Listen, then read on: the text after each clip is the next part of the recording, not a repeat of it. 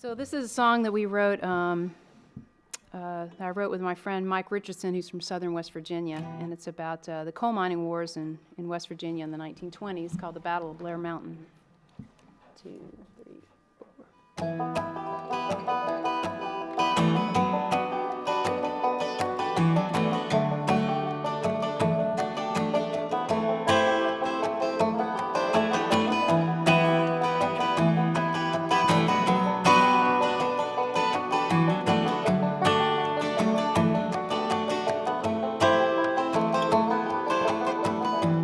Find a vein, drain the black gold.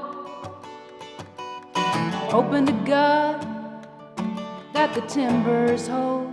Like my father before me, it's all I know. We live only to harvest the coal, harvest the coal.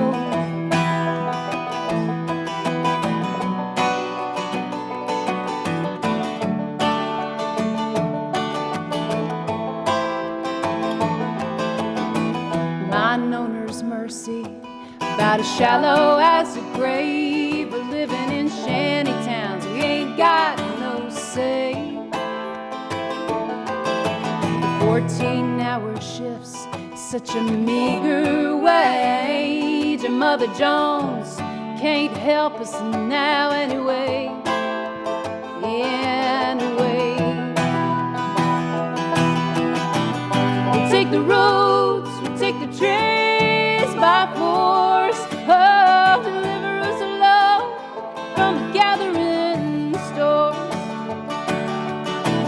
Lay down your Bibles, take up your guns. Blair Mountain, here we come.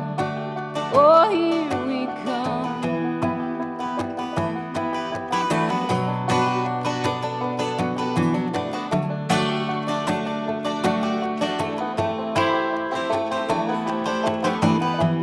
Red bandanas that tell us what side you're on. Yeah, we're the rednecks of the Union 1921. We'll leave tonight at 13,000 strong and take the fight to Blair Mountain before the dawn, before the dawn. We'll take the roads, we'll take the trains by force. Oh, deliver us love from the gathering stores. Lay down your Bibles, take up your guns. Blair Mountain, here we come. Oh, here we come. Oh,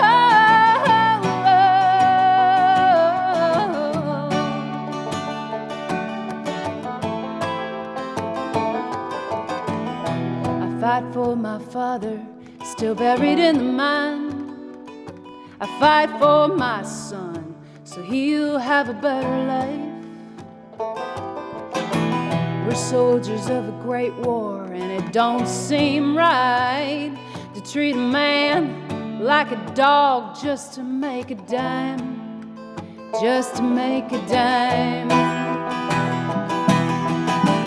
We'll take the roads, we'll take the trains by force. Oh, deliver us love from the gathering stores. Lay down your Bibles, take up your guns. Blair Mountain, here we come. Oh, here we come. Here we come.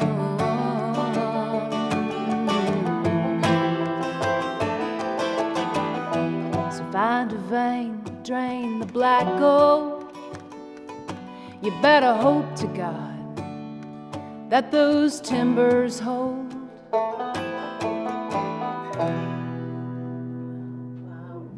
Yeah, wonderful. Wonderful. Thank you. When the people's will is swayed by a con man's cheap charade, despite the crass misogyny and blatant hypocrisy, when the fascist voices swell, we hear echoes of the past. They vilify the immigrants, the leftists and outcasts. When the opposition croaks and the people just don't vote for the same old tired rhetoric of neoliberal politics, we must organize the fight for our universal rights, for democracy and empathy to permeate this life. For it's not the immigrant who labors for some bread, who's making us toil till we drop dead. No, it's not minorities or peer-reviewed authorities, or queer folks and trans folks, or a multitude of deities. I say all are your comrades and none are your enemies, in the momentous fight against all bourgeois priorities. Freedom is not those traditional values crafted from bigotry and classist realities. Freedom is freedom to move and disobey, to rely on one another to keep would-be kings at bay. Say none of us can stand alone against their power. We must stand together and make them cower. For the laws of this land have us used and abused, owned and subordinate to our patriarchal roots. I say it's high time we reinvent this whole operation to make mutual benefit our sole occupation. Because freedom is freedom to move and disobey, to rely on one another to keep would-be kings at bay. Say none of us can stand alone against their power. We must stand together and make them cower. Here we go. Yes, freedom is freedom to move and disobey, to rely on one another to keep would-be kings at bay. Say none of us can stand alone against their power. Rise, proletariat, and make them cower.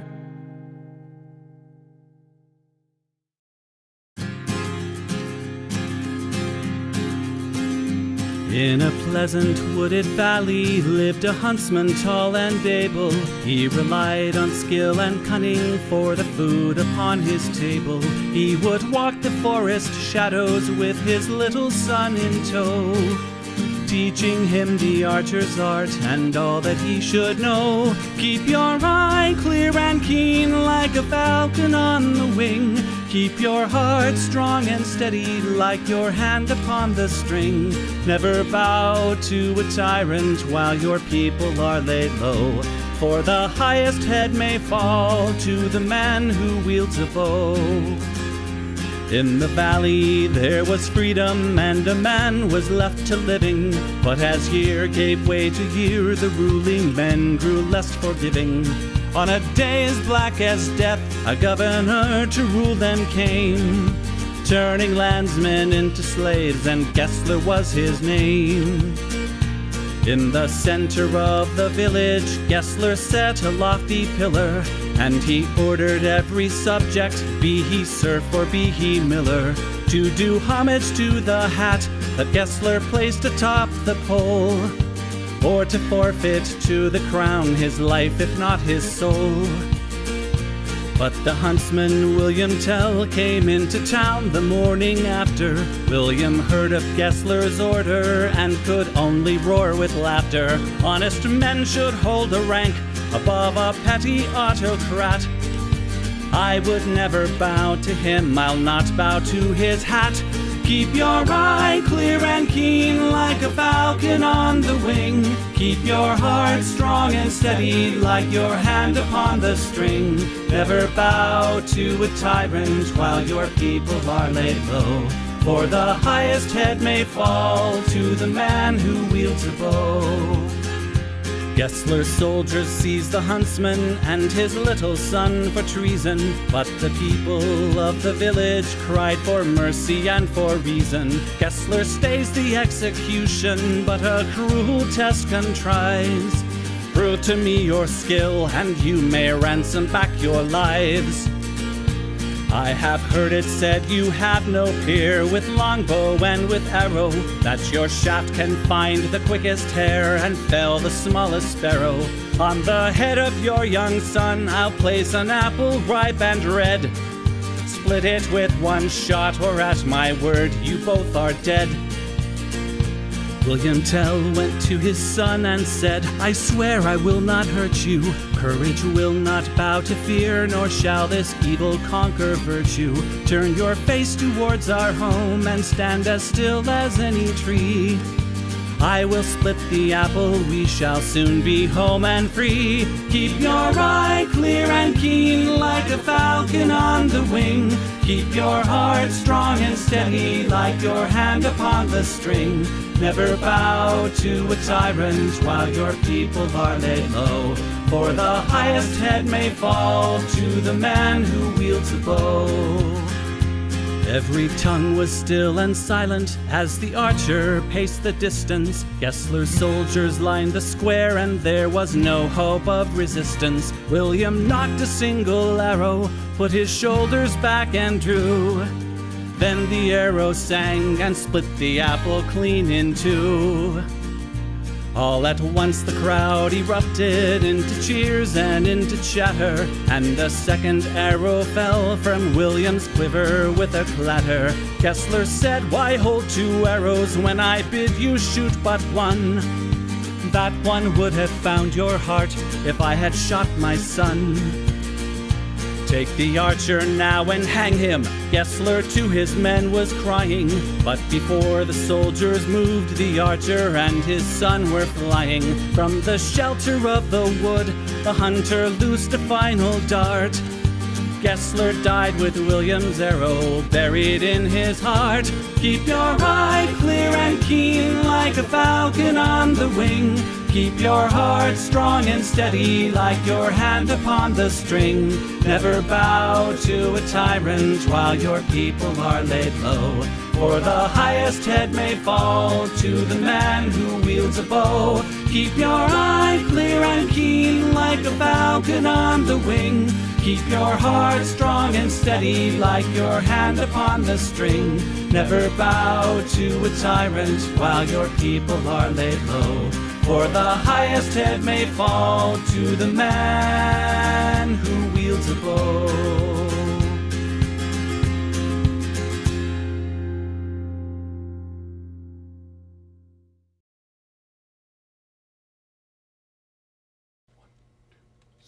When the Union's inspiration through the workers' blood shall run, there can be no power greater anywhere beneath the sun. Yet what force on earth is weaker than the feeble strength of one? But the Union makes us strong.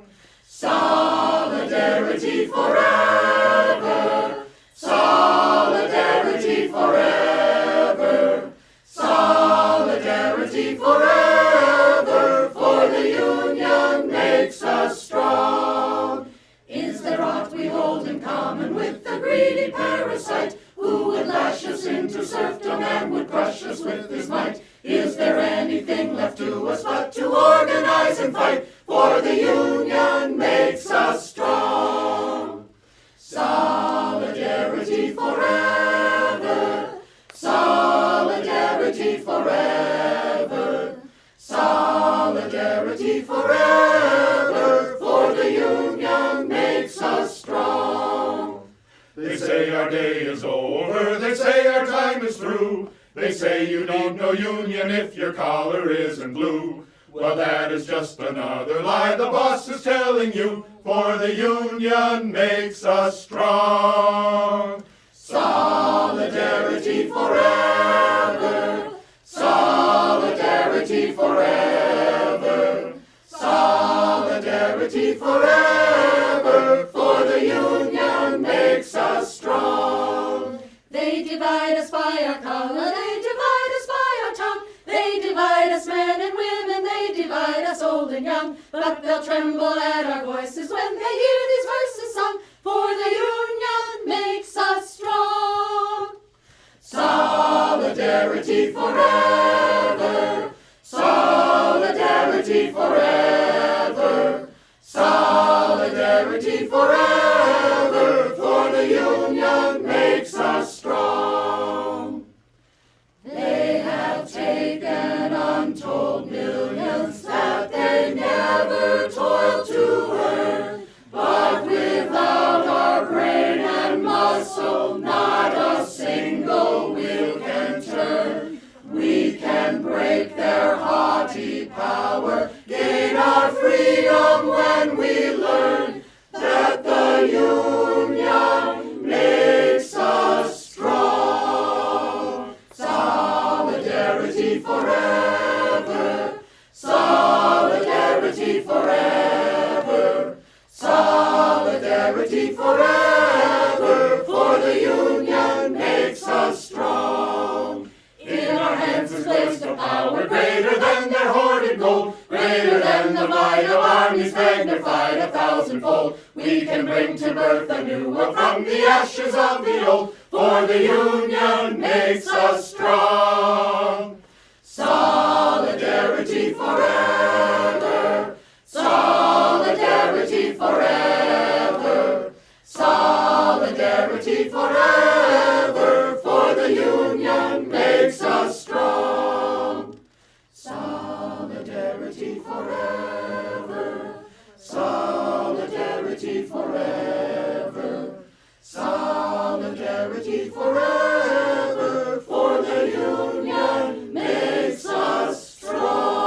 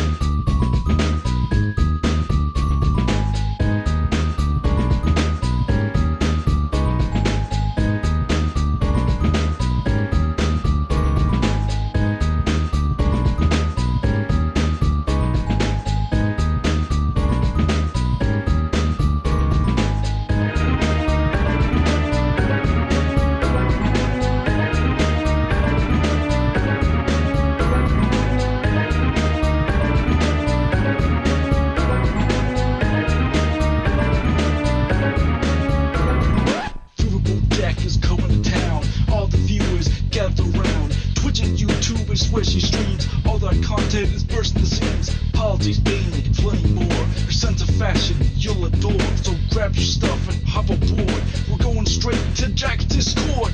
Riverboat Jack, Riverboat Jack, Riverboat Jack, Riverboat Jack, Riverboat Jack, Riverboat Jack, Riverboat Jack, Riverboat Jack. That's what I'm talking about. First time singing the song, it's from Riverboat Jack. Shout out. I don't know what I'm doing really, but I got passion. That's what it's about. It's all about passion.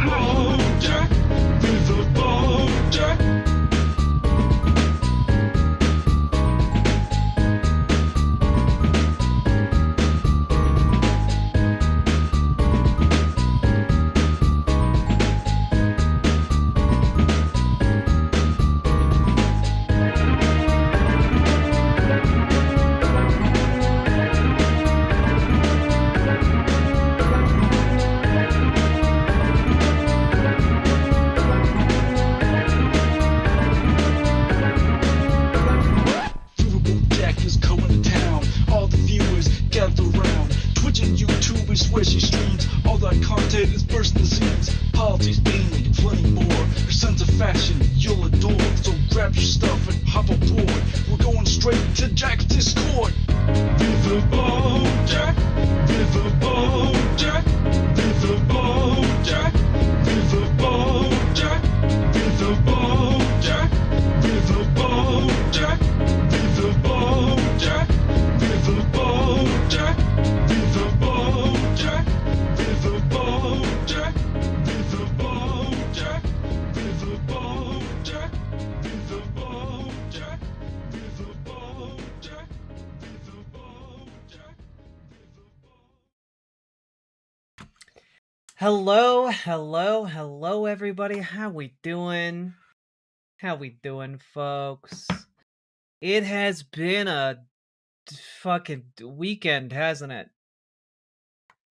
Hello. Also, Rybread, thank you very much for subscribing, and thank you for being the first person to support stream today. Very much appreciate you. Thank you so goddamn much. Captain, it's Tuesday. Yeah, but I didn't stream yesterday, so it counts. Yo, Jack the Fit? What? It's a good fit. It's a good fit. Alright?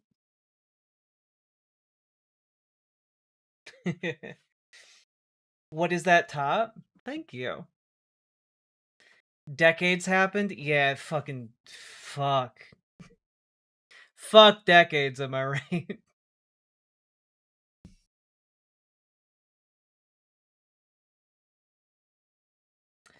Alright. Is that gender euphoric lingerie you see? It is indeed! This is an Imogene Olivia bralette under here. Good eye. Oh, God, guys. Where to even start today, you know? Fuck. How dare you not wreck my sleep schedule? Sake, thank you for the 5 tier 1 subs. Do appreciate it. You know, I'm doing my best to try and normalize when I go live. That being said, I did announce that I was going to be going live earlier today. Oh, fuck. All right. You know what? I'm going to let my hair down first. Because I want to.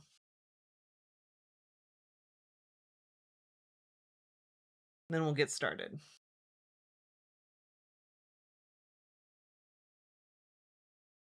That's right, I'm not even making you guys dono for this. I'm just taking it down.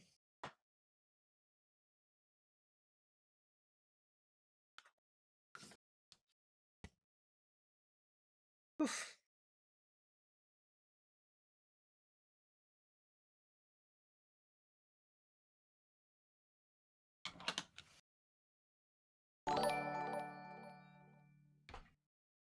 On one hand, I should really work to keep up with the news outside of these streams, VODs. But I'm not sure how well I'd hold up if I tried. Yeah. Yeah, it's rough out there. Also, Not Smart, thank you for the $5 dono. Very much appreciated. I have said it before, and I will say it again. You look like a Stepan Sajic character. Thank you! I take that as one of the highest compliments I've ever received. Thank you very much.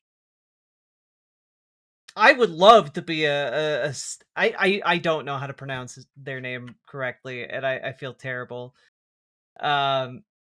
Is it supposed to be Stefan Sejic? I don't Have know how to some say it out tacos loud. and I'm so taco money sorry. for good luck tonight. Taco emoji. Taco emoji. Dreaming of Kadat, thank you very much for the $5 dono. I appreciate that. But if I could get into Sunstone as a character, I would. Or any of their other projects. Excellent stuff. Jack looking cute as fuck today. Thank you. If I can't fix the world, I might as well look cute in it, you know?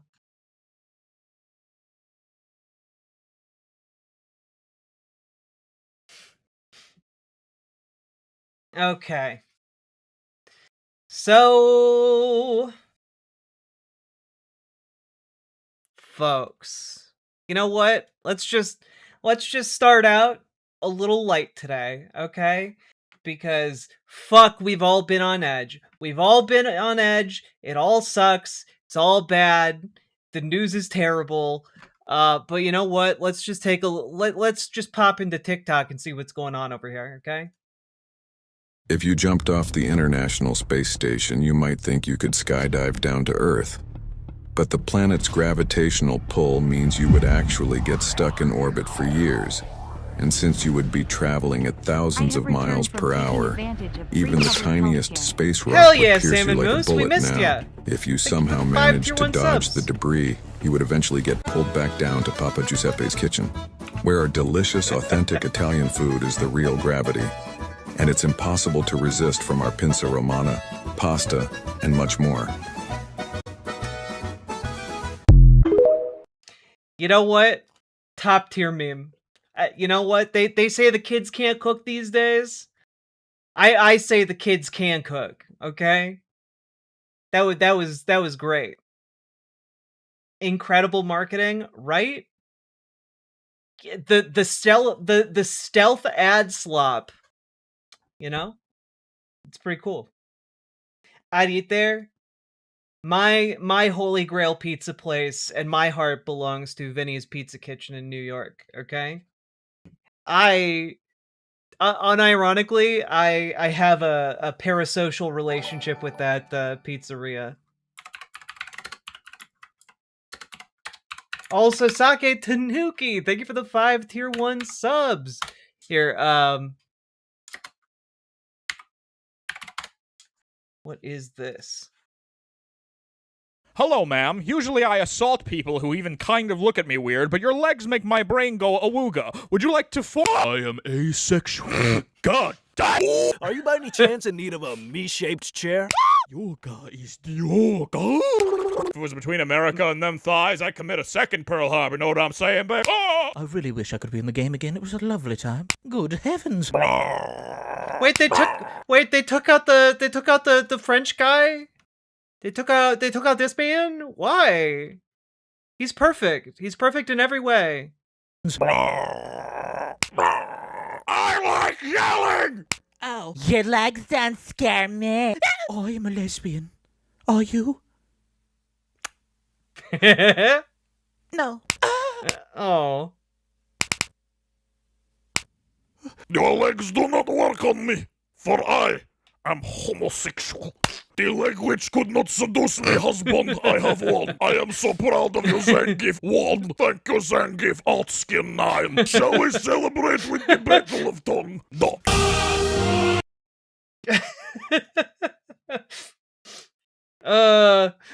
Okay, Zangief alt skin 9 fucking got me. Fucking got me so hard. That was good. That was good shit. Oh god. Real quick though. Can I... Here we go. Yeah. Yeah, no. Take me over here. Yeah, that's right. Go this way. Go that way.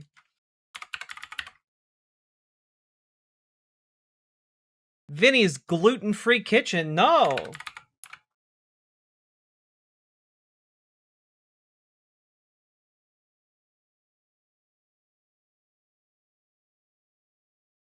Instagram appears to be very upset at opening.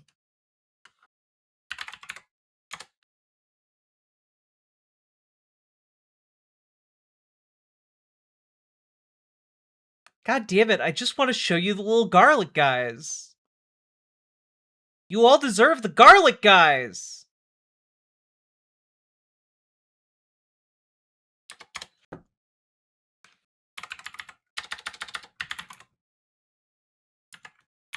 This isn't even sponsored. I just want you guys to know about Vinny's Pizza Kitchen.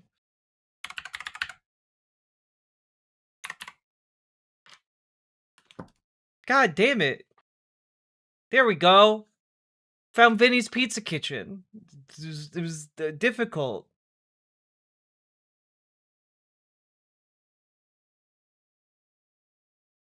All right. I like this place because it vibes with me.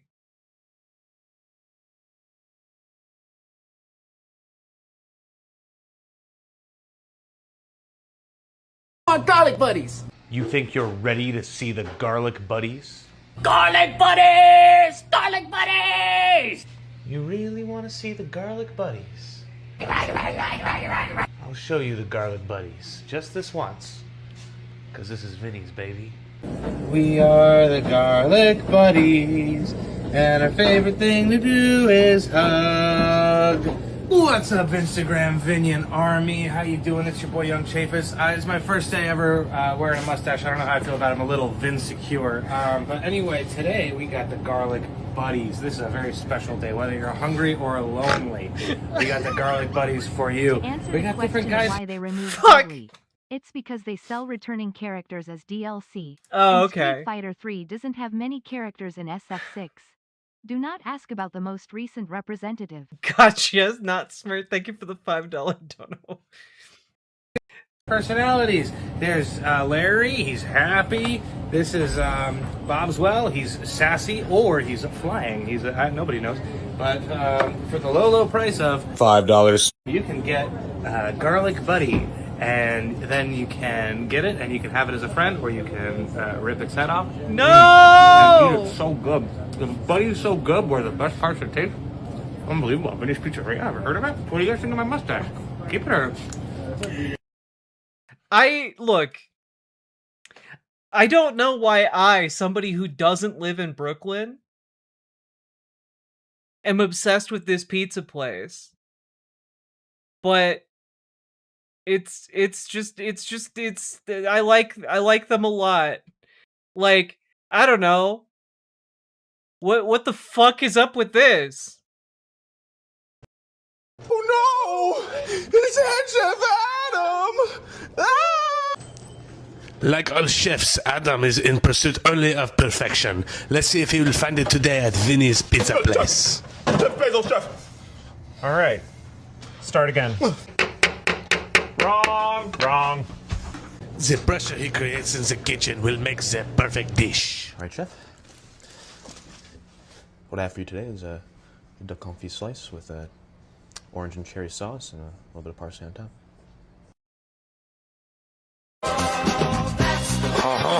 Duck confit pizza slice so nice it will make even a mean chef smile. Come to Vinny's Pizza Place where the best part is the taste. It is today's special only. Like, I don't know what kind of energy is in this place, but it needs to be harnessed for the good of humanity.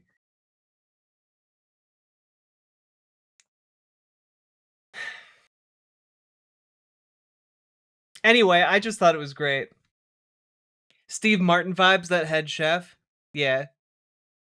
Also, again, I'm just fascinated by this pizza place. Not a paid sponsorship at all. I don't.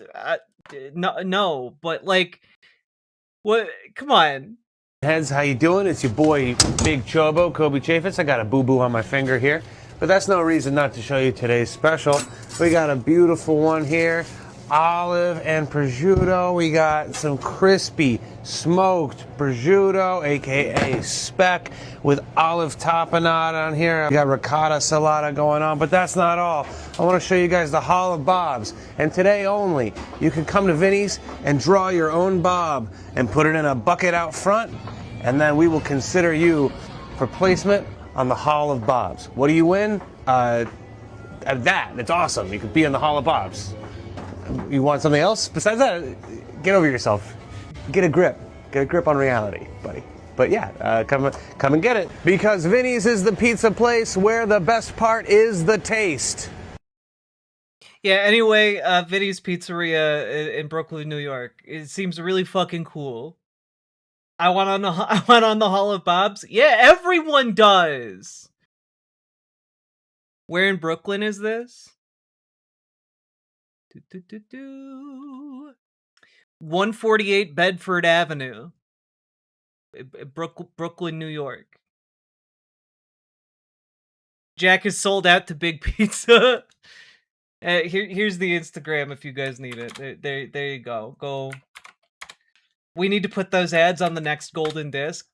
Yeah, the next golden disc, which obviously will be made out of a pizza. They should have sent a poet. All right. Anyway, also, just to properly get you guys acclimated to the tone of the night, one more thing here. We all need to take a moment to just take a moment of silence to recognize how lame and pathetic JD Vance is, okay? Specifically, as he's, on the campaign trail for Viktor Orban over in Hungary. Just take a look at this. I actually had a special guest that asked that I give him a phone call, and we'll see. Let's hope he actually answers. So this is going to be very embarrassing. All right. I'm sorry, the person you were trying to reach has a voicemail box that has not been set up yet. Okay. Try one more time. I get a good signal here.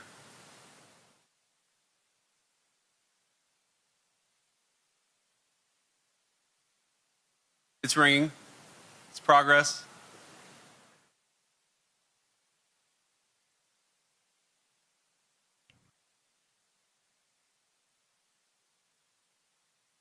I actually had a... Yeah, so he tried to call Donald Trump twice and got sent to voicemail both times. Live on stage.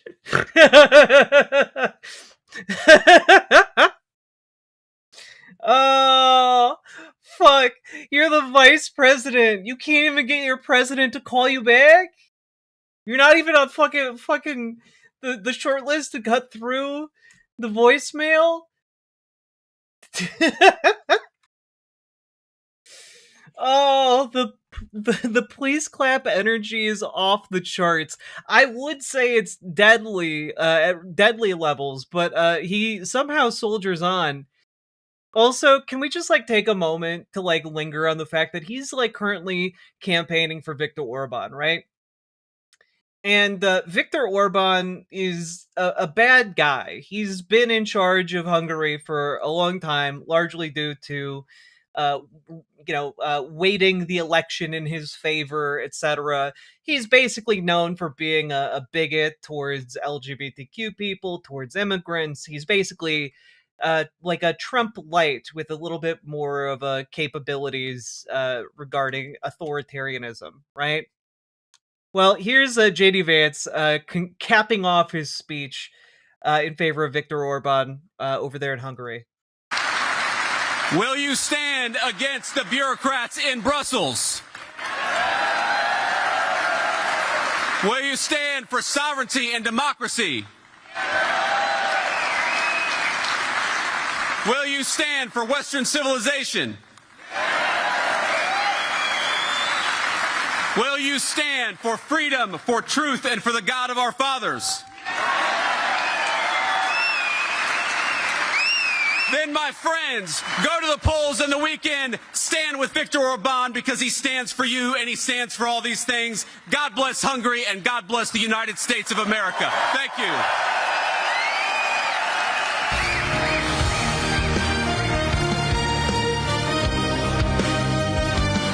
How are you going to make the homosexuals suffer without those hard mascara lashes?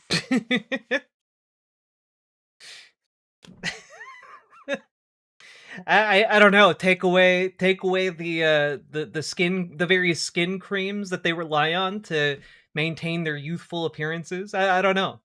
I'm just spitballing here. The music, yeah, right. But also, like, guys, I don't know about you guys, but I don't go about my day thinking of Hungary as like the bastion of the bastion of Western civilization. You know? Like, I don't know about you, but Western civilization, I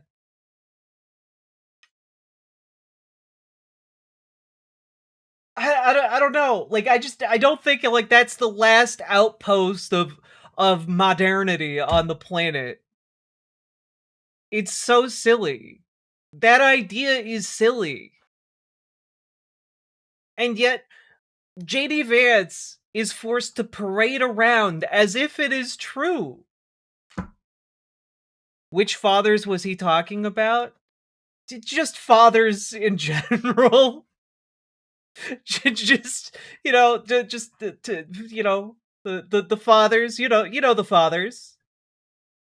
You've got JD Vance's dad. You've got JD Vance's dad's dad.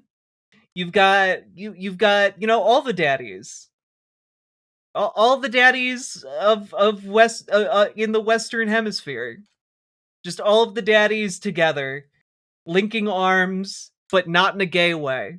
All right? You can't do this segment without the full clip.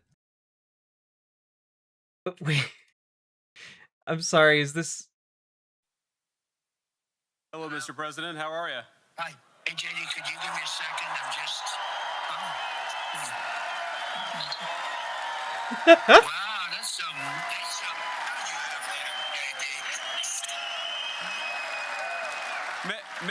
Mr. President, you are on with about 5,000 Hungarian patriots, and I think they love you even more than they love Viktor Orban.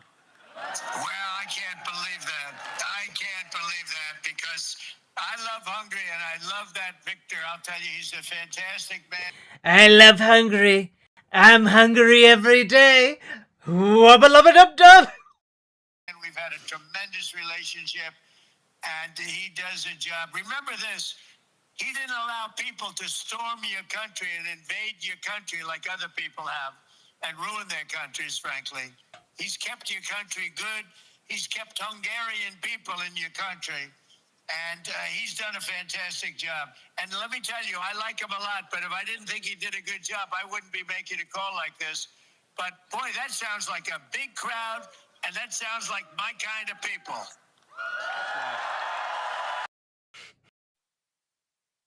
Hello, Mr. President. How are you? Hi. Hey, JD, could you give me a second? I'm just...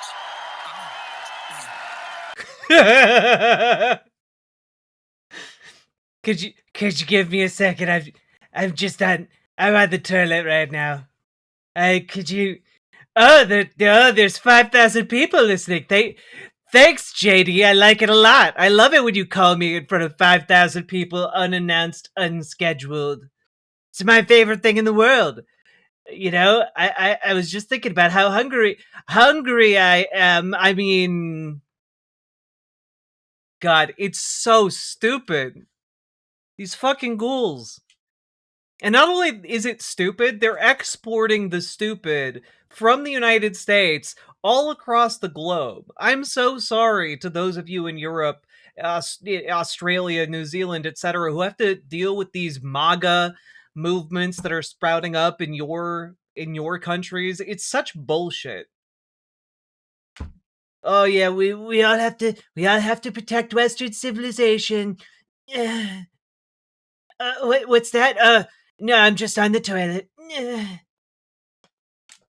It's awful. Clown World is overtaking us. God. Anyway, folks. I don't know if this will be a segment. You know what? Fuck it. It should be a segment. Along with the pizza. Why not? Everyone should check out Vinny's Pizza in Brooklyn. Also, Squirter General, thank you very much for the 5 gifted memberships. Very much appreciated. And Sweet Blasphemy, thank you for the $5 dono. Very, very much appreciated as well. And wow, it is. I mean, today's really, really stupid. But you know what? I'm gonna cap this off. Maybe this is a segment. Maybe it's not. I don't know. Who knows? Who can say? Anything's possible in Trump's America. Anyway, I thought you all might be interested in this deleted scene from the 1990s Super Mario Brothers movie, where the two goons in Bowser's troop develop class consciousness. You realize what our society has become? You ever get the feeling you're on automatic pilot? You're going through the motions like waves in the ocean? That life is a series of brainless notions, and you want to feel something more than empty emotions. When we met 2 plumbers who had an idea. They showed us the light. And the new frontier. Mario and Luigi. They know what's right. We gotta take a stand and put up a fight. Well, stop and think this through. It's time to get rid of you know who. A radical development is taking place. Iggy and Spike will set the pace. Koopa. The party pooper. The pooper scooper.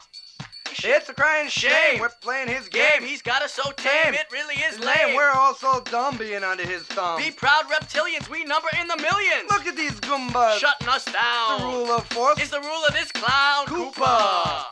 The party pooper. Extra case! Wake up, people! Wake up! Wake up!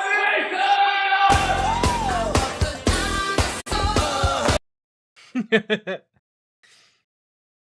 Yeah, the real Mario movie.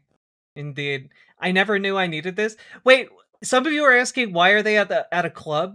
Have you guys never seen the original live-action Super Mario Brothers movie?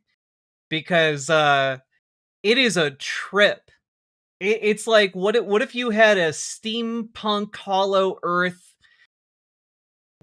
storyline? I've never viewed it before. It is genuinely one of the more creative movies I've ever seen in my life. It is very weird. It is very... No, Jack, we have sex? Hey, it's great. You should go check it out. It's a good time. All right? You know, cuddle up with your loved one. Cuddle up with, like, the lady or lad or non-binary enchanter of your choice. And you know what? Have a good time. Maybe like drink some drinks or something. I don't know. It's even crazier because Iggy is canonically one of Koopa's kids. Yeah, I mean they're doing a street rap about overthrowing the government. It's pretty hard. They go hard. Also, Mario does get hit on by a lizard lady. That does happen.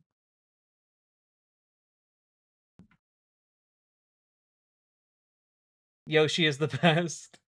You're required do the Mario. I just know it predicted 9/11. In what way did it predict 9/11? Yeah, Big Bertha.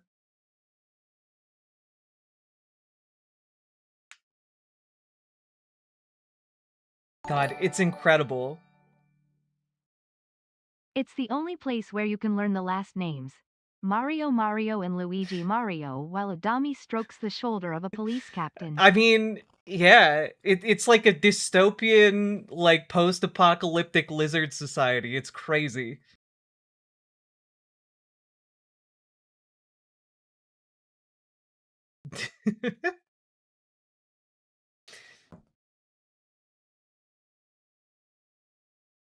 Yeah, his brother is Luigi Mario. That is also true. I love you guys. I love all of the fun facts. How many directors did it have? I have no idea.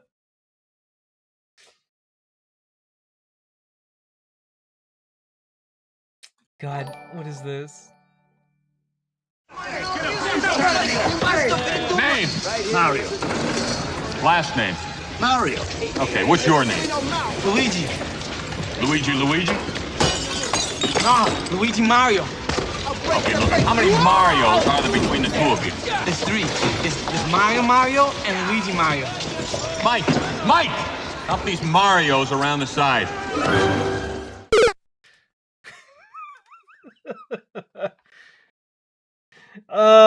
God. It's so fucking bizarre.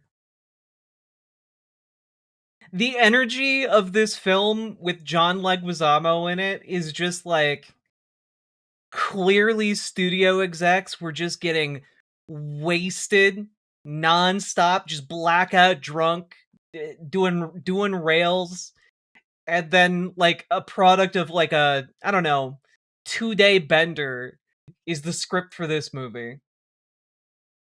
Rest in peace, Bob Hoskins. Bob Hoskins is great in this movie. Unironically, Bob Hoskins and oh god, I just wanted to call him Luigi Mangione. John Leguizamo. They're both so good in this. It's a really fun movie. If you're into like so bad they're good movies, this movie is a treasure. All right?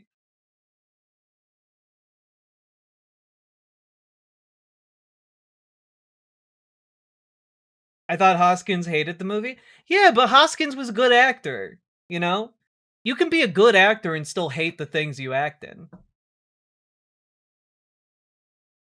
I saw Salmon Moose. Thank you so goddamn much. I'm really excited to play the spooky fish game.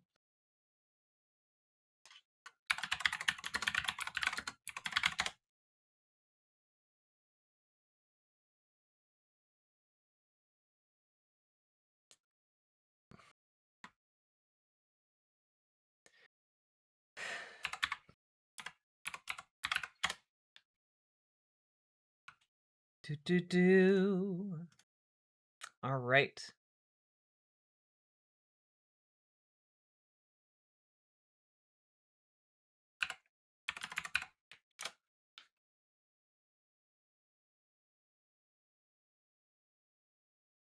Also, guys, I'm really excited to play this at some point on stream. I don't know when, I don't know how, especially with all the insanity happening these days, but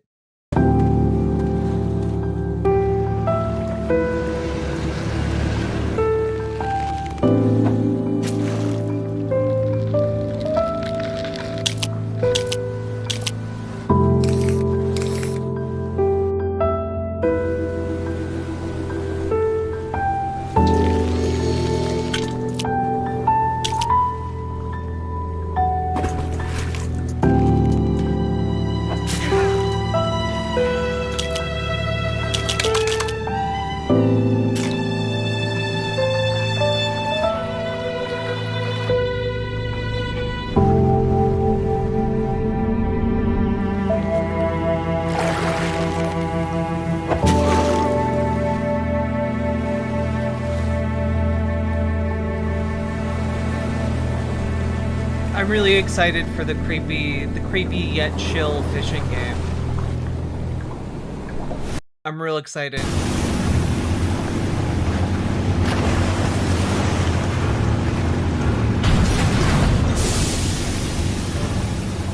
Excellent. Sake Tanuki, thank you for the 5 tier 1 subs. We're going to need a lot more hemp before we're through. What is this? There must be some place in this world where we can live in peace with our people. He is from a future world. Hell yeah!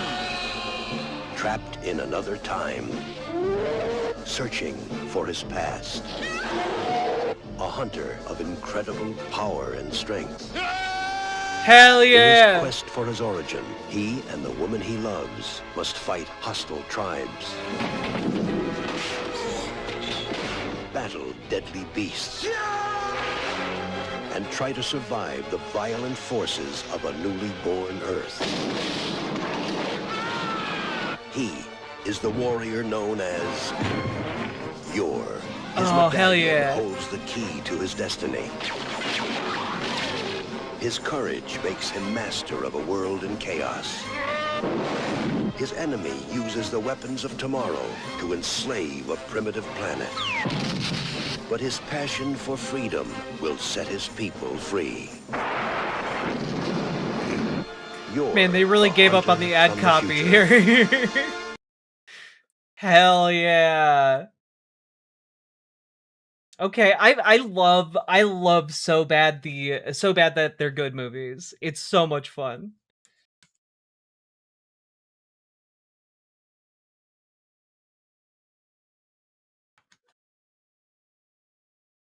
Passion for freedom, make free.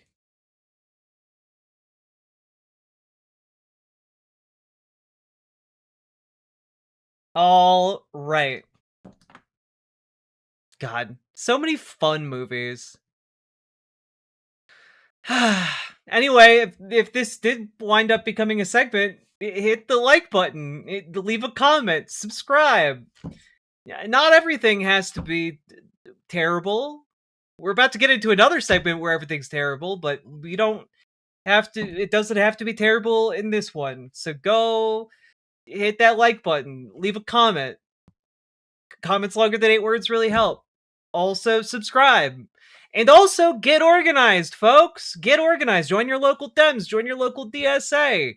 You know, if enough of us get together and enough of us push to get a better world, nothing can stop us. So get involved today. You can make your city, town, state, country better by getting involved. Go do something. Go organize. All right? And last but not least, check out ImogeneOlivia.com. Gender euphoric lingerie designed from the ground up for trans femmes, also tested with cis men, cis women, non-binary folks. It is wonderful, non-tucking lingerie that is elegant, beautiful, sexy. Go check it out, ImogeneOlivia.com. Link down below in the description, and let's keep on going.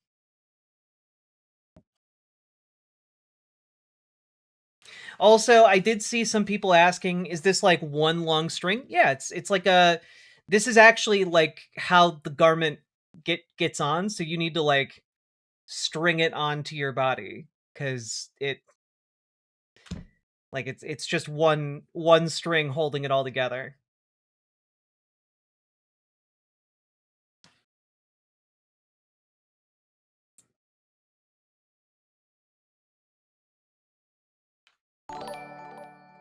Sake Tanuki, thank you for the 5 tier 1 subs. Oh, hell yeah. For thousands of years, it was thought to hold the secret to eternal youth. When the powers of the mystical peach became known, many sought to possess it. But one day, it mysteriously vanished. Could you imagine what something like this would be worth? If I could bottle it, I am going to market it and stay young and rich forever. Now, one man has come to America on a quest to find the legendary ancient peach. And with the help of 2 new friends. I'm Wayman. And this is Roy. His name's really Leroy, but he thinks he's Chinese. He'll stop at nothing to get what he came for. You are the fool, 'cause we got the peach. We might be sitting on something worth more than all the MSG in China. Get him! He went that way. Thanks. Well, let's trick in the book. Porchlight Entertainment presents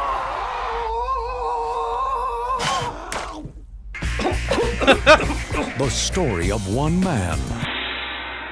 You know how to make a mandarin duck? Hey, you're supposed to duck. I'm not Mandarin, I'm Cantonese. And one ripe piece of fruit. You can say that again. It's time to practice the art of whoop-ass! Everybody wants to Those kids were fast as lightning. Time out, white. Kung Fu dudes are hopeless when it comes to chicks. Yeah. I'm sorry, is this like what if we did a kung fu movie but it's the Naked Gun? Have a date? Oh, sure. Okay.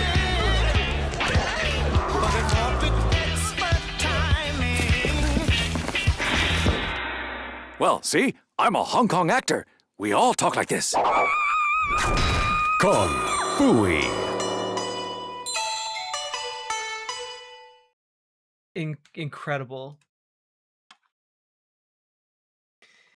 Kung Pao. Well, Kung Pao Enter the Fist is a different thing, right? Like Kung Pao Enter the Fist is what if you took like an unfinished film, bought the rights to it, and then redubbed the entire thing yourself and then green screened yourself into it, right?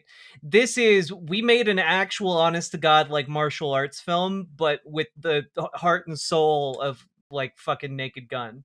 That's crazy. That's wonderful.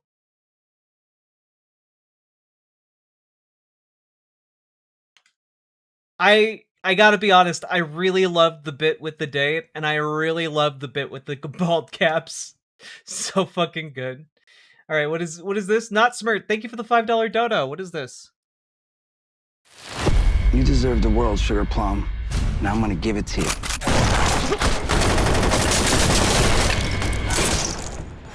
What do you think? My dad robbed a convenience store when I was 7. He was shot, or what was it? Stabbed 12 times in the face and neck. Cue my mom meeting Senator Bradley Wiener. Look at me now, Dad. I get to have all your fun with none of the consequences. Mary Sue Harper. Mary Sue Harper. Mary Sue Harper Was detained this afternoon. You need to find a calling in life outside of your vices. She is a national security risk. I need you to put a bullet in her. Senator Wiener looks to be re-elected for his 4th term.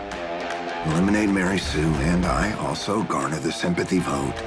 Is the team ready? This job has to be so clean, you could eat off it. What the hell's going on? What are we gonna do? We fight.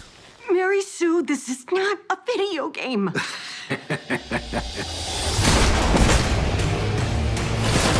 Did you kill all those people?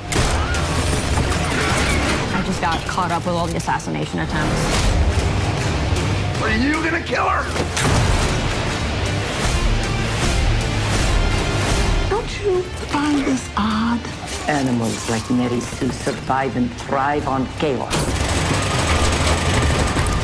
You know, I'm starting to think none of these guys have even played Fortnite.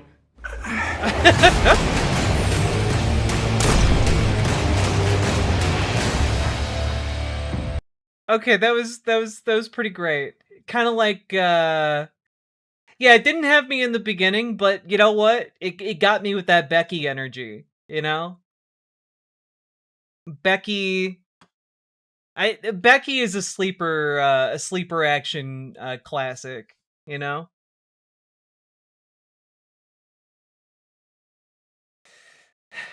That was Jason Mewes? Yeah. She's legit a Mary Sue. Yeah. One Punch Girl. I feel like a better analogy. I don't know. This might be a deep cut. Junk Punch. I feel like she would be more equivalent to Junk Punch from the impression I got from this this trailer.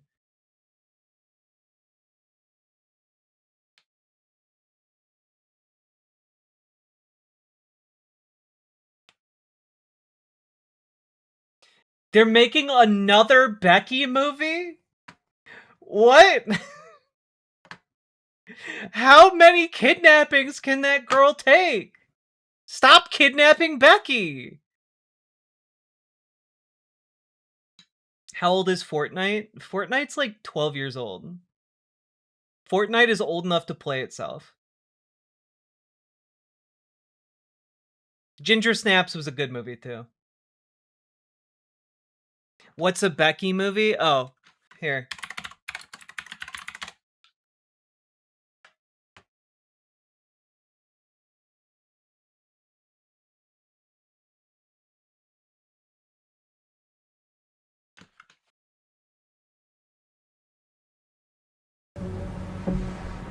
What happened by your fort, Becky?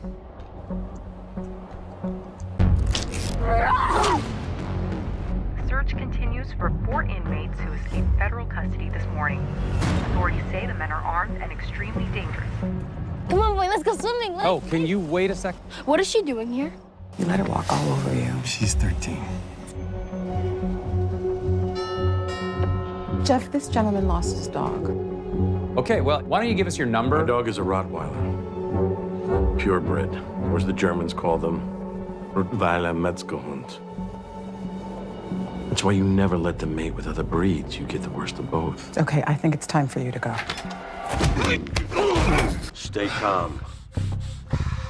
I'm looking for a key. It has this symbol engraved on it. You seen it? No. Well, that leaves little Becky.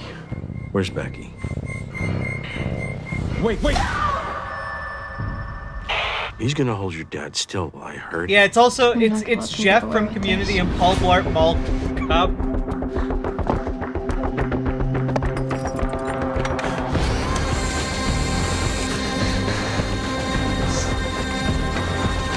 There once was a little girl. Becky! And she was good. Stop running! She was very, very good. And when she was bad, she was horrible.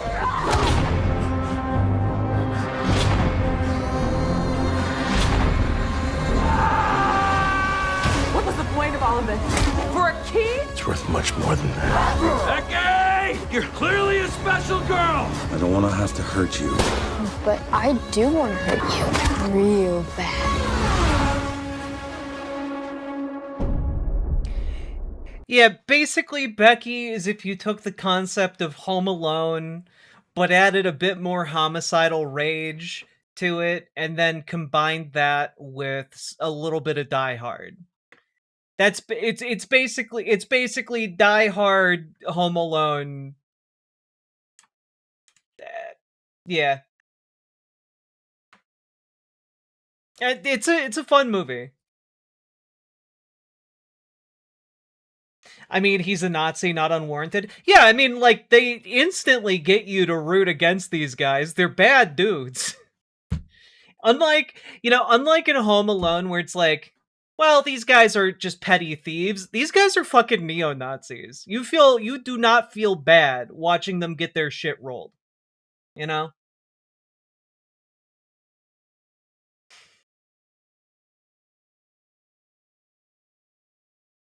There is a second one, and apparently there's going to be a third one too.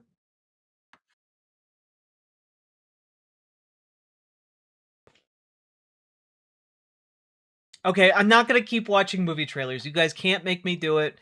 We do have to talk about the fact that we have been dancing on the precipice of nuclear war today, okay? We got to talk about that, all right? Oh, Green Room X Home Alone. Also a good comparison.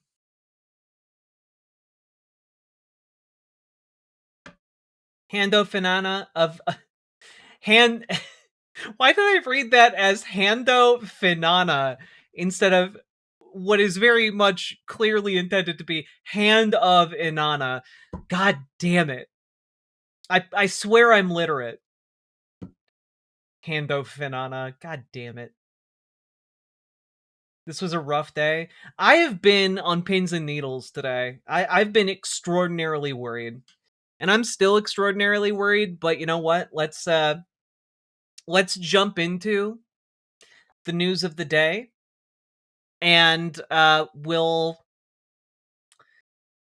talk about it.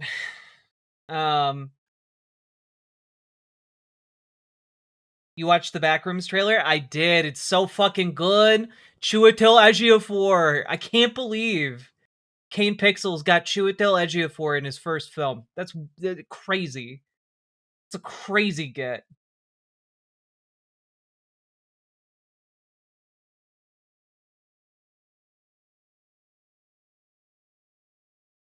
All right. I made a Star Wars name. I did make a Star Wars name. Not intentionally, but I did do it. All right. Before we jump into this, folks, remember, please hit that like button. Hit that subscribe button. We got a little song to let you know what to do.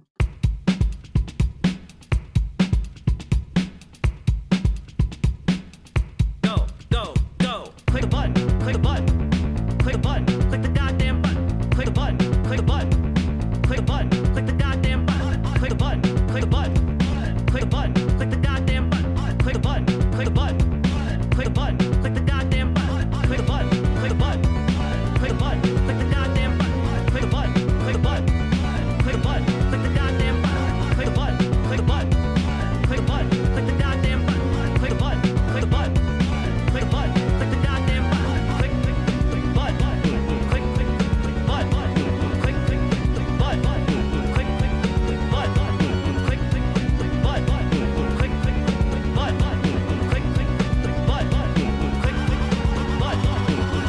Hell yeah! Who is Chiwetel Ejiofor? He's the he's an Oscar.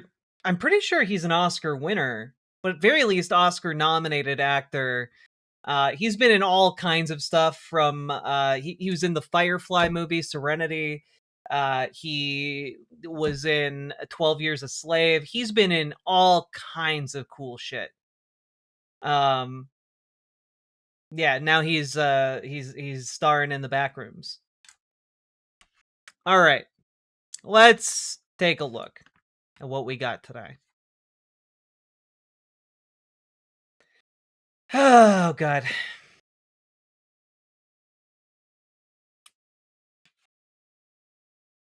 Here we go. So, folks, we got to talk about the fact that Donald Trump and the Republican Party have brought us to the brink of nuclear war with this care we have come to expect from the Republican Party, which is to say none at all. Essentially, Donald Trump has been making threats throughout the weekend. He has been publicly stating things like Tuesday, I'm going to quote here, Tuesday will be Power Plant Day and Bridge Day all wrapped up in one in Iran. There will be nothing like it. 3 exclamation points. Open the fucking straight, you crazy bastards, or you'll be living in hell. Dash. Just watch! Exclamation point, all caps. Praise be to Allah, President Donald J. Trump. He, I believe he put this out on Easter. Yeah, Easter Sunday. And, I just want to share with you guys what I think is maybe the most emblematic of essentially where the general Republican Party is at right now when it comes to what Donald Trump is doing with his brinksmanship. Okay? And it's this tweet from Eric Erickson, who, if you don't know who he is, he's a prominent far-right MAGA Christian pastor, talk show guy. That's his general vibe. It's conservo slop, basically. And he says, look, I don't think it's appropriate. Wish he hadn't. But if I have to choose between this and Trans Recognition Day or whatever on Easter, okay. Now, I want to be very clear what this guy is saying. He's like, well, it's unfortunate that the president had to threaten open war crimes.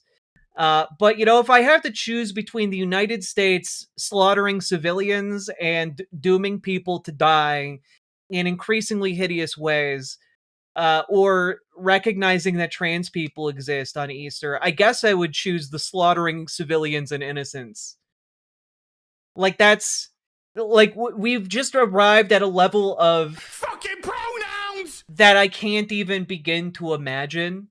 But that's where we are right now. Like, conservatives are just straight up telling you to your face that they're okay with war crimes. They're like, well, you know, it's an either or. Either we have to stop being bigoted to trans people, or we do war crimes. And I guess in that scenario, we choose war crimes.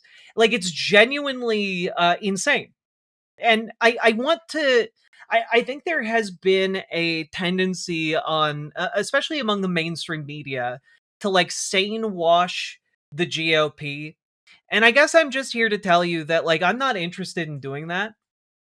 I'm not terribly interested. Of course, I'm interested in understanding where they're coming from so that we can perhaps, you know, diffuse their worst impulses wherever we can't outright defeat them.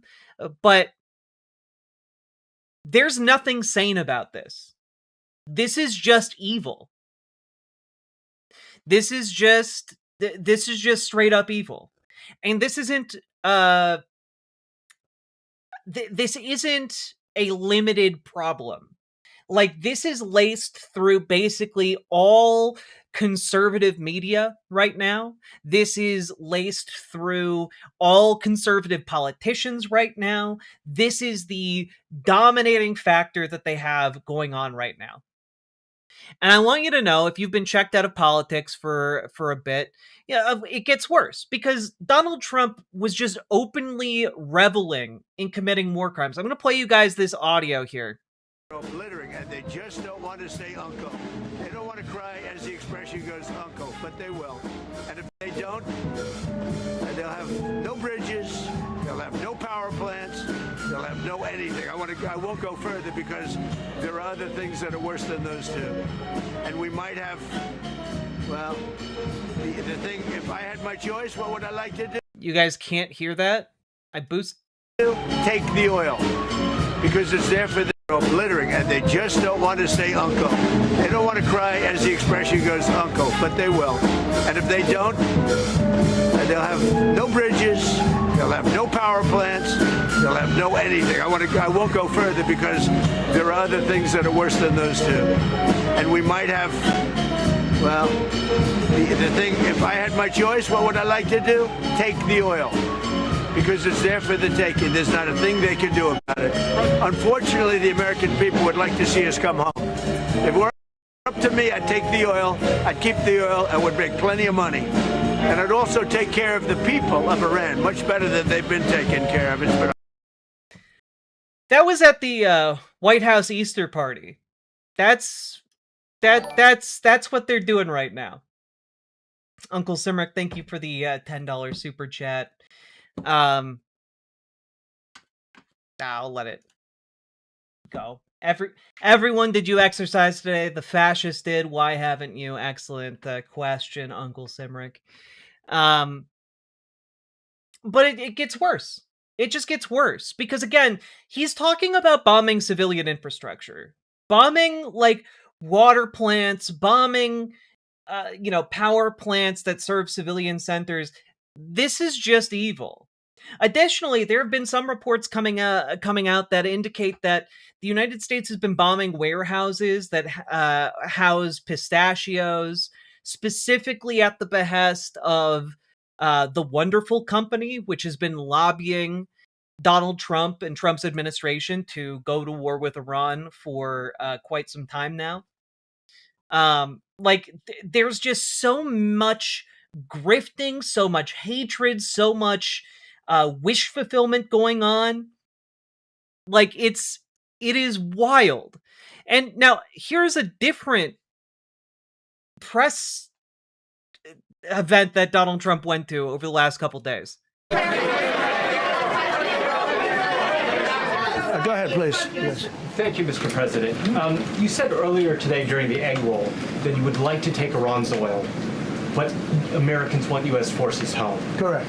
What's that trade-off? If I had my choice, Does it take too if I had my much choice, time? yeah, because I'm a businessman first. With Venezuela, As you know, the war was over in about 45 minutes. And we have great people running Venezuela, very good people. I mean, the relationship is good. And we are a partner with Venezuela. And we've taken hundreds of millions of barrels, hundreds of millions. Yeah, as we all know, when you're a partner with somebody, you just take their stuff. That's what a partnership is, right? Over 100 million barrels already is in Houston, refined and out. And paid for that war many, many times over, many times over. You know, the old days, to the victim. Okay, you know that. To the winner belong the spoils. His brain is at such a level of mush that he cannot recall the phrase, "To the victor go the spoils." And instead he says, "To the victim go the," and then he realizes that that's not correct. But he can't remember the word victor. His brain is dying in real time. Go the spoils. And I've said, why don't we use it? To the victor go the spoils. And we don't have that. We haven't had that in this country probably in 100 years, because even the Second World War, you look at the Second World War, we didn't have it with the Second World. We helped rebuild all those countries. We rebuilt Germany. How about Germany telling us? Yeah, and how'd that work out? How'd that work out for the U.S. economy there after the Second World War? Oh, it worked out great? Oh, that's so weird. Germany telling us that, well, it's not their war. We had nothing to do with it. They wanted me to go and tell them everything I was doing. We didn't know anything about it. Well, if I would have told them, they would have leaked it, and we wouldn't have been nearly as successful, possibly, right? But to the victor belong the spoils. So he can't even, like, he can't even make a point. This is incoherent. And that brings us to, you know, earlier today. Earlier today, Donald Trump truthed out a message that reads, I'm just going to read it here. "A whole civilization will die tonight, never to be brought back again. I don't want that to happen, but it probably will. However, now that we have complete..." Oh my God, no. Nope. "Now that we have complete and total regime change where different, smarter, and less radicalized minds prevail, maybe something revolutionarily wonderful can happen. Who knows? We will find out tonight, one of the most important moments in the long and complex history of the world. 47 years of extortion, corruption, and death will finally end. God bless the great people of Iran."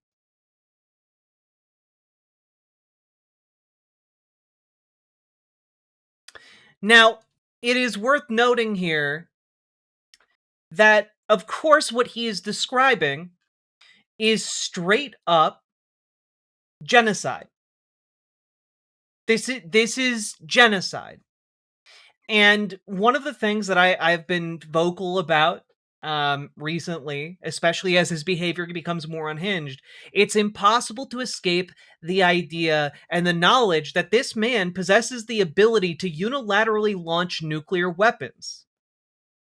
And so when he starts talking about ending a civilization, we unfortunately need to take him seriously, because he has the power to annihilate another country with nuclear weapons, right? And so this is absolutely terrifying, you know?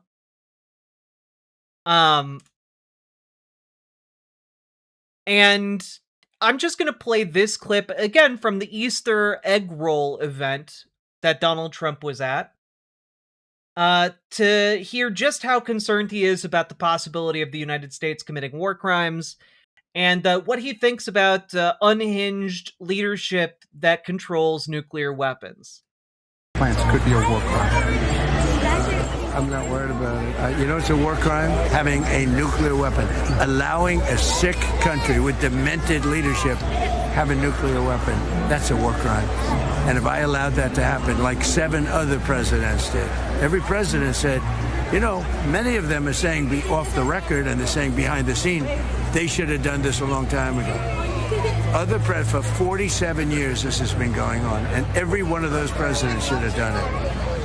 And actually, as you know, off the record, they're doing it off the record because they haven't got the courage to say it. Those presidents are giving me a lot of credit. This should have been done by Obama, should have been done by Clinton, should have been done by the Bushes. It should have been done. And it would have been a lot easier if it was done a long time ago, right? You agree with me? I mean, like, this... one, this is incoherent. But two, he lacks any self-awareness that what he's describing right now is the United States, a country that is currently at war with Iran for no reason, while he threatens to annihilate their civilization. That's where we're at right now. And, I mean, like, this guy is... I mean, he's not worried about committing war crimes at all. He doesn't... in fact, he's just like, no. The real war crime is having nukes. Here he is again at the Easter egg roll. So many clips out of this. Sign order to you guys. And then tonight, you can sell it for 25,000 on eBay. Now, Biden would use the auto pen. He'd have an auto pen following him. You know, Joe Biden, he didn't sign. He was incapable of signing his hand. So they'd follow him around with this big machine. You know what it was called? An auto pen. And he'd have the auto pen signed for him. He'd take the paper, hand it to his guys, then sign it with an auto pen, get it back. It's not too good, right? Sign order to you guys. And then he'd follow them around with a big machine called an auto pen. The fact that he's talking about politics with these children at all, like, they don't know who the fuck Joe Biden is. Why? This is insane. Absolutely insane. But let's also just take a look at this. This is from that press conference from later on Easter. Mr. President, are you allowed to, or are you willing to end this conflict with Iran charging tolls for passage through the strait? Us charging tolls? Iran. What about us charging tolls? Is that something you're considering? I'd rather do that than let them have them, right? Why shouldn't we? We're the winner. We won, okay? They are militarily defeated. The only thing they have is the psychology of, oh, we're going to drop a couple of mines in the water, all right? No, we have a concept where we'll charge tolls, okay? I thought you meant us. Your question would have been more accurate if you said us. Go ahead. I cannot stress enough that the United States has not secured the Strait of Hormuz. Iran is not defeated militarily. They have like an army of like, I think their foreign minister boasted the other day, they have like 14 million volunteers waiting to like join in any kind of repelling of a ground invasion of Iran.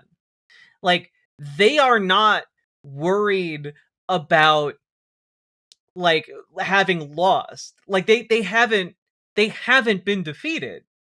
Even our own intelligence announced like just a handful of days ago, like over 50% of Iran's like ballistic missile capabilities remain intact.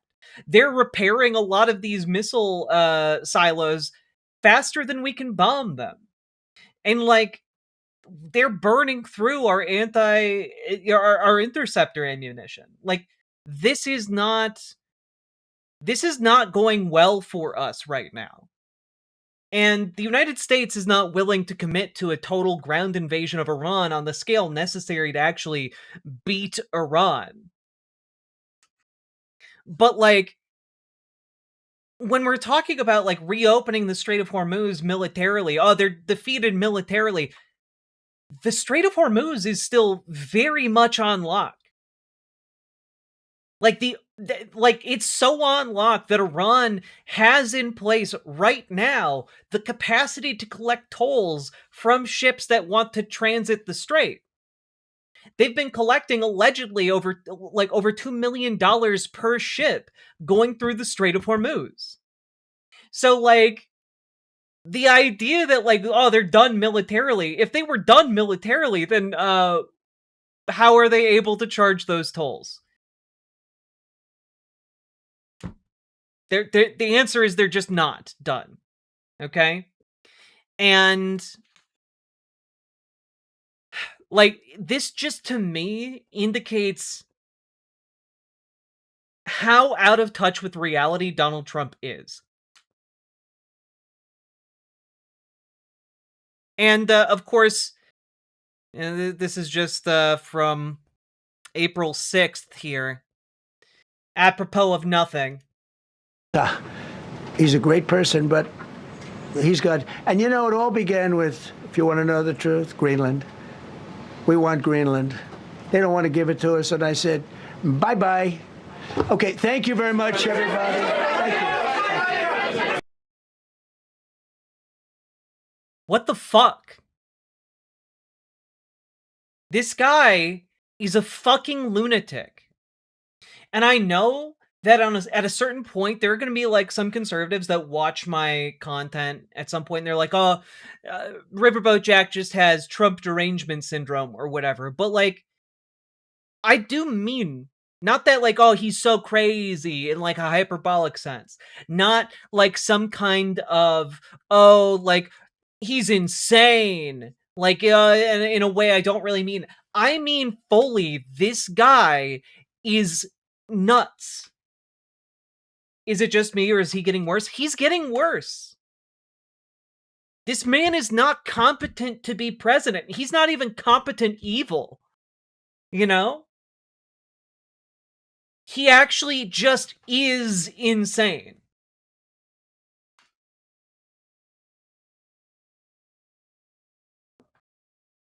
And of course, he's doing all of this with the backing of the Israeli government. The Israeli government backed up Donald Trump's, threats today by telling Iranians via the internet, by the way, a medium that Iranians cannot actually access at the moment, generally speaking. But the IDF told Iranians not to ride any trains until after 9 p.m. Iran time. Because, well, they were announcing their intent to bomb civilian trains.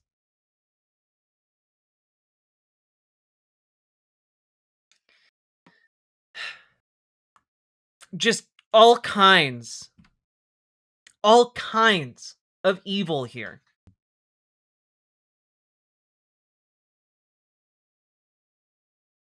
And, well, I want to play for you guys this, which is a voicemail. سلام دخترم. دیگه گفتم امروز باهات یه حرفی بزنیم چون دیگه I wanted to call you tonight as Trump said he will attack us tonight. نصف شب به وقت ما تمام میشه. دیگه حالا اصلا معلومه Who knows if I can even call you anymore after that. He wants to attack all our power infrastructure, so probably can't even call you anymore. تلفن داری. At least wanted to call you one last time and hear your voice. بابات هم یه ذره سرما Your dad is also a bit sick. I'll try calling you again tonight. قربونت برم. خدا حافظت عزیزم.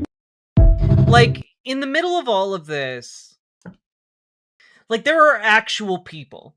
This is not like some abstract conflict. There are almost 100 million Iranians. The kinds of threats that Donald Trump is making, I want you to understand, are against a country that is a third the size of the United States. It's like if you were sitting there threatening to obliterate the West Coast.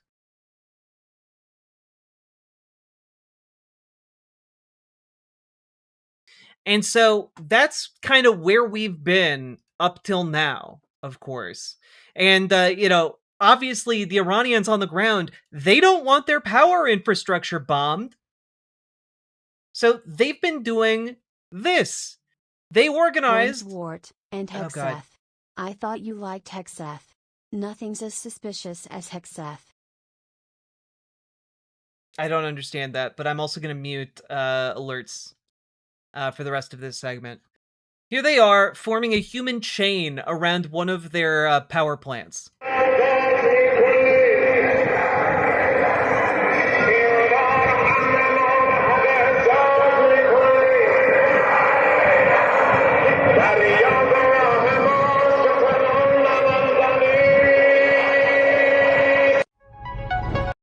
Like, oh, a Nightmare Before Christmas reference. Gotcha. But understand that Donald Trump is threatening to kill all of those people. All of those people. Right? When you as the president of the United States say a whole civilization will die tonight, never to be brought back again, you are announcing your intent to commit genocide. You are announcing a plan to commit genocide. You are being direct with your incitement to commit genocide. You are announcing your intent to attempt to commit a genocide. And also, of course, that you agree with the concept of genocide as an acceptable recourse. And so that's where we're at right now. Okay? Donald Trump just announcing nonstop, hey, you know what? We're just going to kill everyone in Iran. And I want you to understand that even when you're talking about, you know, Mrs. McVoter down in Georgia, okay? Mrs. McVoter understands that what Donald Trump is talking about is a fucking atrocity, a war crime of the highest order. It's giving war crime. You can't do that. We don't just annihilate people because we can and, you know, make a grab for the money and the oil. And that's what we've done in Venezuela, and that's what we're doing in Iran. I mean, like, Mrs. McVoter gets it. Like, there is a change in the wind here, and, like, Americans are realizing the horror that, that is currently at play. It's giving war crime, bless our millennial moms. God, is she a millennial? She must be with that language, but man. People of such pallid complexions like myself, we don't age well. All right. So that's kind of where we're at. And of course, Donald Trump threatening to annihilate an entire civilization managed to organize some Democrats into an effort to invoke like both the 25th Amendment as well as impeachment and removal proceedings. Of course, Alexandria Ocasio-Cortez. This is a threat of genocide and merits removal from office. The president's mental faculties are collapsing and cannot be trusted. To every individual in the president's chain of command, you have a duty to refuse illegal orders. That includes carrying out this threat, which, yeah, absolutely. And I understand that, like, when we are looking at this current situation, the idea that, like, oh, well, you know, invoke the 25th Amendment, we need 2/3 of Congress and his cabinet to actually turn on him. When that's not going to happen. We're like in a moment right now, and like,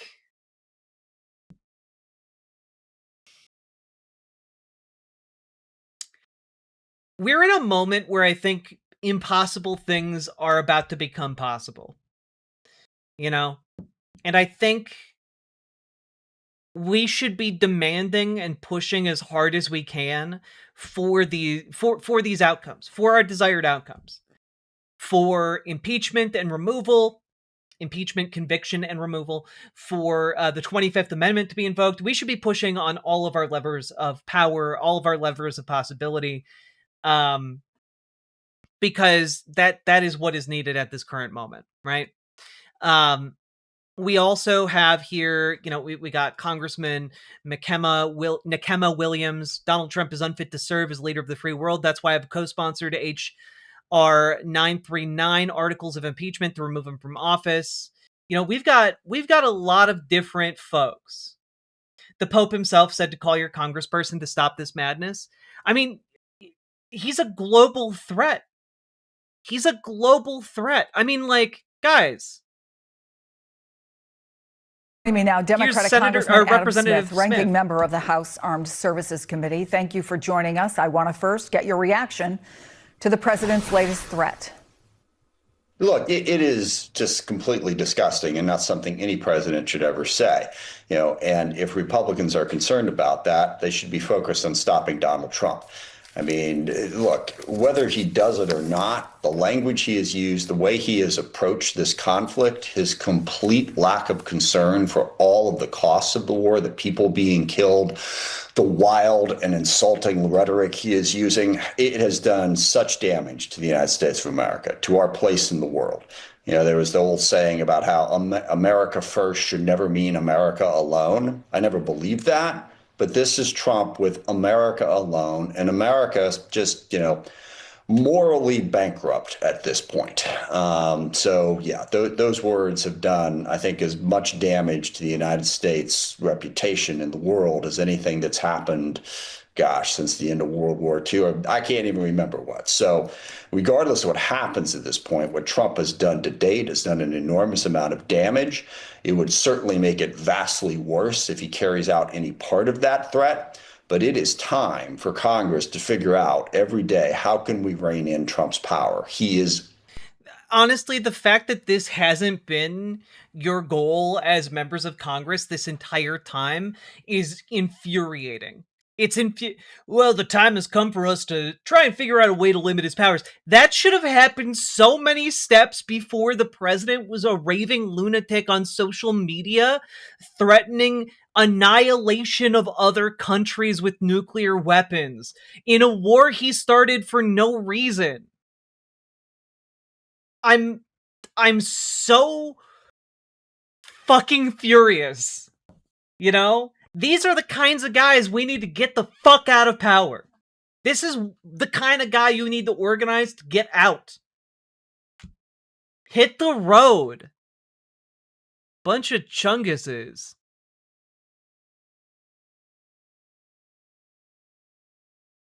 I mean, you've got also Tim Kaine over here. Thune should immediately call the Senate back into session. Trump's unhinged threats to commit massive war crimes against Iranian civilian targets show an increasing mental and moral instability we can't ignore. Yup. I mean, it's just so many. Ro Khanna here. Needed to be done in Iran, and do you agree with what the president is proposing right now? No on what the president is proposing. And let's start with the first part. Well, what we needed was a diplomatic solution. Look, gas was at $2.30 before we went in. Now it's at $4. The enriched uranium is still buried underneath. We haven't gotten rid of it. Obama had gotten rid of 97% of that enriched uranium. But we don't know exactly what they were telling. Well, we know they weren't telling us the truth. We already know that from the missiles that they've launched. We know that from other things, that basically they've been lying all along, which makes people not trust diplomacy with Iran. Yes, but it was ripped up by Donald Trump in 2018. I mean, the reality is Obama had gotten rid of 97% of their enriched uranium. The reality is they still had ballistic missiles. We should have negotiated for a tougher JCPOA. But what have we done? We've gotten rid of Khamenei, and we've gotten Khamenei Jr., who is more hardline. Khamenei at least had a fatwa saying no nuclear weapons. Khamenei Jr. actually wants to develop nuclear weapons. And then if we get rid of Khamenei Jr., we're going to have the IRGC. The IRGC is even more hardline. So we're going to have military takeover of Iran. What Trump was thinking is we'd have someone like Venezuela who'd be pliant to us. Now they're actually defiant of us. So what is his end game? I mean, is the end game really to blow up all of Iran and actually commit war crimes? Or is the end game to end the bombing of Iran, to, Israel, the United States, have a ceasefire? The JCPOA. Well, did you agree?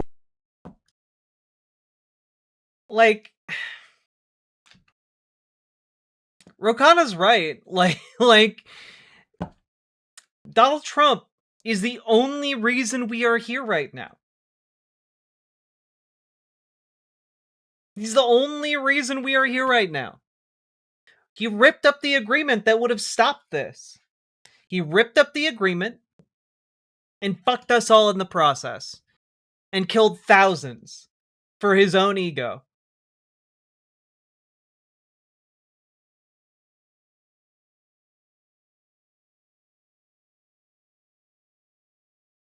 By the way, pretending this entire bombing campaign of Iran isn't already a war crime is dumb. Exactly, it is. We've already committed so many different war crimes. At no point, by the way, in the chain of command, did any of, as far as we know, did any of the soldiers in our military say, no, I'm not going to do that, that's a war crime?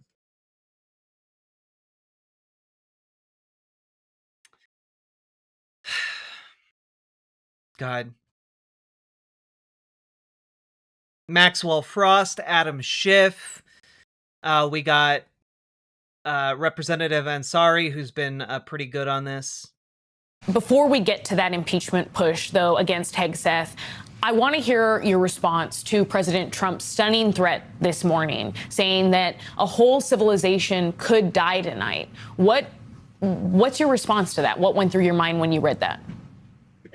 I've been sick to my stomach for days. I mean, this language has been escalating every 24 hours. And I think Donald Trump is trying to normalize language that is essentially, threatening genocide, threatening war crimes, of course, threatening potential use of nuclear weapons. And I am just beyond astounded that we are not seeing so much more from all elected officials, and I'll include some Democrats in that, but Republicans who are in power. How is anybody in the cabinet allowing this to happen? How is nobody trying to restrain this madman who is trying to get all of us killed? And we have mechanisms to restrain him, and they're not being utilized. I think this is a nightmare scenario. It's apocalyptic. I mean, of course, as somebody with an Iranian heritage, seeing, threats against a population of 90 million people is devastating. And I take Trump at his word. I also want to say that. I think that a lot of people still try to say that Trump doesn't mean what he says. Trump has followed through with many of the most horrific pledges he has made over the course of the second administration, and we should not be taking this lightly. This is a massive 5-alarm fire moment and a historic moment in our country's history. Before we... Yeah.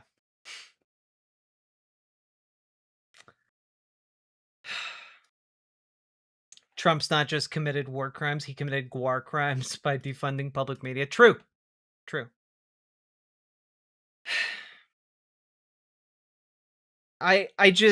This is not, I mean, I don't know that there is any positive way out of this.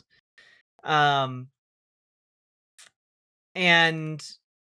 it is worth noting that as a result of, sorry, clicked the wrong button. As a result of the push here, there has been an announced ceasefire. Okay? So there has been an announced ceasefire. Let's just pull this up. Largely, apparently, mediated by Pakistan. With the greatest humility, I'm pleased to announce that the Islamic Republic of Iran and the United States of America, along with their allies, have agreed to immediate ceasefire everywhere, including Lebanon and elsewhere, effective immediately. I warmly welcome the sagacious gesture and extend deepest gratitude to the leadership of both the countries and invite their delegations to Islamabad on Friday, the 10th of April, 2026, to further negotiate for a conclusive agreement to settle all disputes. Both parties have displayed remarkable wisdom and understanding and have remained constructively engaged in furthering the cause of peace and stability. We earnestly hope that the Islamabad talks succeed in achieving sustainable peace and wish to share more good news in the coming days. Now, this is pretty cool. This is good. And also confirmed by Donald Trump. Based on conversations with Prime Minister Shehbaz Sharif and Field Marshal Asim Munir of Pakistan, and wherein they request that they hold off the destructive force being sent tonight, et cetera, et cetera, et cetera. Okay. Donald Trump accepts. Now, it is worth noting that this is very new. This is, it's been in place for like an hour and a half, maybe 2.5 hours. All right. And I also want people to understand that I don't know how real this is. In particular, because this seems like a deal that was largely made by the United States with Iran in such a way that I'm not sure Israel was included at all in this negotiation. And it is entirely possible, despite the fact that there were some reports that Israel had accepted, this ceasefire behind the scenes. There have been some reports that missiles have continued to fly. I know right after the ceasefire, there were some reports of missiles being intercepted above the UAE, as well as some reports that Tehran had been struck by a bombing run from Israel. So it remains to be seen whether or not this ceasefire can actually hold, but it remains essentially it remains essentially up in the air as to whether or not this is going to this is actually going to hold. Right after the ceasefire was announced, Israel got hit by Iranian missiles. Yeah. I mean, it's also worth noting that like this particular video that you sent is from 709, and a missile can take like an hour to go from Iran to Israel. So, especially in the immediate aftermath of like signing the ceasefire, there probably were still going to be missiles in the air. Ballistic missiles only take 5 minutes. Drones can take over an hour.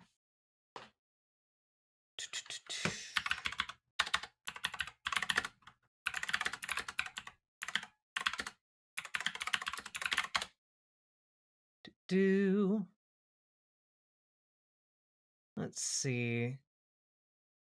An Iranian ballistic missile can reach Israel's territory in under 15 minutes. So, even if one is traveling Mach 5, it still takes roughly 12 minutes. If these missiles struck at 7:09, then they were launched before the before the ceasefire was announced.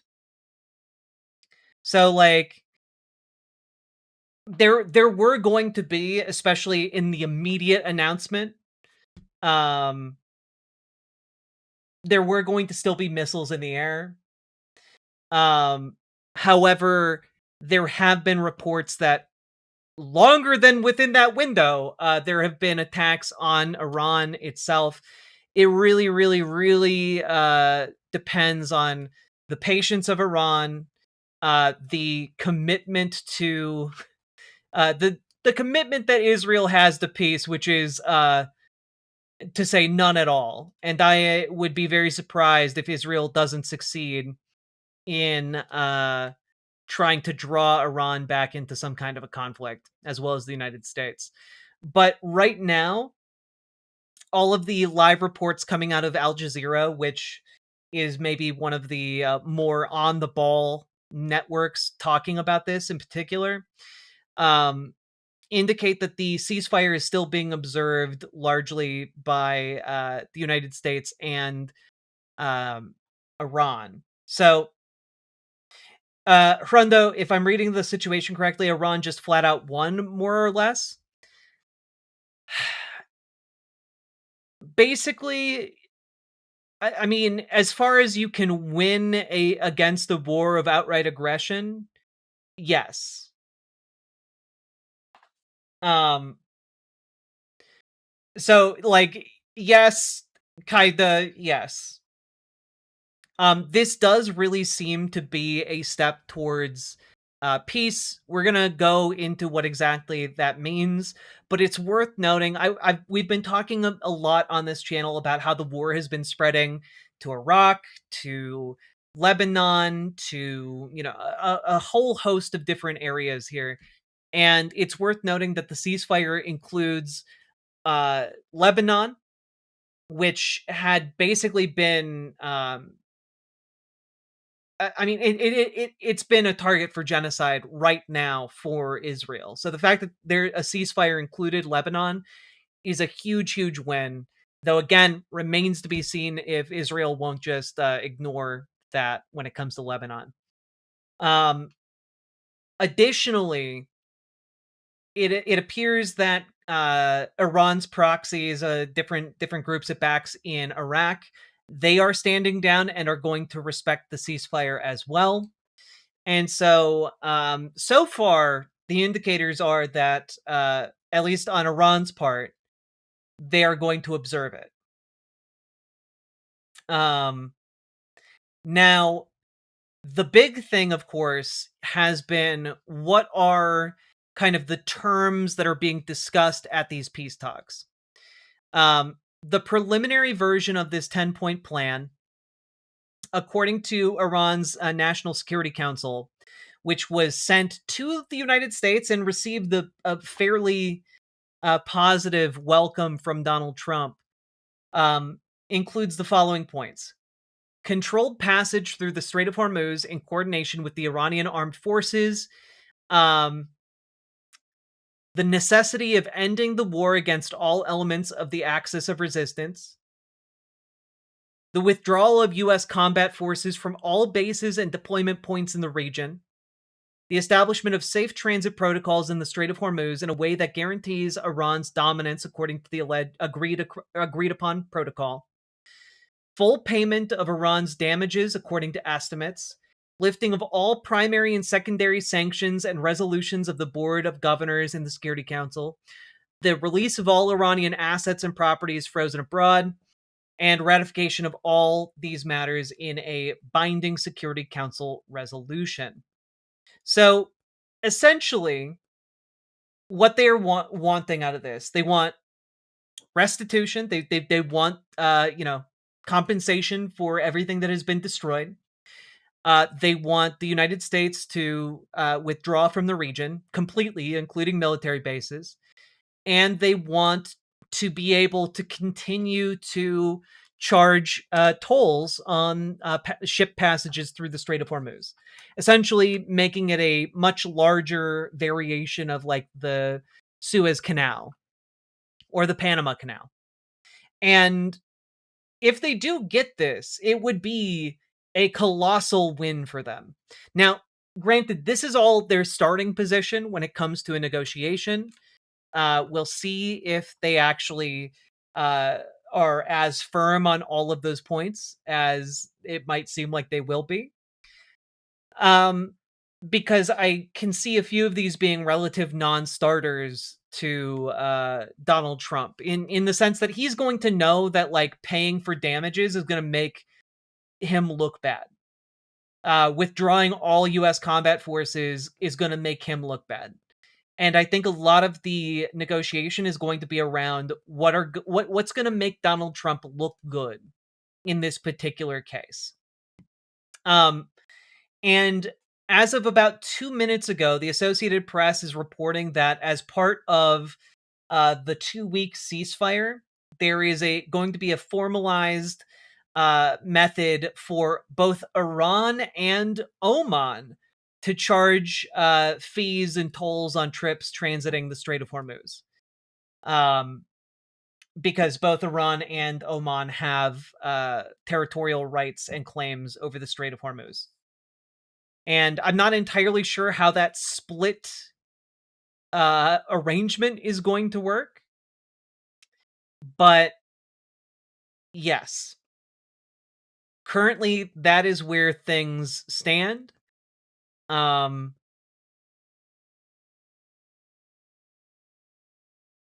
So I just I don't really know where things go from here, but it's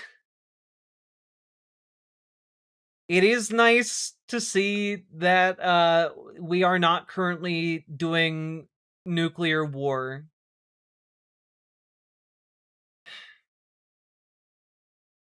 So that's good. Fuck. I have been on pins and needles all day, worried about that potential outcome. It's been awful. How come supporters of this war don't understand this war will lead Iran to pursue nuclear weapons? Because most of the people who support this war are dumb as fuck. Most of the people who are supportive of this war are either dumb as fuck or they are evil. Or, as is often the case, a combination of the two. Right? Like, what is happening here is that, you either get you're bought and paid for, you're dumb as fuck, or you're evil. Those are like your three options, and often all of them are true at the same time. And I mean,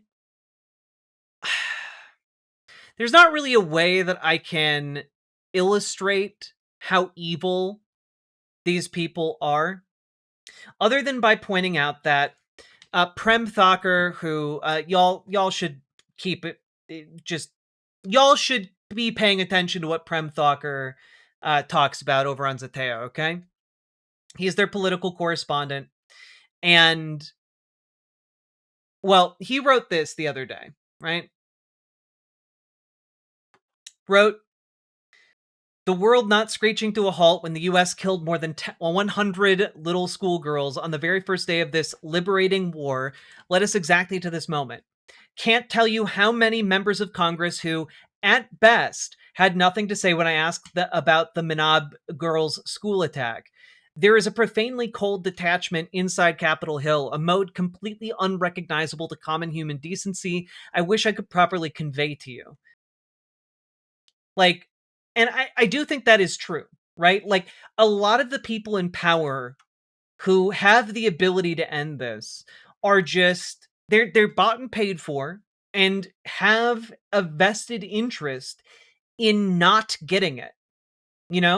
It turns out you can be made into a much dumber person if you know that, like, your ability to make millions of dollars is contingent on you being the dumbest motherfucker in the room. And that is what has happened to a lot of different members of Congress. Not to say that some of them aren't also evil. And it's just that there is a barrier that is erected for them to be able to just, like, keep the illusion going to themselves that they are good people. Right?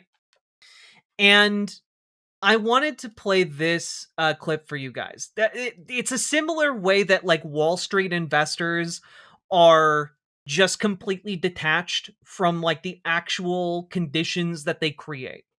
Here is the perfect example of what I'm talking about. So that it feels like there's nowhere to hide. So, Mike, let's talk about tonight. This deadline that President Trump has set, 8 p.m., has threatened to destroy a civilization. How does an investor process that? Is it a bigger upside risk or downside risk? I think the market is trying to stay balanced on both feet because I think it's hard to discern that type of rhetoric as, a promise of something very destructive and long-lasting happening, to distinguish it from what somebody might say if you want to sort of build up a lot of hoopla before you de-escalate. And I honestly think the market is confused about that. It's the duration of this crisis that matters, I think, a lot more than the next move. We don't even know if 8 o'clock is going to stick. We've had these deadlines pushed up. So you have to remain open to a lot of scenarios. I think what's relevant is crude keeps making new highs. Yeah. Okay, it's not calmed down. That previously has meant stocks need to go down and make new lows. We're not making new lows. We're using up this 3%, 4% cushion versus last week's lows on the S&P 500. I think because people have that sense out there that there would be a hair trigger upside move if you got some clear line of sight toward some resolution of this crisis or hostilities ceasing for a while. So that this is what I mean, right? When I talk about detachment, this is what I fucking mean. Where they're just like sitting there chatting as if like so what do you think that investor call means? Are we in a bear market or a bull market? But they're talking about a genocide. They're talking about like unspeakable war crimes. But to them, it's not real because what they're thinking about here is, well, is the line going to go up or is it going to go down? And how will that, because the people watching this show need to understand whether or not the line is going to go up or down so that they can make their investment decisions, right? And so what happens in Washington with politicians is very similar, right? To them, people aren't people. People are poles. People are abstract concepts represented numerically for like their donors. X percentage of people who come to my rallies are going to donate. How many of these people are going to like donate to the campaign or attend one of our fundraiser dinners, et cetera, et cetera, et cetera. Like there is a similar detachment. And it's all insane. It's all stupid. It's all evil. But there are multiple levels of evil at work here, right? Because you have what has been referred to as the banality of evil. The ordinariness of evil writ large as absorbed by society in a multitude of different ways, right? The normalization of this kind of evil. And then you have people who are just straight up ideologically committed to trying to justify evil. Fire. But I'm just wondering, just to follow up on that tweet, do you support intentionally targeting critical civilian infrastructure like power plants? I just want to note, I spoke to an Iranian who fled since the war who says Iranian citizens are very worried they could be worse off than before if that happens. Their infrastructure is gone and the IRGC is still in control. What do you think? I think a couple of things, Pamela. One is, does that infrastructure have a dual use? And obviously, could that infrastructure be used by the military? And if the answer to those questions are yes, which I think they are, then they're within the purview of the United States attacking there. But again, let's see what the president has to say later this afternoon. I'm sure he will give us new information, and hopefully the Iranians will come to their senses and come to the table. But as we put out fire, that's a member of Congress. Well, those children could have grown up to be valuable assets for the Iranian military, so we had to slaughter all of them. Well, those infants in the ICU, they really could have grown up to be some influential Hitlers over there, so we had to kill them all.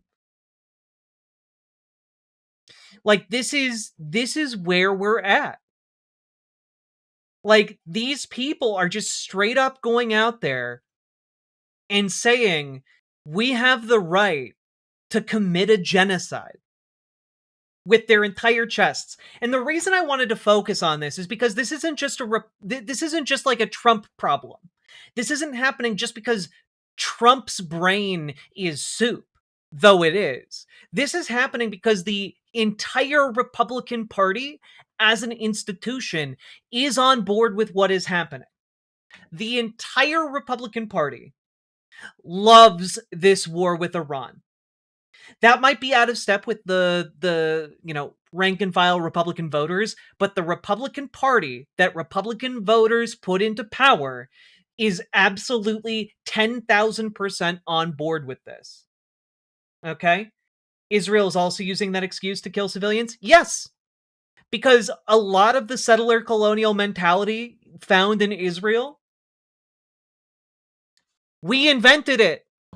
We used it first. The settler colonial mentality of the United States that has been used to commit genocide after genocide against indigenous people. We spread it over there. Okay? And like, if we're really going to be honest with ourselves here, and we should be, this should be a soul-searching moment for the Republicans and the Democrats.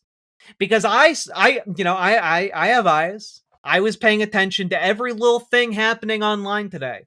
And I fucking saw Kamala Harris going out there and being like, this is genocidal and wrong. It's just like, goddamn Kamala Harris.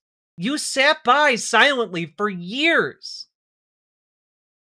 and allowed like the Israeli government to pursue genocidal policies and warfare against the Palestinian people.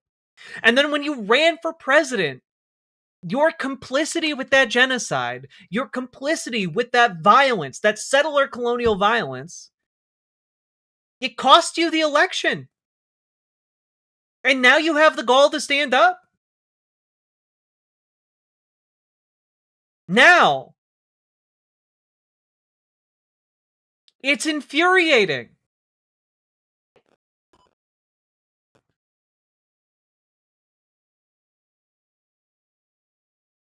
Nate Silver believes that being pro-genocide polls at 8+ among 17 to 36-year-old white male Midwestern undecided voters, so Third Way supports it. I mean, I don't know if you're making a joke or if that's real, but like genuinely it's not far off the mark.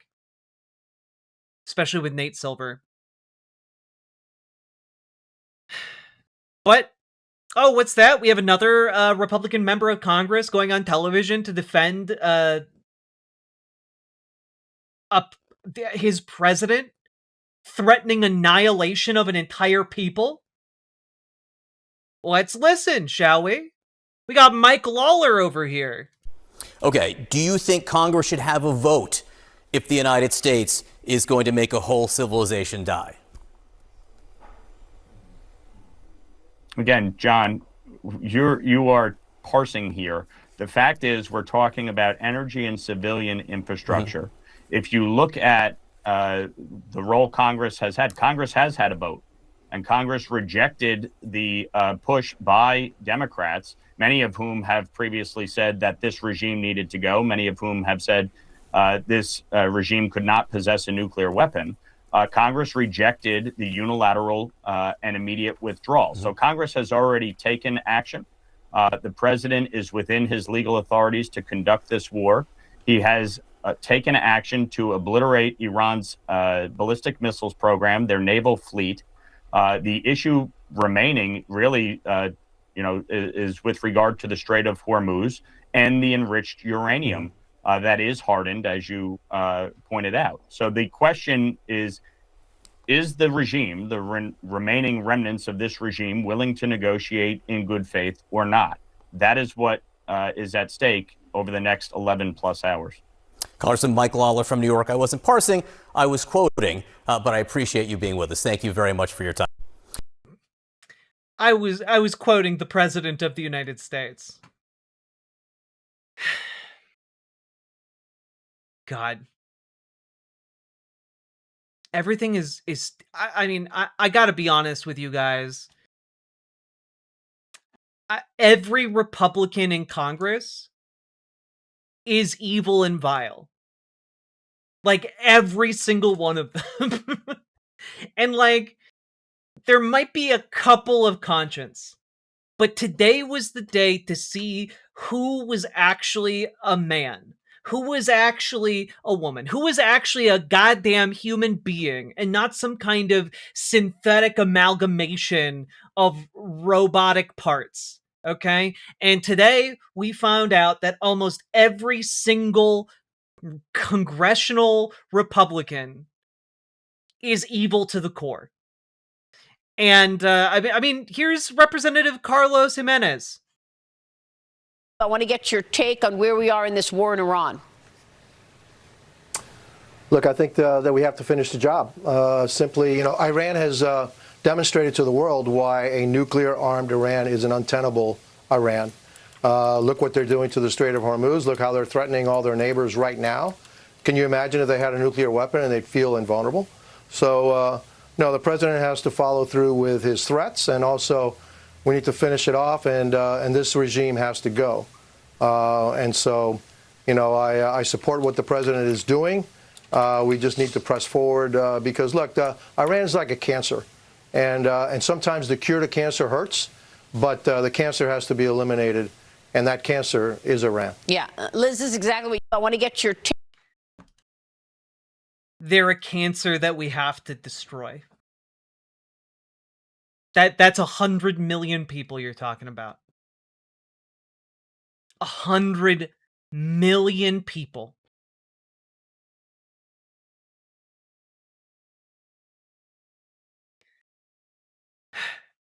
There are a handful of Republicans in Congress. Nathaniel Moran of Texas, writing, "That is not who we are. It's not consistent with the principles that have long guided America." Lisa Murkowski said that this threat cannot be excused away.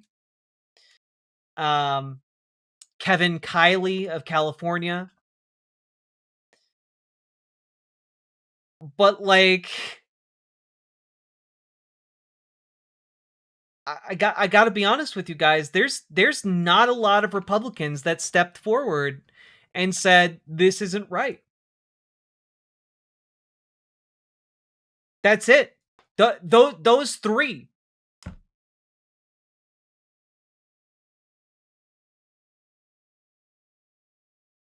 I don't know if you had any illusions about potentially Republicans being secretly good people in Congress. You are incorrect. I mean, fuck, here's Randy Fine, one of the most unhinged genocide enjoyers in Congress. Happy power plant and Bridge Eve! Fucking lunatic.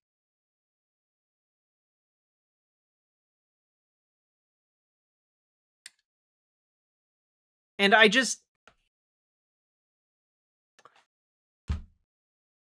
gonna play 2 more clips of this because I'm about at my limit of how mad I can be at these fucking genocidal freaks that Republican voters have deemed fit as their representatives. Here's Representative Sherry Biggs.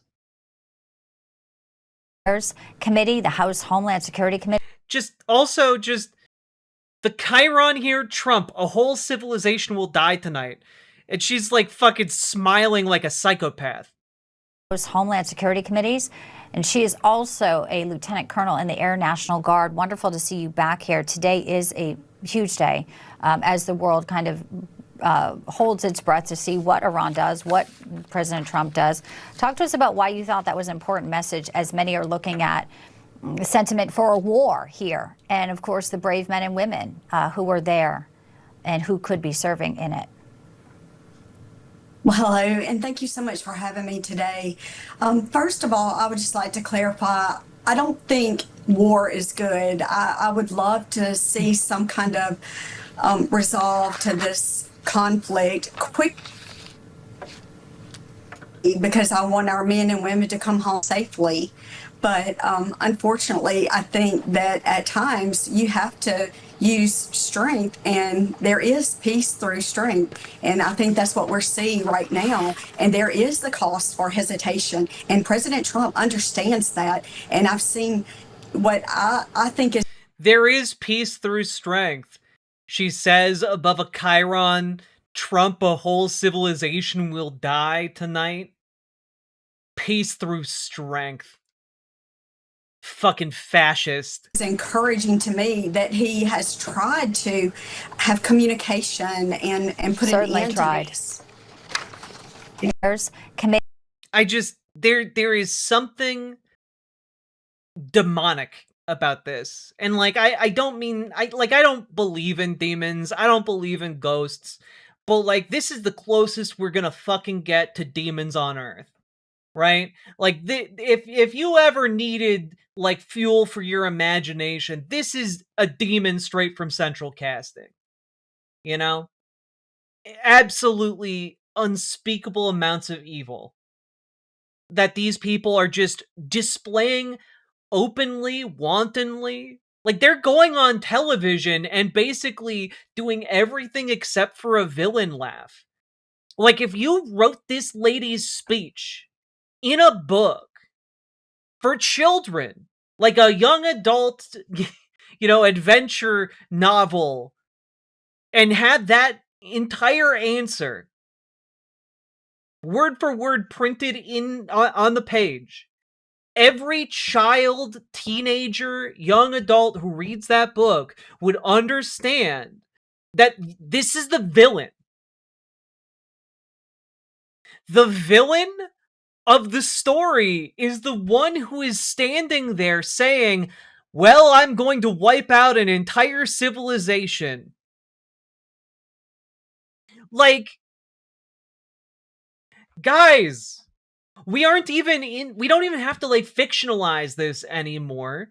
Like, the president of the United States is out there essentially saying we are going to try and kill everybody.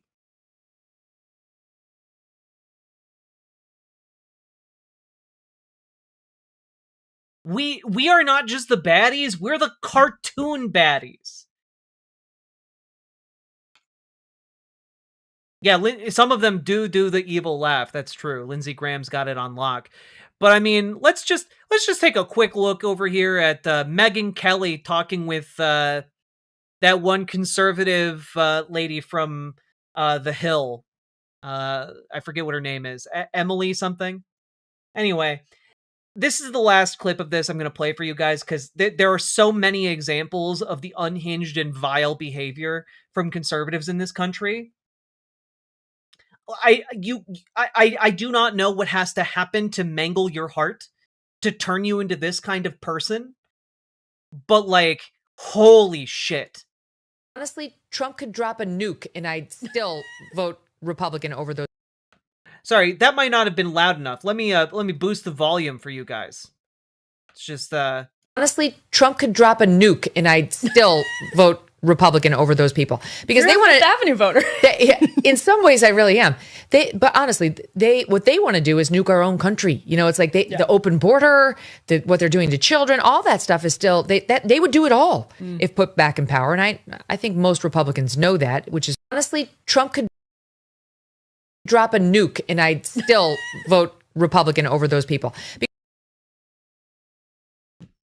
Trump could drop a nuke and I would still vote Republican. Trump could slaughter 100 million people and you'd still vote for Donald Trump.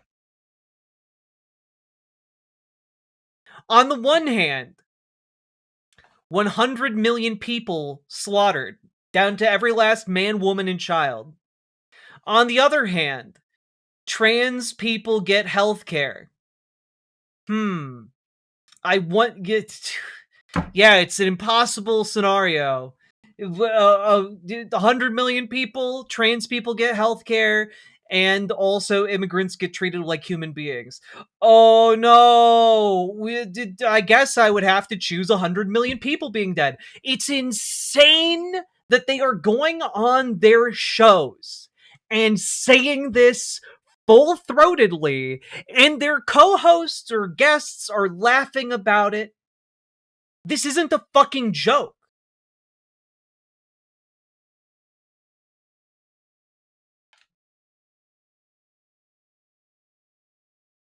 This isn't a joke. What are they doing to children? What, save them from Epstein? What? No, Megyn Kelly is, of course, on Team Donald Trump. Okay, so Megyn Kelly, by the way, is going out there saying like, well, 15-year-olds, if they dress up like they're older, they got it coming to them. That's Megyn Kelly out over here. Okay, as she tries to get back into Trump's good graces. And Megyn Kelly, downplaying the Epstein files. Yeah, barely legal 15-year-olds, Megyn Kelly. And on top of that, like,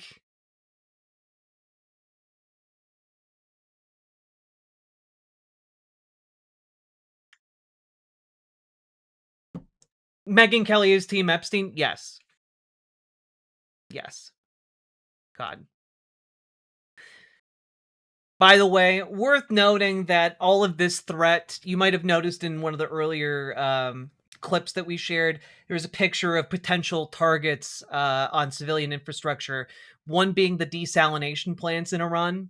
Worth noting that Tehran itself is going to have to move location, like straight up move the location of the capital of Iran so that people can continue to live in the capital, because Tehran is out of water. This is from last year, November of last year. We talked about this on the show. But yeah, Iran's water infrastructure is fucked, and they have to move their capital. That was already happening prior to the United States bombing everything, okay? And like,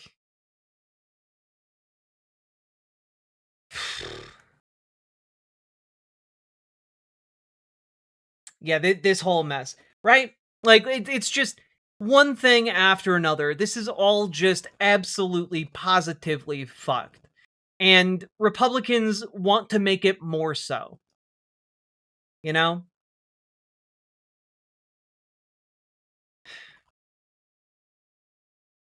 Also, apparently, the Israelis are extraordinarily upset that there is a ceasefire. Yeah. Apparently, a lot of Israeli officials are just freaking the fuck out because they've been making contingency plans specifically specifically to try and continue to achieve their war goals. And despite the fact that Iran specifically included Lebanon in their ceasefire agreement with the United States, Israel, as of 16 minutes ago, is actually claiming the truce, the temporary ceasefire, doesn't include Lebanon. So this might be the potential weak point of the entire ceasefire itself, which is that Iran has been negotiating on top of, for itself, they've been negotiating on behalf of Lebanon as well. And if Israel continues to invade and ethnically cleanse Lebanon, which they've been doing and has been reported by even mainstream news here in the United States, well, that could be what causes these peace talks to fail. So everything that is happening right now is really contingent on, well, on a whole lot of things going incredibly correctly.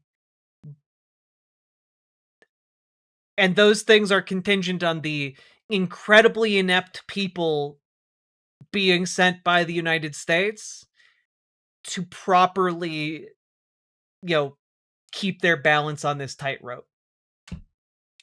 So I know that the United States, Donald Trump desperately wants a way out of this conflict in a way that makes him look like a winner. It's why in all of his press conferences, he's trying to claim victory. But Israel does not want peace. Israel has time and time and time again undermined peace negotiations. In fact, I believe Netanyahu himself has said that one of his proudest moments was derailing the Oslo Accords. Like, there's a lot of hurdles between where we are now and like a lasting peace in this particular instance. And I do want to add one more thing, right? Which is that according to the Associated Press director of news for Iran and the Gulf, whose name is John Gambrell, the Associated Press, as of about an hour ago, an hour and a half ago, is saying that Iran's essentially 10-point plan includes an additional point in Farsi that has not been widely reported on in English, which is that they want to have an acceptance of enrichment codified into their peace agreement. And that might be another thing that causes a massive, massive failure in these negotiations, because Donald Trump knows that he can't claim any victory unless he gets them to agree to not enrich. So, yeah, that is where we're at with with a lot of the peace negotiations. Might be worth noting or asking ourselves, how did we get here? Well, thankfully, the New York Times came out with a really helpful piece earlier today. How Trump took the U.S. to war with Iran. There's a lot of interesting tidbits in here, of course. But one thing I would like to say is this is interesting.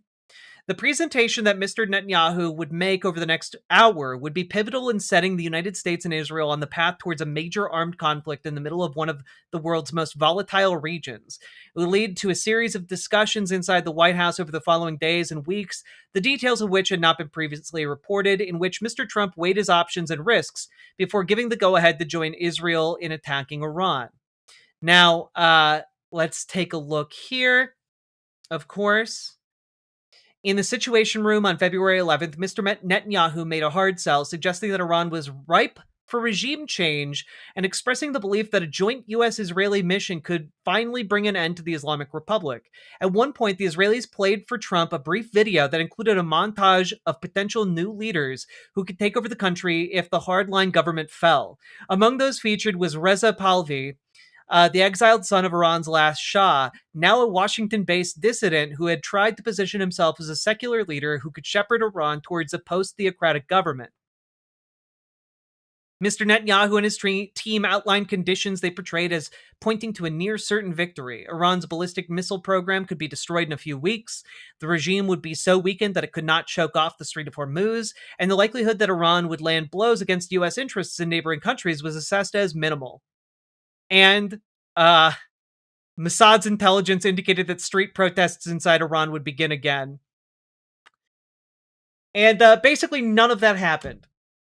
None of that happened. At all. Like, this was just completely nonsense. All of this, by the way, happened while apparently J.D. Vance was out of the country, which seems calculated to keep J.D. Vance out of the room so that they could try and like manipulate Donald Trump even harder. And we're just like absolutely I have no words. I have no words for what has happened here, you know? Not to mention the fact that like part of the reason, ostensibly, all of this is being done is because Iran is a threat to, Israel, and Israel argues that Iran is a threat to all Jewish people because Iran is deeply anti-Semitic, etc., etc., etc. Well, also over the last several days, Israel apparently bombed a synagogue in Iran. This is the aftermath. سلام 18 فروردین 1405 هست در مرکز تهران هستیم جایی که یک منطقه مسکونی هدف حمله سیفیلیست آمریکایی قرار گرفته اما نکته‌ای که حائز اهمیت هست که ساختمانی که الان پشت سر من مشاهده می‌کنید در مجاورتش یک کنیسه بوده که هدف حمله موشکی دشمن قرار گرفته و But yeah, you can see a lot of destruction here. ساختمان‌هایی که وجود داشته worth noting, here is some additional footage from the same network. Here are some of the Jewish folks coming to inspect the ruins of their synagogue.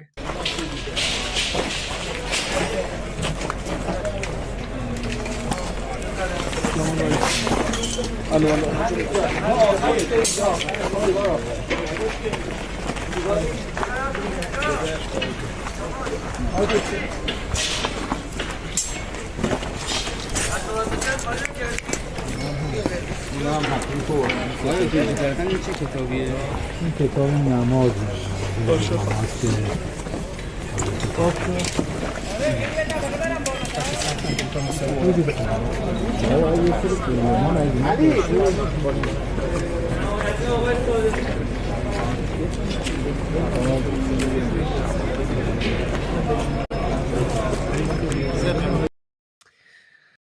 Worth noting, of course, because I know that there are going to be some people who are like, synagogues in Iran? Yes, in fact, you can go on Wikipedia and find a list of all of the synagogues in Iran. There are quite a few, actually. Weird how that works out, huh? Most of them around Tehran.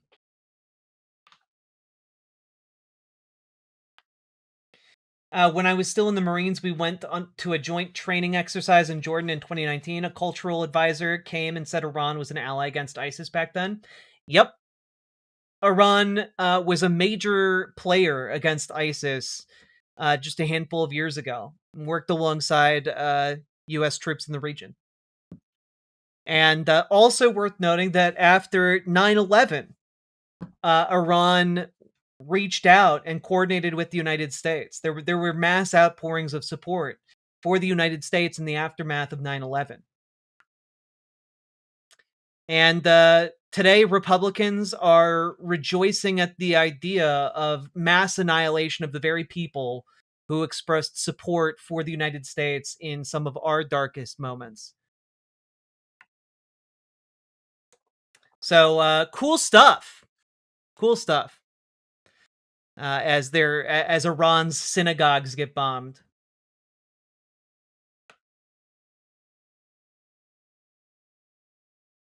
God. But like, I don't know. This is a real article posted today from The Hill. Trump's gone too far. Invoke the 25th Amendment before it's too late. Like we're just we are in a moment where I think we need to be pushing as hard as we can to get this man out of power immediately. Okay? I might be a long shot. Call your elected officials. Call every member of Congress you got. All right? Tell them to impeach and convict. Tell them to invoke the 25th Amendment. Tell them to do whatever they can to get this orange fuck out of office, because he's genuinely raining terror upon the entire world. All right? Like, you've gotten to the point where, like, The Hill is Joker posting in the opinion section. All right? Now, some people might be asking, why invoke the 25th Amendment at all? And the reason people are talking about the 25th Amendment is that it's immediate, right? The 25th Amendment takes place immediately, as opposed to impeachment and conviction and removal, which can take, months. It can take a long time to do. And so that's why you're seeing people invoking the 25th Amendment, because the 25th Amendment also takes Congress to approve, right? So if you need help figuring out who to call, go to 5calls.org and you can get a list of your elected members of Congress and their phone numbers. You can call their different offices and leave messages, leave voicemails. I'm guessing that there are going to be some pretty full voicemail boxes, but in that case, you can actually fax them at their offices.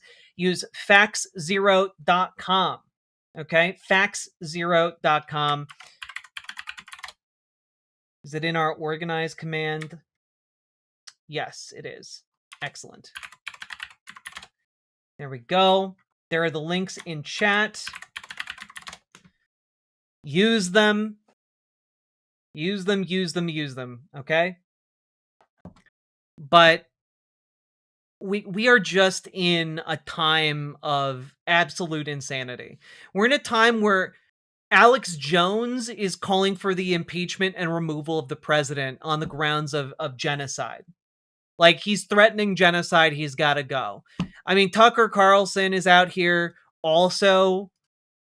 It is vile on every level. It begins with a promise to use the U.S. military, our military, to destroy civilian infrastructure in another country, which is to say to commit a war crime, a moral crime against the people of the country. Those people who are in direct contact with the president need to say, no, I'll resign. I'll do whatever I can do legally to stop this because this is insane. And if given the order, I'm not carrying it out. It is like, I'm not handing it to Tucker Carlson. Why I'm pointing this out is because this is the next threat. The next threat are these political opportunists who are going to rise on the back of this. I mean, here's Alex Jones. Compared to existential threat, how do we 25th Amendment his ass?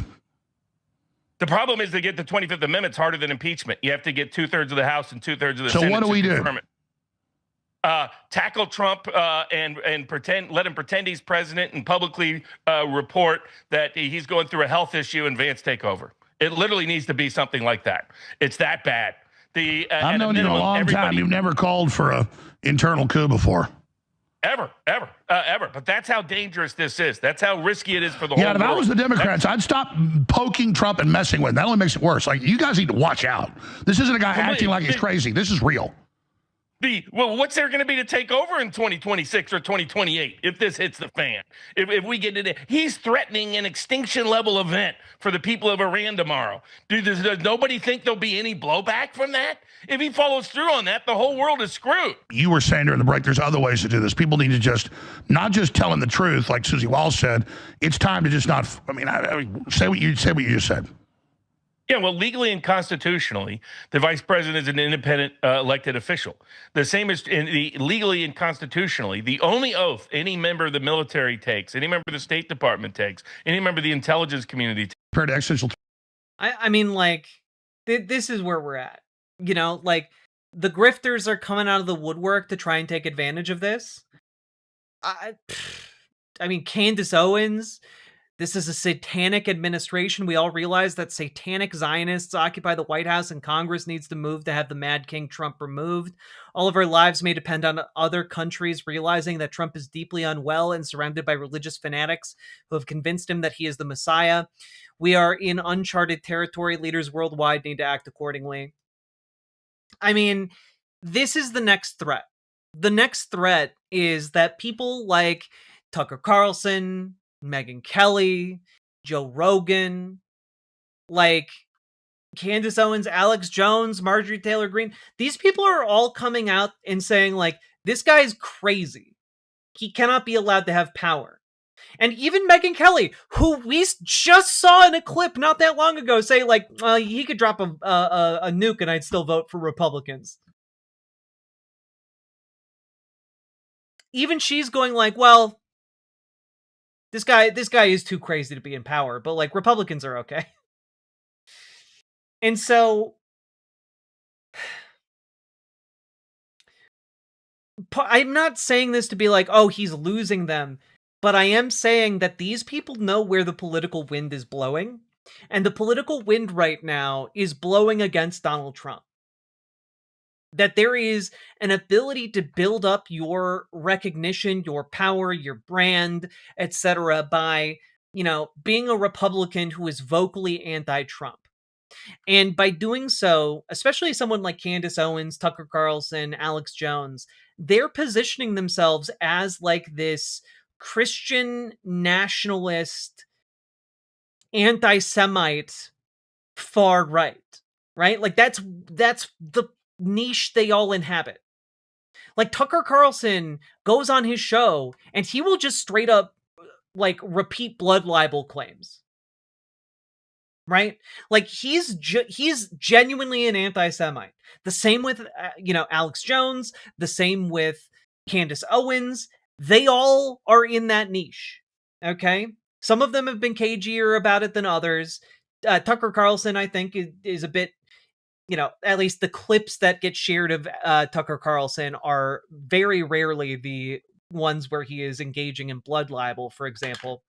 But they are doing this on purpose because they understand that this gets them views, it gets them power, it gets them, the audience that is being, audience.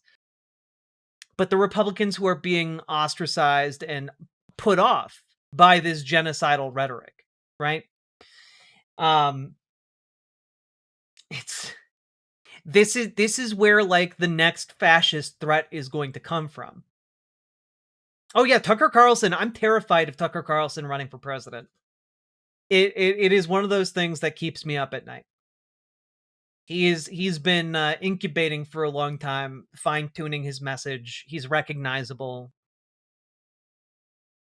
I'm worried about it. And I also just want to put out there, this has been enabled by the genocidal rhetoric of the mainstream GOP. The genocidal rhetoric is not just like Donald Trump. It is mainstream GOP. They're basically like one bad day, one like off the record racist rant away from calling like Iranians cockroaches. Like they are straight up dehumanizing folks. And like this has been baked in. It's one of the things I've been talking about for a long time. I've been talking about the fact that, they're dehumanizing trans people. They're making trans people into targets for like fascistic abuse, right? And not only that, then, it's immigrants. And now it's Iranians. And like, you've got that mixing with like a sense of faux righteousness, end times prophecy, like, and these people are willing and unfortunately able to carry out unimaginable acts of violence. And it is like we might be beyond that precipice of the timeline that Donald Trump gave earlier today for 8 p.m. Eastern time before potentially annihilating the entire country of Iran. But I don't think we're out of the woods when it comes to this fascism, or to when it comes to potentially whatever happens next after these negotiations break down.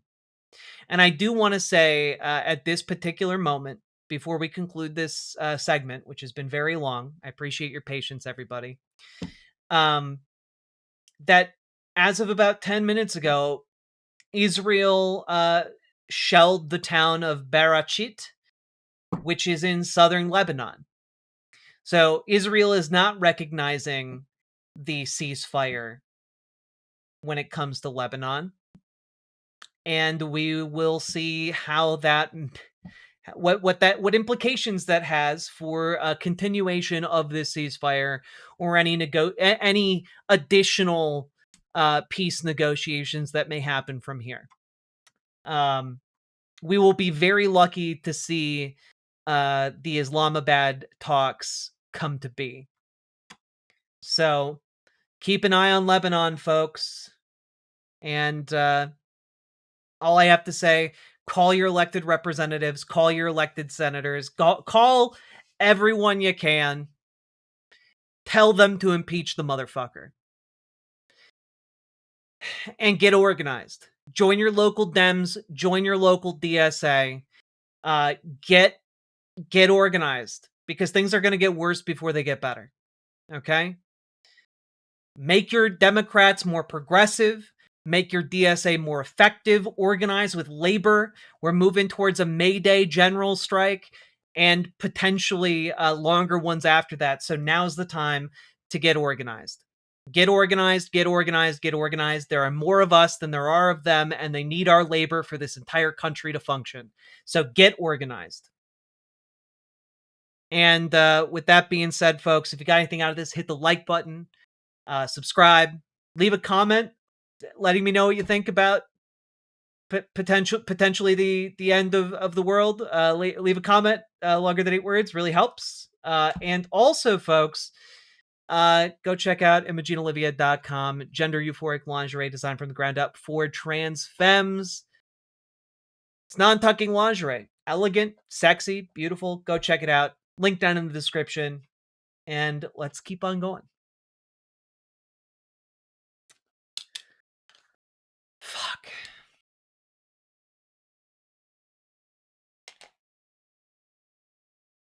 Are we really at the end? That is the end of everything that I had prepped. Though I do want to say special shout out to this article from Defector with the most accurate headline of all time. I guess we're just waiting around to see if this demented psychopath kills everyone. And that's just kind of where we're at, I guess. End of the segment.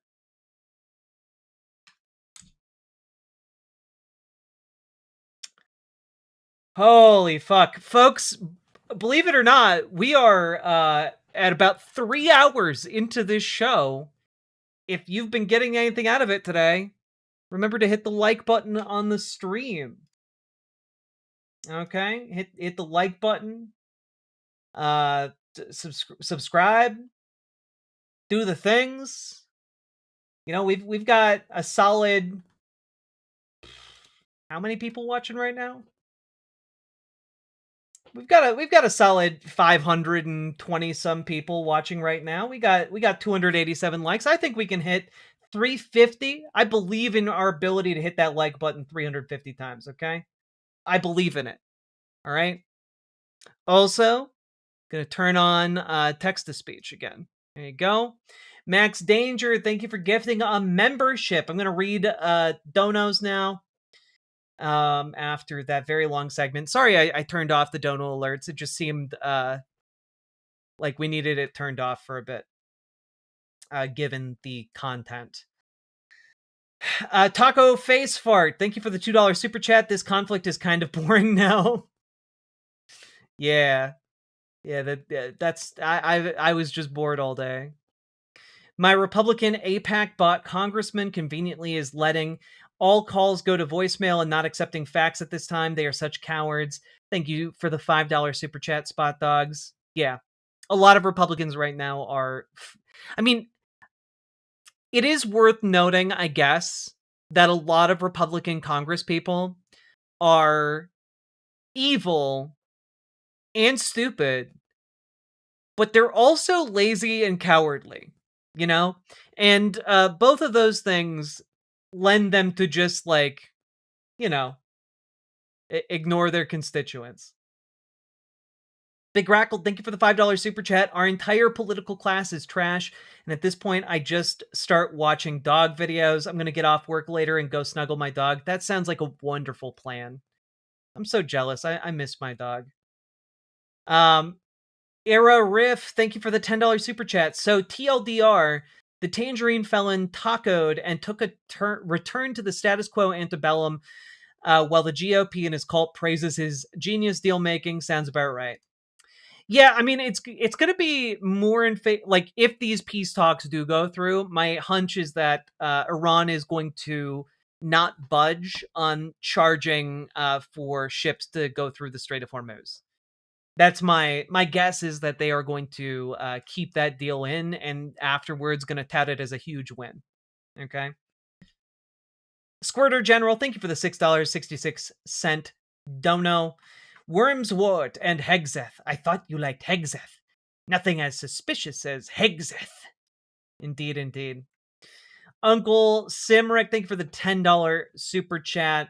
Everyone, did you exercise today? The fascists did. Why haven't you? Indeed, indeed, indeed. Thank you very much. Paladin Lost, thank you for the $10 donos. Nate Silver believes that being pro-genocide polls at 8+8 among 27 to 36-year-old white male Midwestern undecided voters, so Third Way supports it. I know you said that was a joke in Twitch chat earlier, but, like, it's so close to being, like, an actual thing that Nate Silver would say. Like, comedy has just become reality at this point in terrible ways. Comrade Girl 2018, thank you for the $2 tier 1 subs. How come supporters of this war don't understand the war will lead Iran to pursue nuclear weapons? Well, I think because nuclear weapons are also just never, they were never the real purpose of what is happening here. There we go.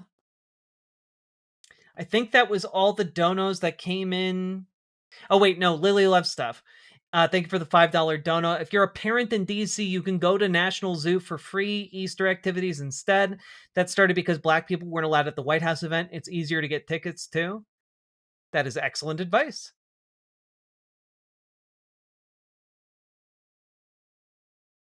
Whew.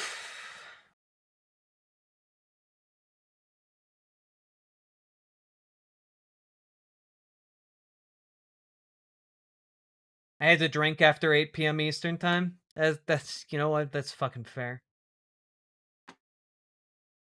Crazy story. My aunt's neighbor apparently has backyard chickens that once belonged to RFK. Safe to say, they nor the chickens are on good terms with him.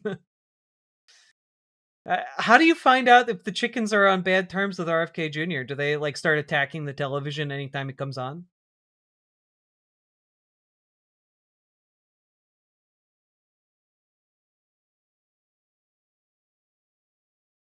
God. What did he do to those chickens? You all know what RFK Jr. did to those chickens. You're just too afraid to recognize the truth. All right. Whew.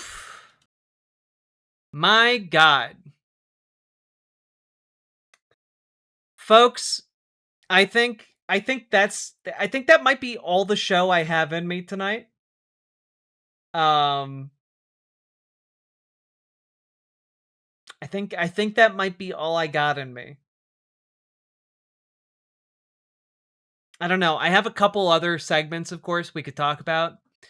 Nah, you know what? We'll keep going. I got another one in here for you, okay? But I am going to change into something more comfortable because this is putting a lot of pressure on my neck after 3 hours. So I'm going to go change my clothes, and when I come back a little bit comfier, we're going to jump on in, and we'll talk about the I don't know, the continuing war against Hassan Piker, I guess. I'll be right back. Don't go anywhere. BRB.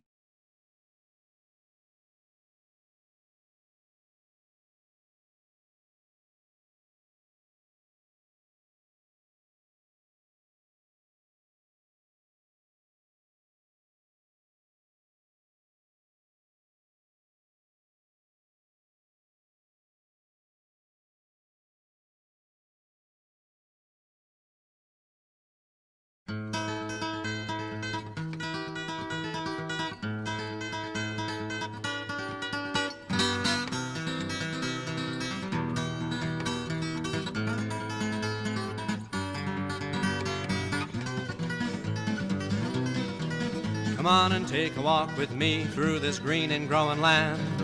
Walk through the meadows and the mountains and the sand. Walk through the valleys and the rivers and the plains. Walk through the sun and walk through the rain. Here is a land full of power and glory, beauty that words cannot recall. All her power shall rest on the strength of her freedom. Glory shall rest on us all. From Colorado, Kansas, and the Carolinas too, Virginia and Alaska, from the old to the new, Texas and Ohio and the California shore.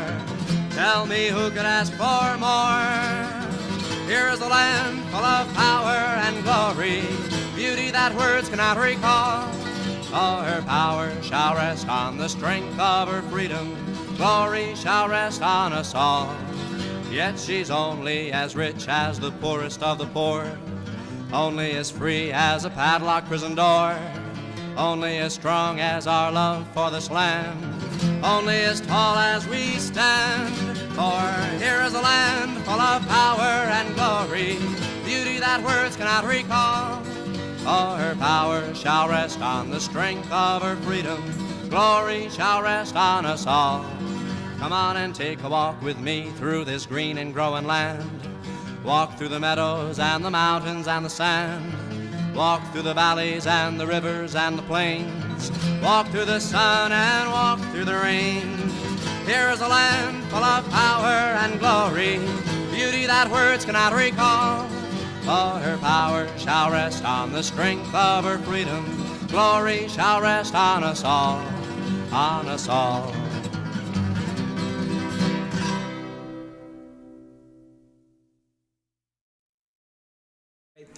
These are Woody Guthrie's words.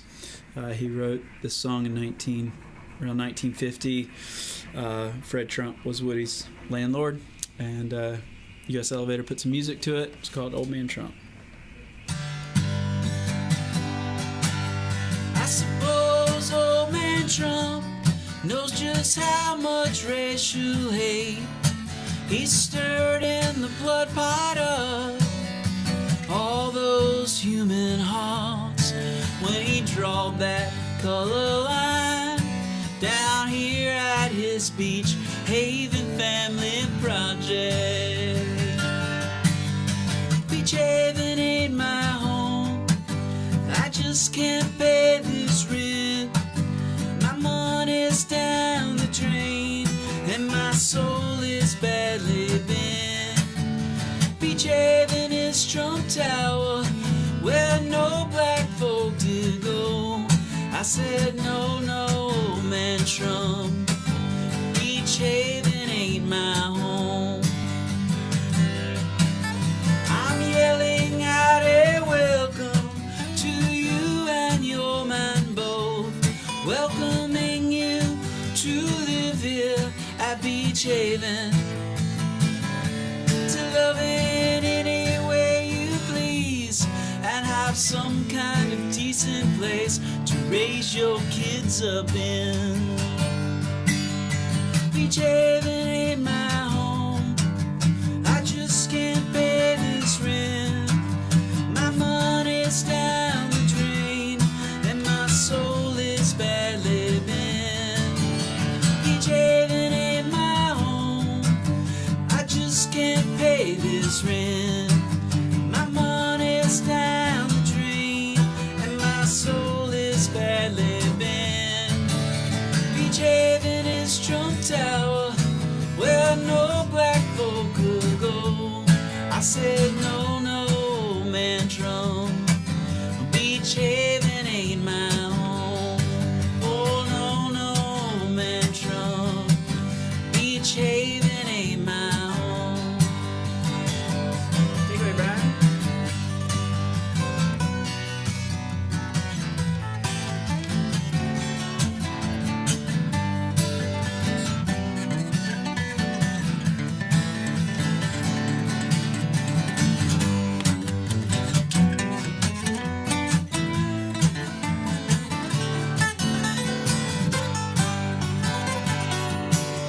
I suppose old man Trump knows just how much racial hate he stirred in the blood pot of all those human hearts when he drawed that color line down here at his Beach Haven Family Project.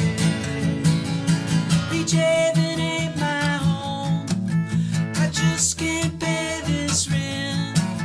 My money's down the drain and my soul is badly bent.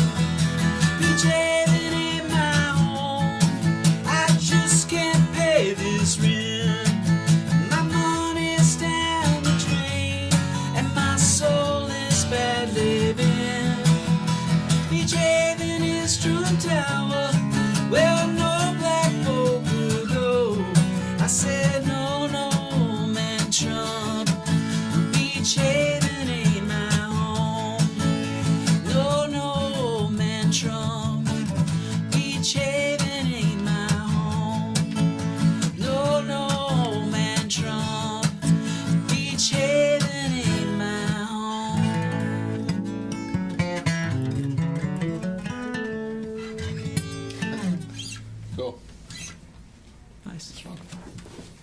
That was the one. Yeah. Well, I'm going to start off with a song about a woman who is a heroine of mine. Her name at birth was Mary Harris, and she was born in Cork City, right there in Shandon, right in the centre of Cork. And she didn't stay too long because her parents emigrated to America. And she, in later life, became a union agitator, I think, more than an organiser. And her name became Mother Jones, and she organised agitated on behalf of the coal miners, largely of West Virginia and Colorado, and she was a great woman. She didn't live in Cork very long, but she certainly had a tongue which could only have been raised in Cork. It's called The Spirit of Mother Jones.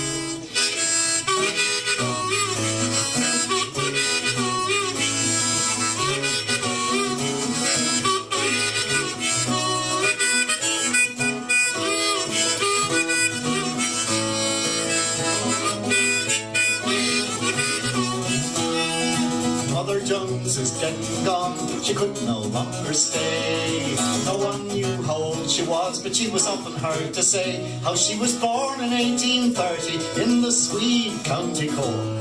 But she crossed the foaming billows till she landed in New York. Mother Jones, the miner's angel, must be treated with respect.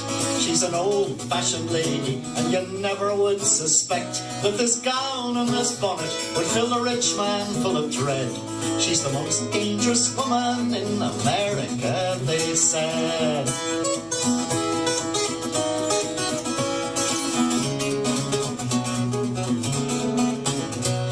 Her marching up the street with her umbrella in her hand. I can hear her still at Ludlow, where the miners made a stand. And she says, John D., will you kindly tell to me, how could you let your troopers lay them 13 children down in the horrors of West Virginia and in Colorado too?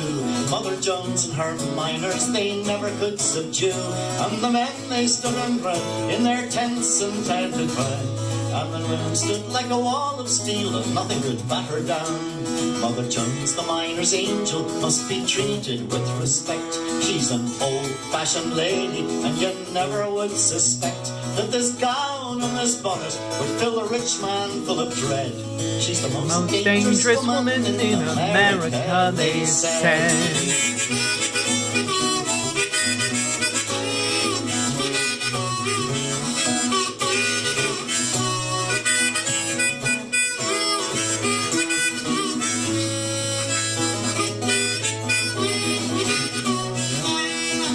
Now for the horrors of child labour, says she.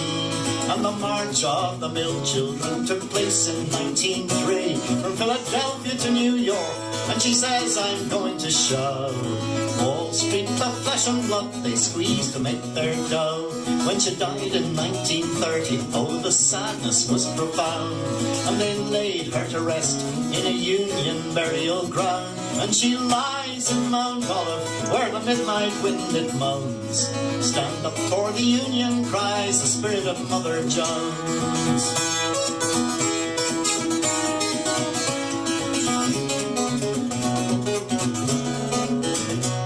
And the rich man and his police and his pulpit and his press got away with murder, then they'd get away with it yet. But we'll forge a mighty union, and we won't be overthrown, and we never will forget the spirit of Mother Jones.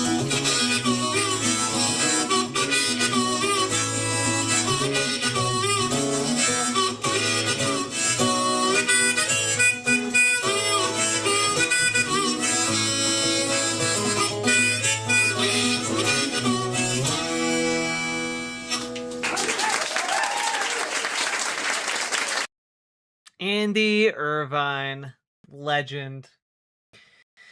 Howdy, howdy, folks. Hello. You know, you gotta dance. The world might be falling apart, but even so, you gotta dance. Someone summon the spirit of Mother Jones. Sake Tanuki, thank you for the 5 tier 1 subs. AI would never. AI would never. There's What? a scene in The Matrix where time freezes. Freeze it.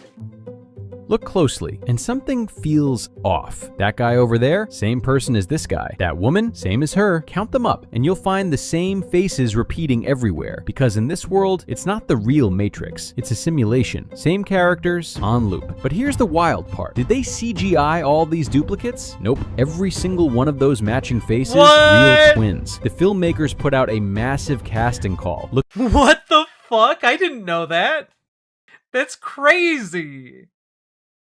Lingerie yes folks made for trans bi and cis of every kind. Oh my god. I didn't know. Also, Story of the Bard, thank you for the $10 dono. People may hate Hassan, but you know what people do not hate? Quality lingerie. Imogen and Olivia, the non-tucking wonder lingerie. Yes, folks, made for trans, bi, cis of every kind. True, true, true, true. That was so fucking cool. Also, you know what else is cool? ImogeneOlivia.com. Go check it out. Link down in the description. I'm wearing it right now. It's comfy as hell.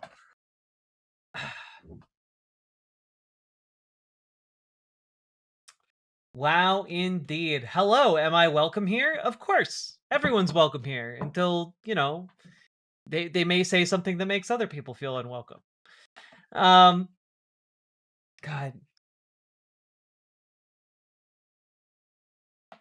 You look so comfy today. I love it. I was not comfy up until about, 5 minutes ago. But that outfit was fucking cool as shit. I should have kept on that outfit, but, There'll come another time, another place. Another time when it feels a little bit more comfortable.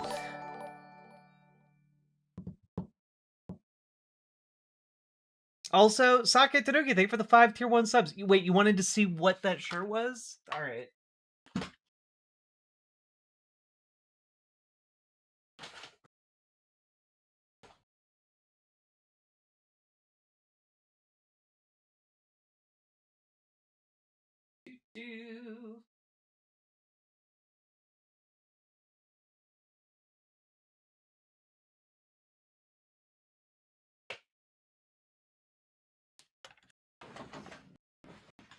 It was made by a company called Widow.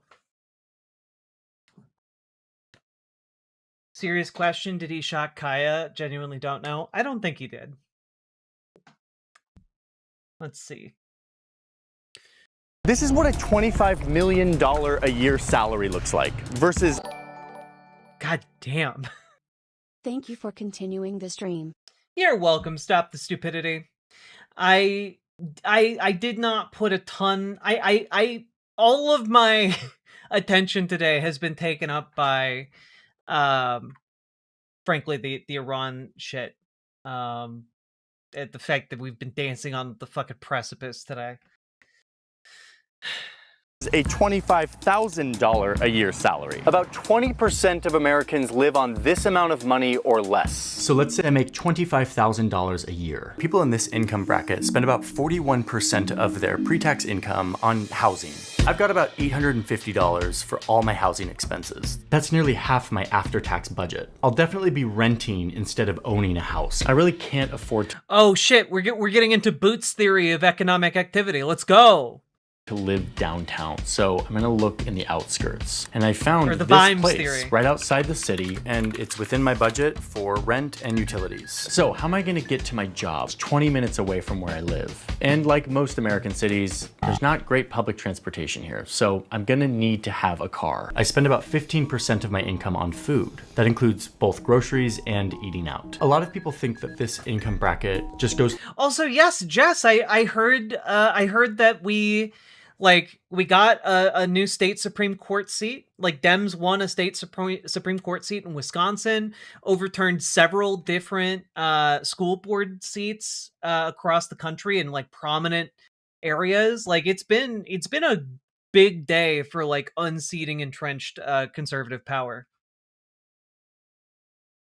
to McDonald's all of the time. But the reality is the average order amount at McDonald's is between $7 and $8. So that will not get me through the month. That will get me through 13 days worth of food. So I gotta go to the grocery store. Unfortunately, in most lower income areas in this country, there aren't a ton of grocery stores. And the ones that are available are much less likely to carry fresh produce or other nutritious food. So I'm gonna see what I can do by stocking up on beans and rice, peanut butter and jelly, Wonder Bread, Top Ramen, freezer meals. For fresh options, I'll be looking at potatoes and some of the cheaper produce, and no eating out, or rarely, occasionally, on special occasions, eating out. If I do, I'll be looking at the value menu at a fast food. Taking care of yourselves too, Dak.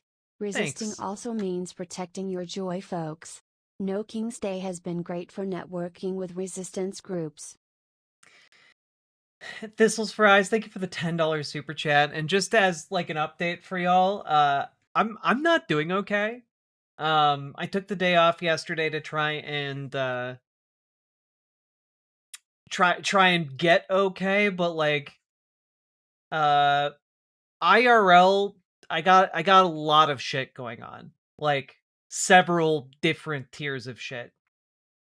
And yeah, I'm not doing all right. So if I seem a little bit off sometimes for the next, few weeks, I'm just not doing okay. Mostly like personally, like myself, outside of any context, I'm doing physically okay, but there's just a lot of family stuff going on. Understand I'm up to 3 different anxiety meds. Woof. Woof. Yeah.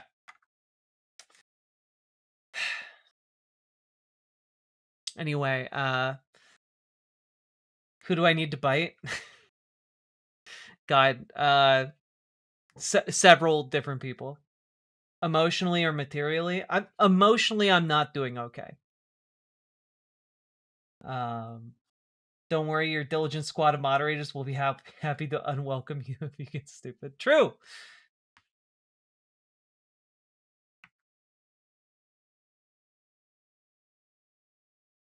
I live in the red area of a blue state, so you can understand the demographics, but apparently the Democrats of the area meet up once a month to try and turn the red area of the state blue as well. Yep. Almost everywhere where local Democrats are, they meet at least once a month, sometimes twice a month. Thanks, Cliff.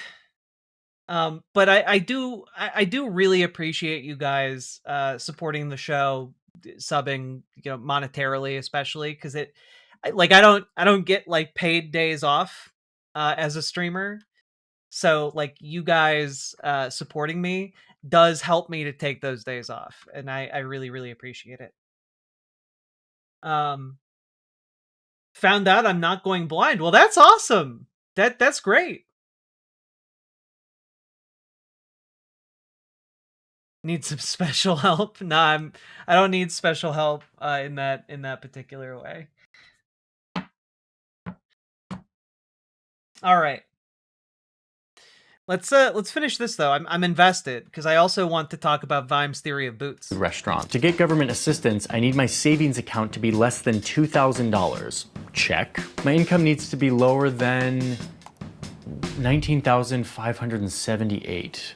And I make $25,000, so nope, I don't qualify. Georgia's Medicaid website says that I qualify for government help, but even with that, I will be paying around 10% of my income on health-related expenses like medicine, doctor visits, getting care that isn't covered by this government insurance. This is one of the reasons why people in my income bracket live around 7 years less than the richest Americans. Laundry, internet connection, cell phone. Conservatively, that adds up to $105, not taking into account the overcharges and hidden fees. Like, you're starting to see what's happening here. This doesn't add up. Entertainment, fitness, and travel just isn't feasible. I have no emergency savings, no rainy day fund, and live in stress of an unexpected car repair, a health emergency. I'm probably gonna have to join the huge number of Americans that rely on debt to get through the month, whether that's credit card debt or short-term loans with high interest rates. Maybe I'll need to move back in with my parents or take on a second job. Maybe I'll start driving Uber or DoorDash. But what's clear is that my full-time job, which pays much more than the minimum wage, is still not enough to make it through the month. This is what a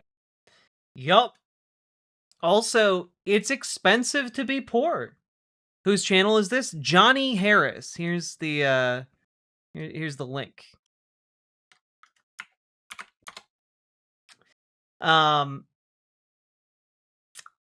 it's expensive to be poor. You get charged rent instead of a mortgage. You get charged, emergency room bills rather than preventative care. You get charged this, that, and the other way in a million different ways, in ways that you might not even fully understand as being is the system taking advantage of you. But like, damn, Paladin. Wait, I am paying for you to not stream? What a fracking ripoff. You need to stream more for my money, like a real streamer. Like Asmongold, blah. I got sick just mentioning him as a joke. BWA. That's because he's the sickest streamer out there, man. Paladin, thank you for the $50 dono. My God, thank you very, very much. Got that BWA energy coming out your ears. I have a great job, but I live in terror of losing it. Yeah. No, 100%. And have you tried indentured servitude? Yeah,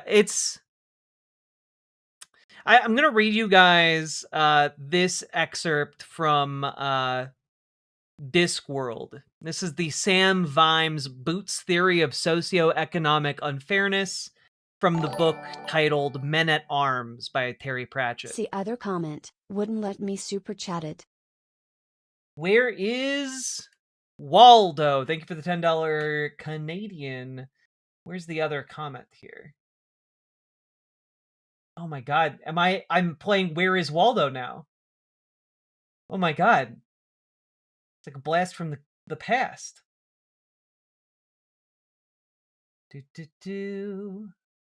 Wait. You can just click and look at channel activity. Here we go. What's with all the hate-watching fascists not hitting like? True!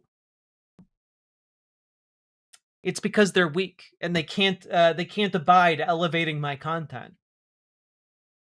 It's true. If the fascists hit the like button, more people would be aware of me and you could more effectively hate my content. You got to start thinking with this, okay? Hate watching fascists.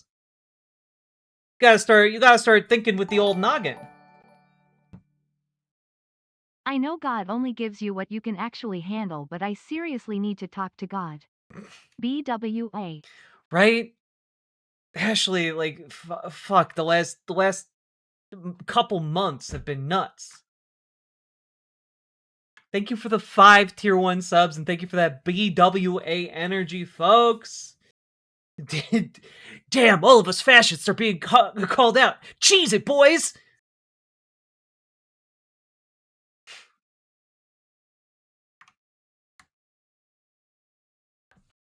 God. More than nuts? It really has been more than nuts. Alright, I'm gonna read you guys some Discworld. The reason that the rich were so rich, Vimes reasoned, was because they managed to spend less money. Take Boots, for example. He earned $38 a month plus allowances. A really good pair of leather boots cost $50, but an affordable pair of boots, which were sort of okay for a season or two and then leaked like hell when the cardboard gave out, cost about $10. Those were the kind of boots Vimes always bought, and wore until the soles were so thin that he could tell where he was in Ankh-Morpork on a foggy night by the feel of the cobbles. But the thing was that good boots, lasted for years and years. A man could afford $50, had a pair of boots that'd still be keeping his feet dry in 10 years' time, while the poor man who could only afford cheap boots would have spent $100 on boots in the same time and still have wet feet. And that, my friends, is the exact description of what it is like to be poor and what it is like to be rich. You know?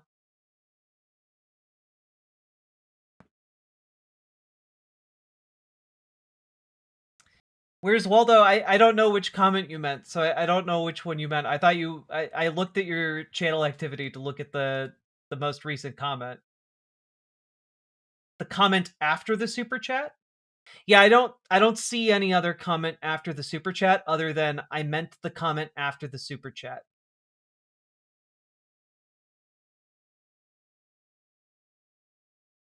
So I can't see anything on my end. Also, Sake Tanuki, thank you for the 2 tier 1 subs. What is this?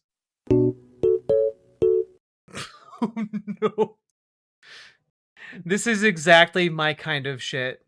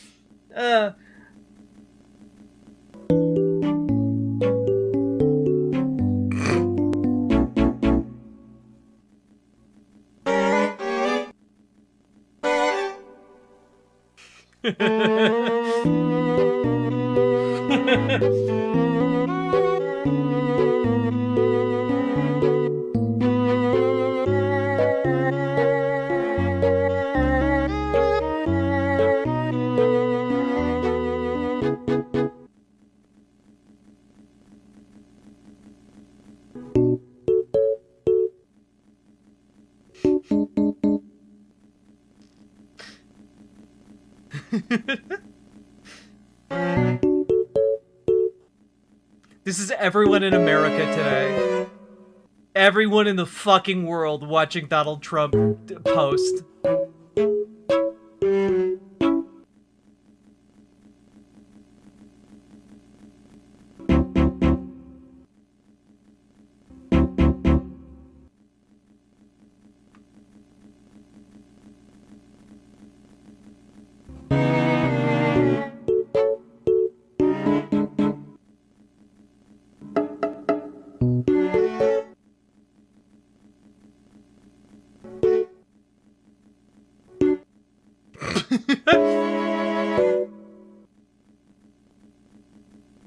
Just collective dissociation in this video.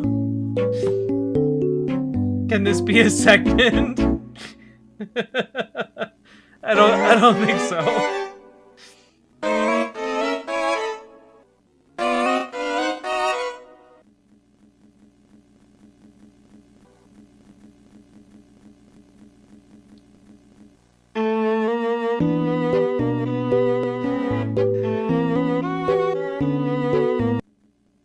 Every second you aren't running, he's getting closer.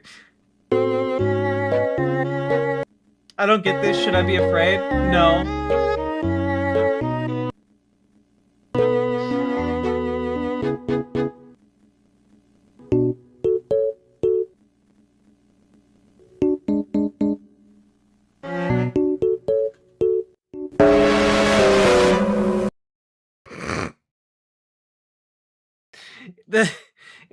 The title of the video is just me channel, but all the pauses are uncomfortably long.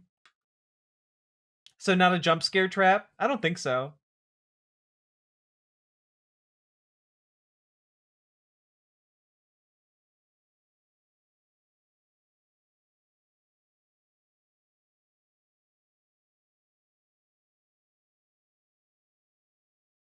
The point was the money, but Alberta conservatives suck like MAGA. That's true. Alberta conservatives are fucking vile. That's true. Where is Waldo? And now we've narrowed it down. No, I'm kidding. Were you scared? I was scared? No, I knew the title of the video. Gotta add that to my spicy playlist? Hell yeah. Yeah, the Maple MAGA are baffling to me. I don't get it. Let me pull up the additional video here that I wanted to cover. No, we're not doing you today. We're not doing that today. Unless... You know what? You know what? Maybe we will do that today. I don't know. We'll you know what? We'll put it out for consideration on the timeline. All right. While I find what I'm looking for, I'm gonna play you guys some Gangplank Galleon. All right, here you go.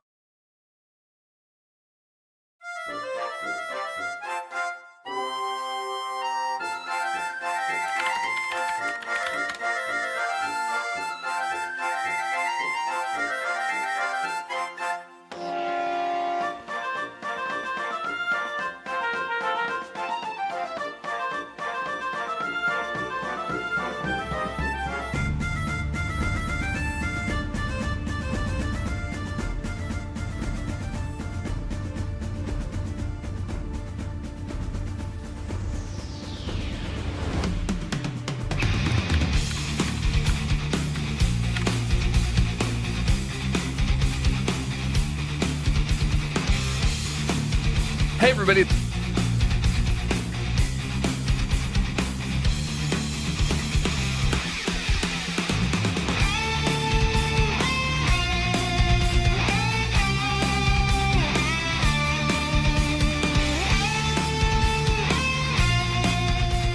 Not fast enough.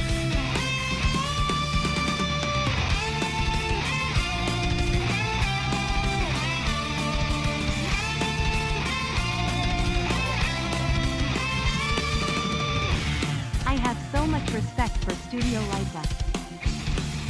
Oh man, when you say something like that, I know I can instantly click on a link and be absolutely enthralled. That you shoot in a big warehouse, and the Kubo, idea of okay, real talk, Kubo and the Two Strings was one of the best movies I've ever seen in a theater.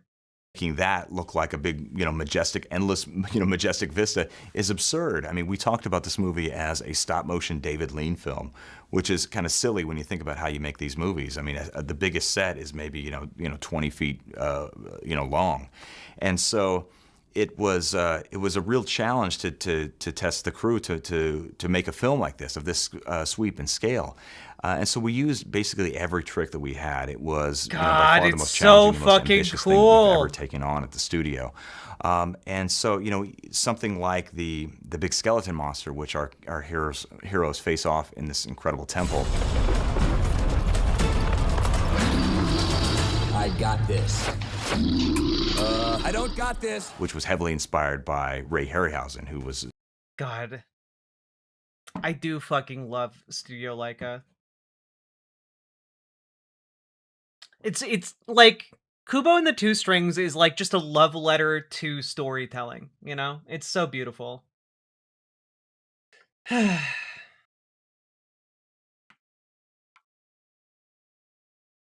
Okay.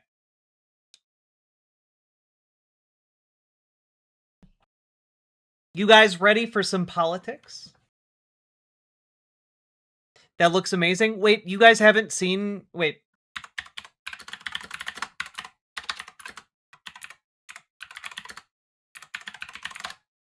Here. Real quick. The skeleton was 16 feet tall. Oh, shit. Wait. That you shoot in a big warehouse, and the idea of making that look like the same thing you find on Flannel Puppet, which was heavily inspired by Ray Harryhausen, who was, an incredible stop-motion filmmaker. And the way we actually built that puppet full scale, this big monster that they face off against, it's this 16-foot tall puppet that weighed 400 pounds, and it's at the base. God, we had that's to so build cool. Essentially, this metal contraption controlled by a computer that was essentially the same thing you find on a flight simulator or at a theme park ride, a virtual reality ride at a theme park, and that allowed us to move the torso around without fear that the thing would fall over and collapse and crush the animator who was bringing it to life. But essentially, we created this high-tech thing to move the torso around, but at the same time, it was like a marionette because we have these cables that went from the wrist all the way up to the ceiling and drop back down to the floor that were held in place by plastic buckets filled with sandbags. And so it's a combination of really high-tech stuff and lo-fi stuff that we merged together, which is, one of the That's so fucking cool. God. Whoa, that wasn't CGI? No. Studio Leica does stop motion. So here's the trailer for it. I want you to understand it's a stop motion film. Here you go.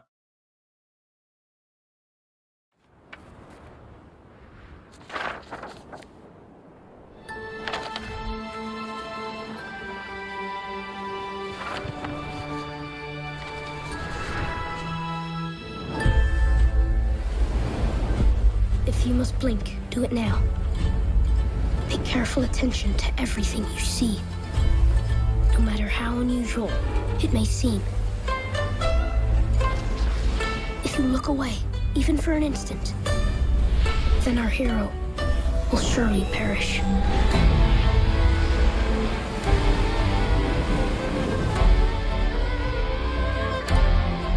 It is time to follow my own path. My name is Kubo.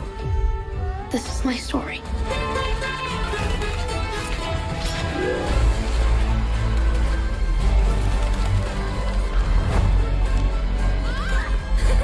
Your magic is growing stronger, but when we grow stronger, the world grows more dangerous.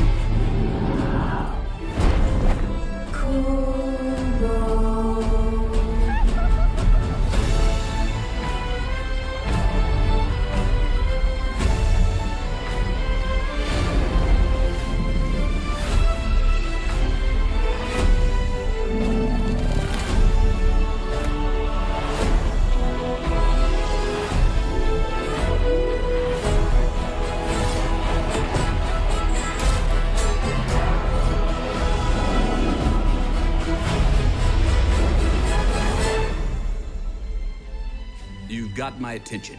I promise I won't even blink. I actually don't think I even can blink. Do I have eyelids? God, it's such a good movie.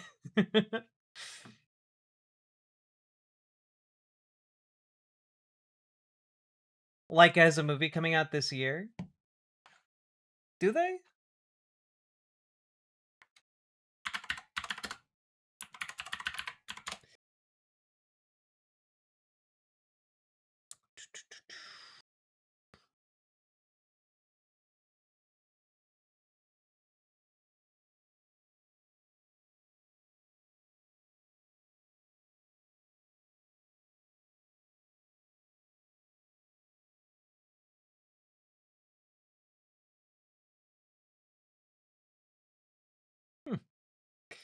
Have to take a look at that later. All right, let's get into some politics, shall we? All right.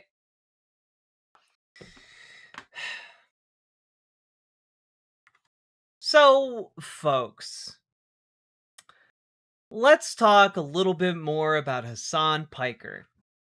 Now, for those of you who are keeping track, I made a video maybe about a week ago or so about how essentially the opening shot of the establishment Democrats against the progressives in this current cycle, the opening shot of this Democrat civil war that has been brewing over the last couple years. And for the very reason that I have been encouraging you guys to show up at your local Democratic Party meetings, to show up and organize with your local DSA, the very reason I've been telling you guys to do this is because the establishment Democrats they don't want to give up power. They are not going to do so willingly or easily.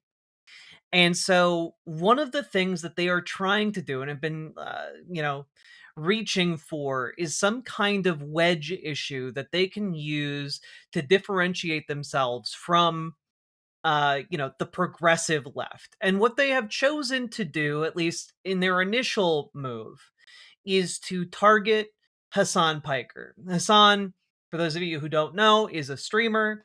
He's a very large streamer, and he is maybe one of the biggest, Joe Rogan of the left contenders out there that can potentially mobilize quite a few people.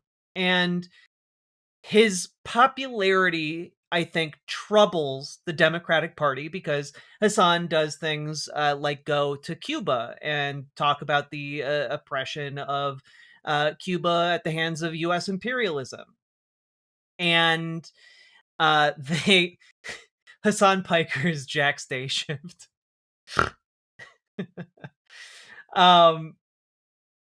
Hassan does okay. I can't read that comment out loud.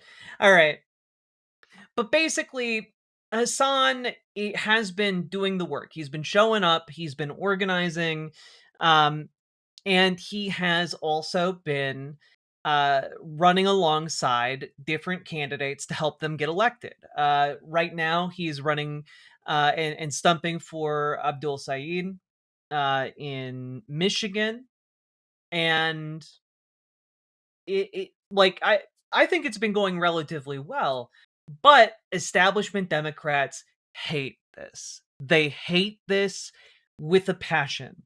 The idea that there could be someone outside of the establishment Democrat control who could get young, passionate people involved in politics, that is not really to their liking. And so what they're trying to do right now is bury him, and along with him, any kind of enthusiasm or mainstream acceptance of him within the Democratic Party.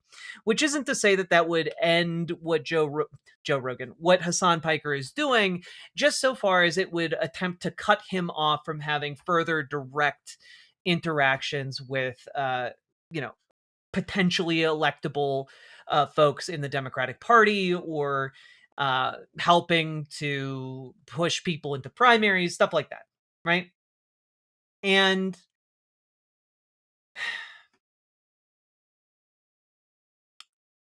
that's a big problem. And so I know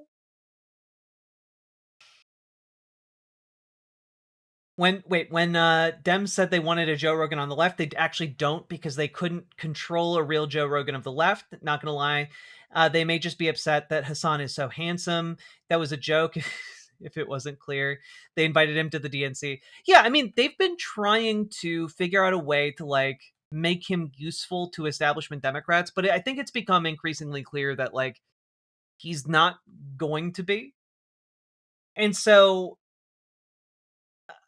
in an effort to bury him, establishment Dems have been turning to different media outfits. And in particular, I'm thinking of, in this case, The Bulwark, in order to try and bury Hassan. Of course, The Bulwark here ran a piece, Why Democrats Should Shun Hassan Piker. They shouldn't repeat the GOP's mistake, right? Important to note here that The Bulwark is largely populated by, neoliberal shills and quasi-conservatives, who have been ostracized by the MAGA movement for one reason or another. And, in particular, most of the main people at The Bulwark are essentially never Trumpers. They are people who came up as Republican consultants and have been, rightfully find the MAGA movement and Donald Trump repugnant. However, that doesn't mean they stopped being conservative. It just means they stopped having a home within the GOP, right? And so Paladin Lost, thank you for the $5 I think part of the dono. reason the neo-libs hate Hassan is that Harry Sisson and Dean Withers have done a pretty shit job of mobilizing the youth vote, and people like Hassan and Kat Abu Ghazala succeed. Well, yeah, and that's the thing. Like, Harry Sisson and Dean Withers get a lot of views on YouTube by talking fast and, like, having, like, a decent grasp of rhetoric. But, like, I don't know how much that translates into actual action. Maybe it helps foster, like, the correct ideas, or some of the correct ideas with major caveats. But I don't know that it actually mobilizes people to do anything, right? And that's kind of the disconnect, right? And for those of you who are asking who, because I see a couple of you in chat, they are kind of like the up and coming, like, baby faced liberal guys. If you've seen, like, just like, I don't know, this is Harry Sisson. Like, he's a content creator. Dean Withers, I think, might be more recognizable because he's been on Jubilee a few times. I don't know. I'm trying to find a picture of him that's doesn't feel like I'm trying to dunk on him.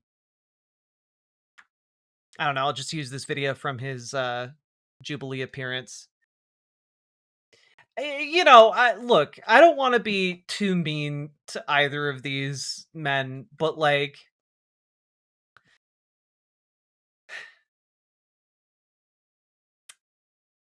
Dean Withers in particular got, like, his own write-up in the New York Times. Could this 20-year-old be the one of the Democrats' bro whisperers? And, like, I don't think so. You know, like, maybe. But all I gotta say, right, is that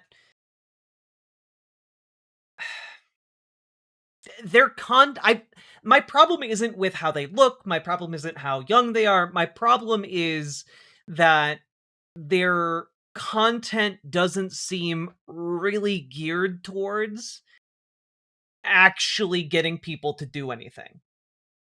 Yeah, Adam Mockler has more clout, but, like, when we're talking about, like, clout, that's not the same as getting people to do stuff, right?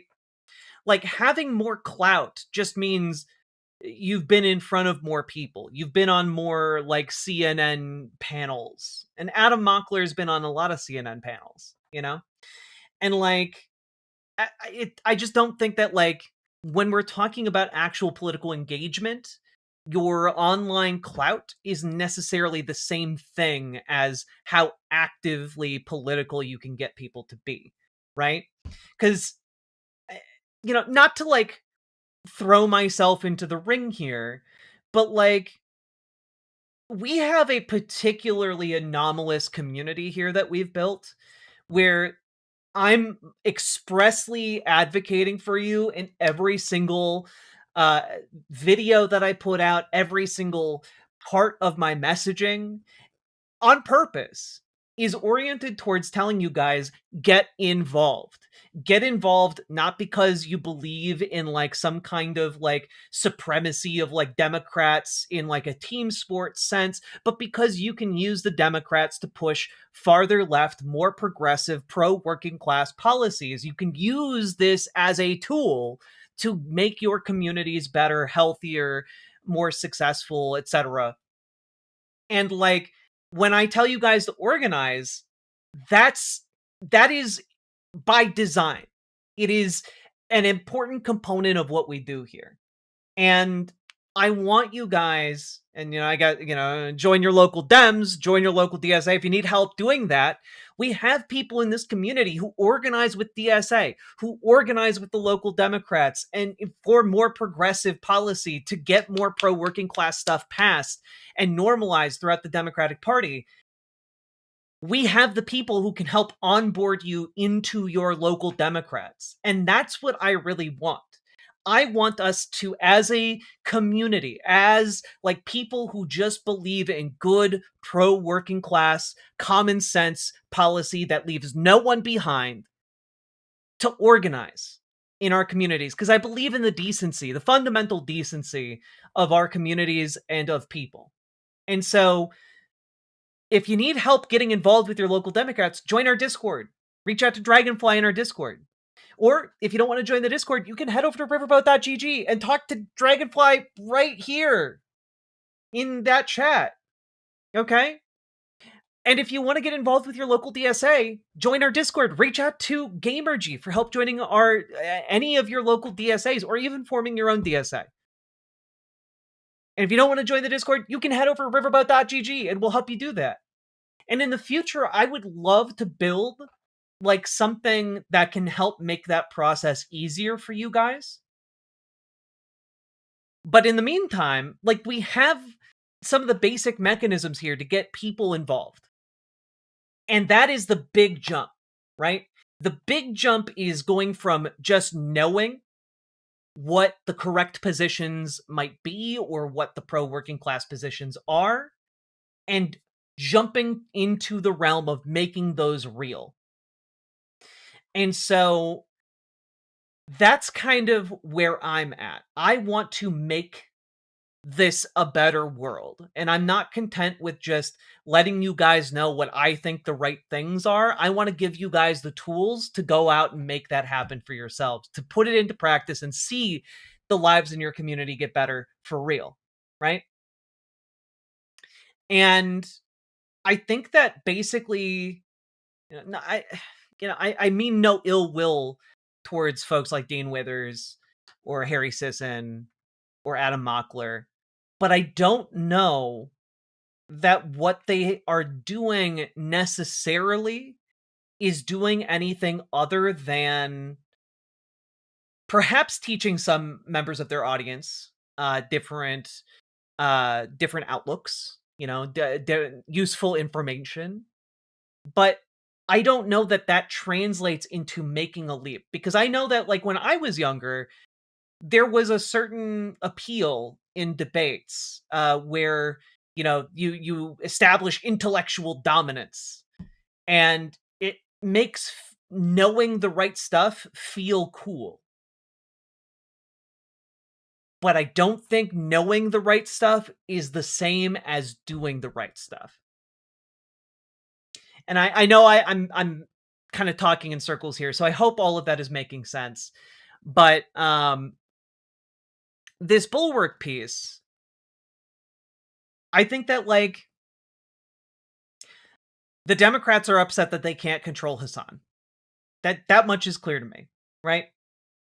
And, well, zero of those little baby leftists ever mention a word about Israel, by the way. Well, Madbox, that's absolutely because they're being sponsored by the mainstream establishment Democratic Party.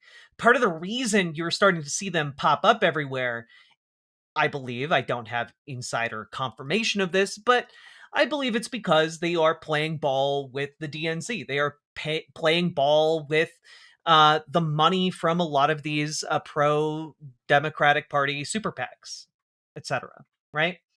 And so, yeah, they're all on chorus. Yeah. And so, like, the message is being controlled in that way. Yeah, none of these guys are leftists in the way that you and I would use that word. They are the left, as in safe establishment liberals. That's it. Right? So, all that being said, in a time where, like, our major enemy is fascism, I will take those guys over the fascist. However, what we're talking about in this circumstance is the war brewing within the Democratic Party between the progressive left and the establishment, more conservative part of the Democrats, right? And so, yeah, Dean Withers cried over Charlie. It's a whole fucking thing. But I'm not here to nitpick these boys. All right. My main point here is I want to talk about specifically this Bulwark piece, because well, Hassan, the far left streamer, is having a bit of a moment. More accurately, the Democratic Party is having a bit of a moment with him, which obliges those of us in the pro-democracy but only instrumentally pro-democratic camp to think about him too. Like, I don't know. I feel like this is you're kind of giving it away We should here. note that the author, Mona Right? Charen, is a former Reagan staffer who advocates for Israel often. The Bulwark hasn't gotten one even neolib to comment on Hassan. Yeah, I mean, like, that's the thing I was trying to make at the top of this segment, which is that, like, the people who are writing these articles are just straight up conservatives. Like, not even, like, fronting about that, not even, like, painting with a broad brush. Like, these are, honest to God, lifelong conservatives, right? And they're not even, like, hiding it. Well, I'm pro-democracy, but only kind of, in a utilitarian sense, It's pro-democratic wild party. how all the establishment shills are musical fans, as they're non-stop pushing a chorus line. Sake Tanuki with the zingers. Very much appreciated. But what kind of opinionator is Piker? He said in August 2019 that the United States deserved 9/11. When someone challenged him online about his anti-Israel rants in October of 2023, Piker replied with vituperate. I've never encountered this word before. Vituperation. You fucking baying pig. You fucking bloodthirsty, violent pig dog. In the same stream as his 9/11 remark, Piker praised the Al-Qaeda terrorist who disfigured Representative Dan Crenshaw. What the fuck is wrong with this dude? Didn't he go to war and, like, literally lose his eye because some mujahideen, a brave fucking soldier, fucked his eye hole with their dick? Like, can I just pause and say, like, the pearl clutching that goes on about the things that Hassan has said is wild to me. Especially because, like, you can go back and you can look at, like, the actual full context of these clips, and, you know, to be fair, some of them are just like, you know, they don't land well with me when I read them on the face of it. But also, every single one of these outlets, I even referenced it at the top of the show. Every single one of these outlets was talking about how Democrats need a Joe Rogan of the left. They need a Joe Rogan of the left. Have any of these people ever watched Joe Rogan? Have any of these people ever once written, like, these think pieces about how Democrats need to, like, distance themselves from Joe Rogan? Or how Democrats need to distance themselves from Bill Maher? No, actually. No. These same people who are like, we need a Joe Rogan of the left, like, they don't give a shit when Joe Rogan is talking about how, like, you know, yeah, no, people don't need to take vaccines, and, like, genuinely, like, contributing to a cultural panic around vaccines in a way that gets people killed. Or when Bill Maher talks about trans kids in the creepiest possible ways.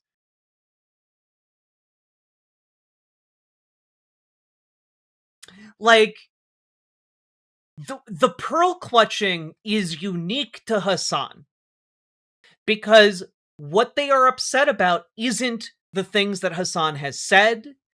What they are interested in is making him seem too scary and too politically toxic to have any association with any kind of political campaign. Their goal is to poison the Hassan well so that no politician can ever use it again. That's it. Full stop. They want to make his brand toxic.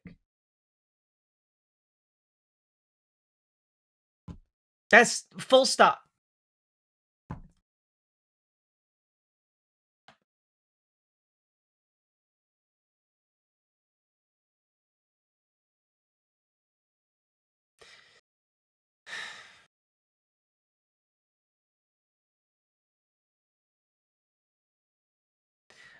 Frankly, that would have been enough right there to exclude the person from polite society.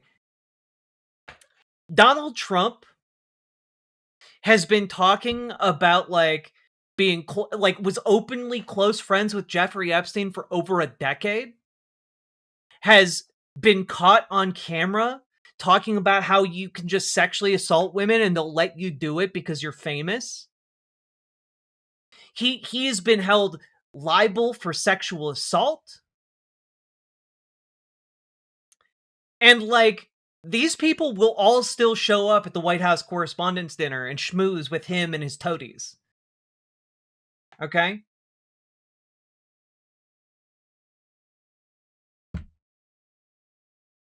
These people do not give a shit about polite society.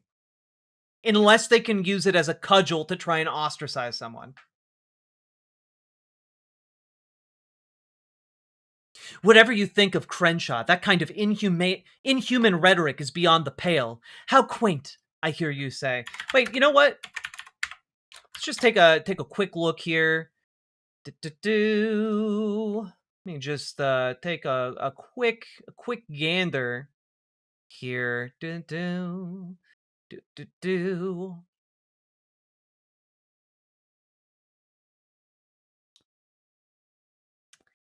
Let's see.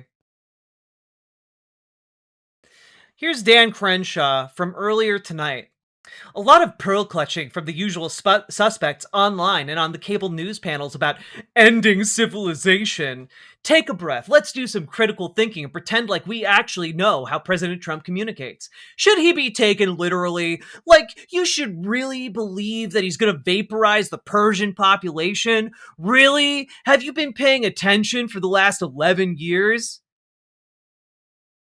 He says about a president who had his military obliterate a school full of children, killed 165 school kids at an elementary school for girls.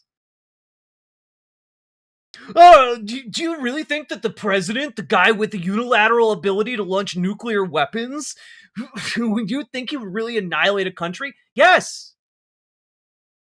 Yes.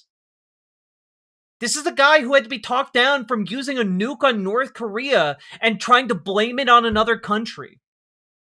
This is a guy who had to be talked down from using nuclear weapons on a hurricane. Oh, this kind of inhuman rhetoric. How dare someone be mean to Dan Crenshaw?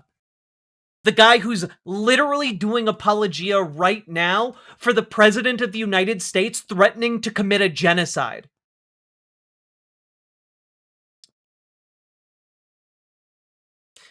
There's no such thing as polite society anymore. That's how people talk.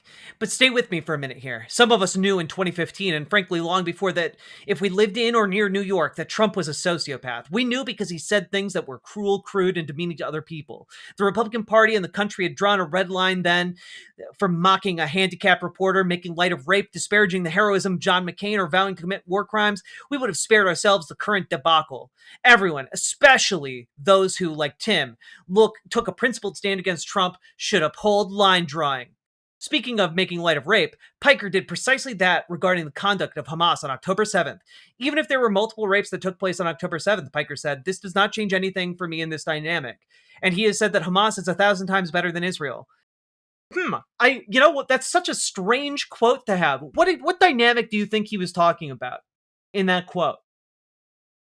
What exactly was the dynamic, do you think, that Hassan Piker was talking about? Do you think the dynamic he was talking about was rape? Or do you think, perhaps, the dynamic was settler colonialism is still wrong even if, like, an oppressed person does a rape? Like, obviously, settler colonialism charged with genocide is still wrong even if you can find people within the targeted population for annihilation, even if you can find some people in that population who did bad things. Genocide is still wrong. Taking the context out of the things he said is deeply dishonest, is deeply abhorrent. Okay? And like, I don't know. The entire article is basically more of this. And we're not going to go through the entire thing because frankly, it's beneath you guys. It's beneath you guys. It's stupid as fuck. And it's just constant. What about? What about? What about this? What about that? And it's just, it is entirely dedicated to trying to poison Hassan's brand so he can be of no use to any up-and-coming progressive politician. That's it. And it's so infuriating. But you know what? We're going to take a look instead at two Republican consultants who also happen to work for the Bulwark, debating the Hassan Piker issue. And I think that'll be a good time. Let's take a quick gander here, huh?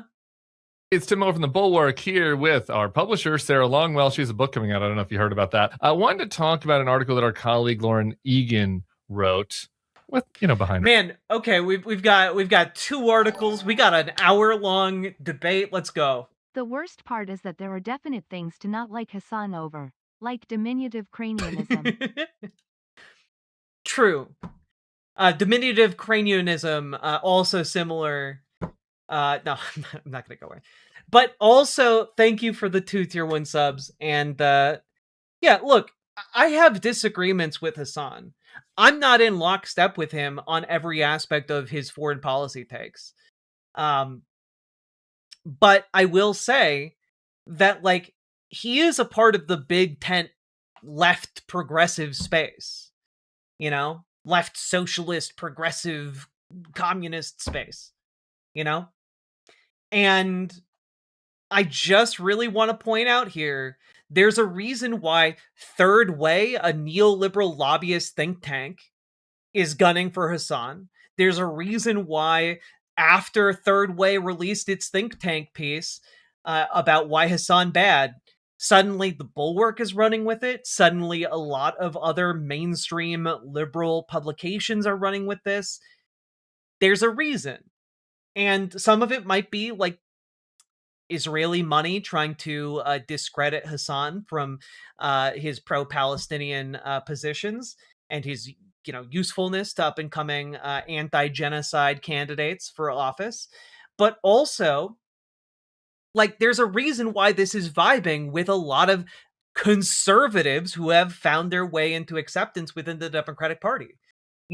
And Paladin Lost is absolutely correct. Tim Miller was someone who worked for Jeb Bush. Sarah Longwell was the president of the Log Cabin Republicans. Like, these people are not just like, journalists who happen to be Republican. They are people who have actively worked for conservative political campaigns and conservative legal causes, lobbying causes, etc.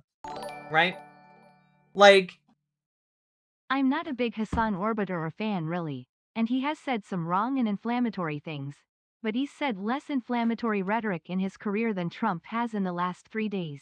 Yeah, I mean, the fact that this is the thrust right now of these publications, in my mind, is discrediting, right?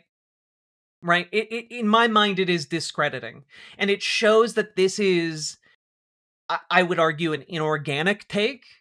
And I would argue has a story that has been planted by people who are trying to get something out of this story going public, right? It is a story that is trying to be pushed into the mainstream to poison his brand. Yeah, it's sabotage. Exactly, Brutus. back a little bit, so you guys can alert her to it if you want. It's called "How Big Is the Democrats?" Yeah, exactly, Dragonfly. Like, the Dragonfly writes, they are not our friends. They are trying to turn the Dems into neocons. And that is exactly the problem, right? The current conflict within the Democratic Party is not about whether or not Democrats will stay status quo or whether Democrats will go more left as an organization, right? I think that's typically how people formulate this relationship. But that's not what the war is about. The war is actually about whether or not the Democratic Party is going to be taken over by essentially never Trump Republicans and the corporate interests that back them, or if it is going to be responsive to the working class pro-people wing of the party, which is, the lefties, the Democratic Socialists, the Zoran Mamdanis, the Hassan Pikers. And that is the question. It is not whether or not the Democratic Party can just stay the same. It's whether or not they can break even harder conservative in the wake of the Republican Party collapsing into an ultra-fascist far-right party. Right? That's the question here. And so when we're talking about this civil war brewing within the Democratic Party, and why I'm talking about this and why I'm expending so much energy on this topic, it's because of why this is happening. The age of establishment Democrats that was perpetuated through 90s neoliberalism, it's dead. We've seen the end result of what the 90s neoliberalism wrought, and it's Donald Trump. It's the co-opting of political power by the wealthy, by the lobbyists, etc. The only way forward here is going towards working class policies and working class people. Okay?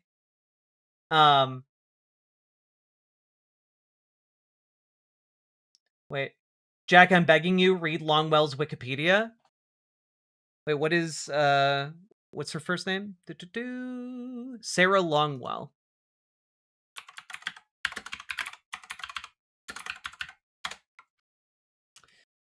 Let's see.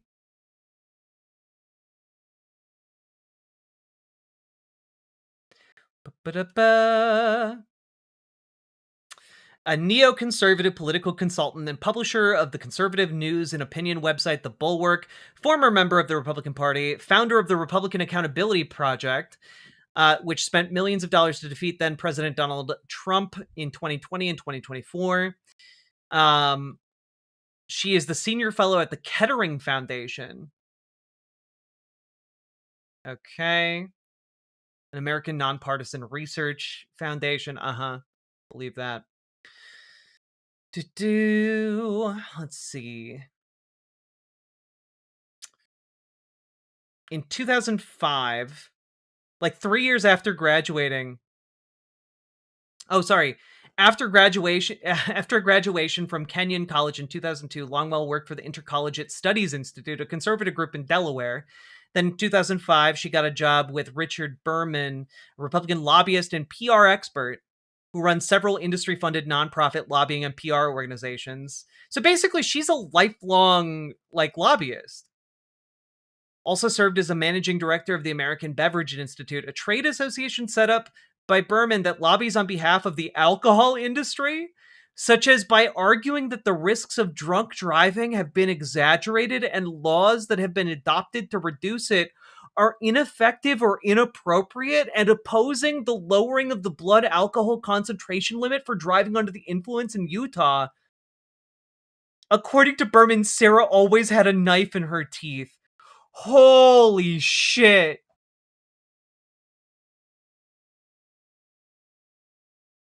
Oh my god.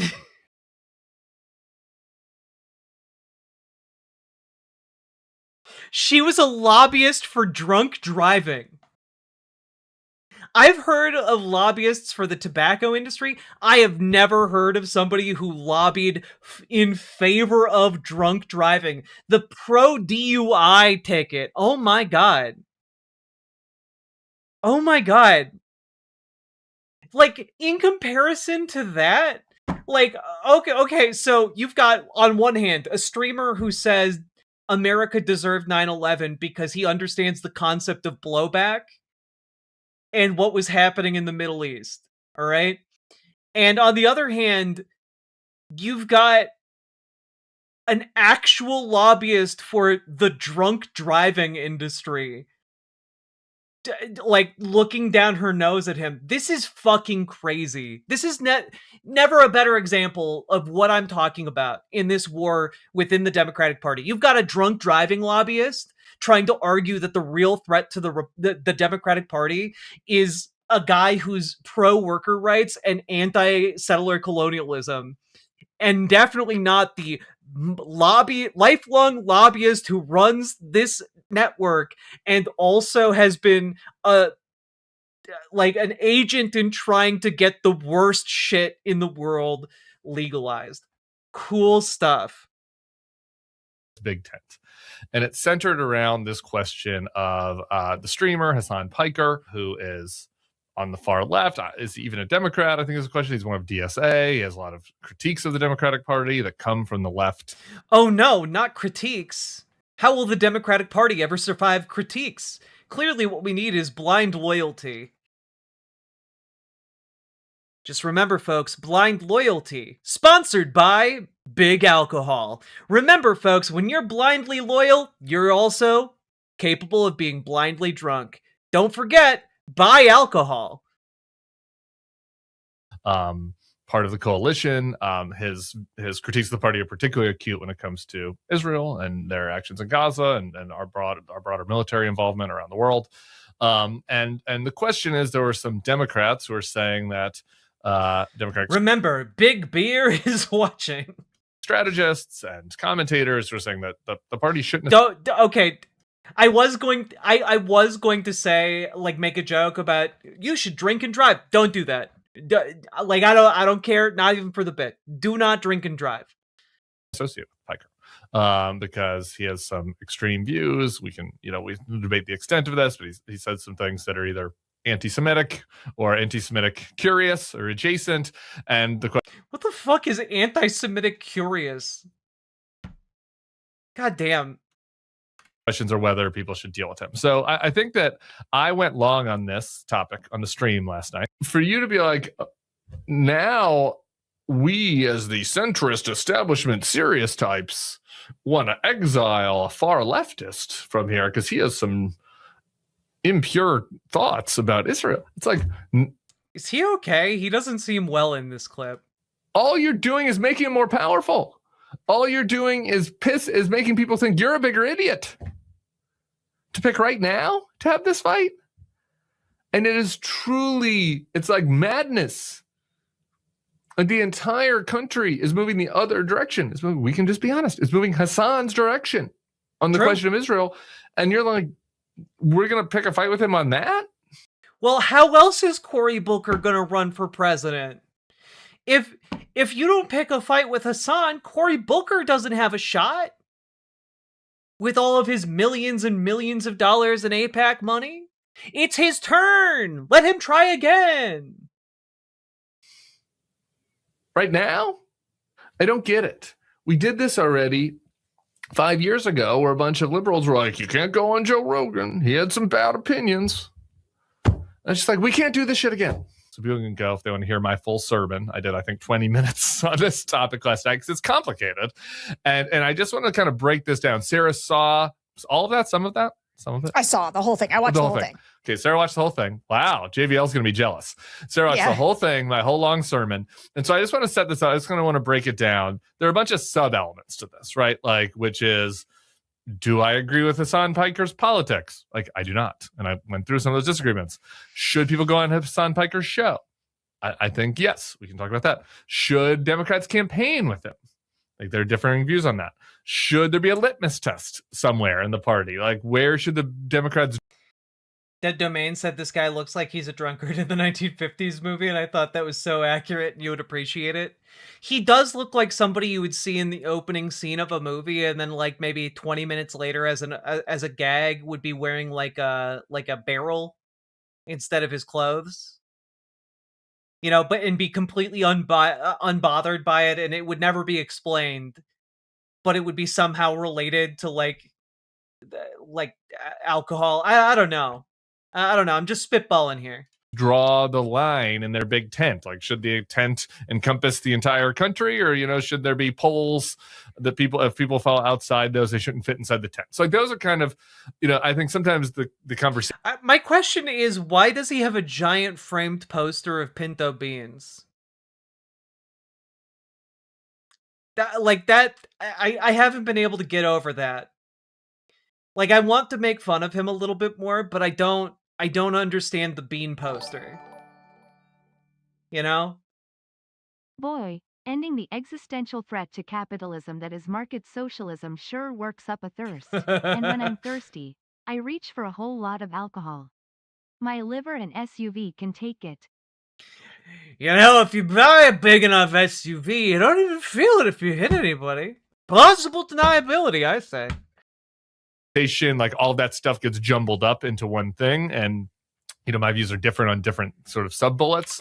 So I just kind of wanted to start there. You watched my whole thing. On which one of those elements do you feel like your disagreement is with me? So I think I want to start with kind of Hassan Piker, the guy, the stuff he says, and like, who is he? Because also, of course, since we had a bean sighting, we do need to play. What? Give me the beans! I must have these beans! Beans? Why, I say, young fellow, did you say something about beans? Magical beans? Some mystical legumes? Well, I'll give you 1,000 gold pieces for it. Magic beans! Nailed it. Nailed the vibe. Seamless. Evaluate him is then to evaluate the rest of your questions, right? Okay, is fair. Should he be in the tent or out of the tent is a question of like, okay, who is this guy? What does he believe? What does he talk about on what is a relatively popular streaming site? And I'll just give you a flavor of some of the things that pop up from Hassan's critics. My question is, how many of these things... You know what? Actually, wait. Third Way.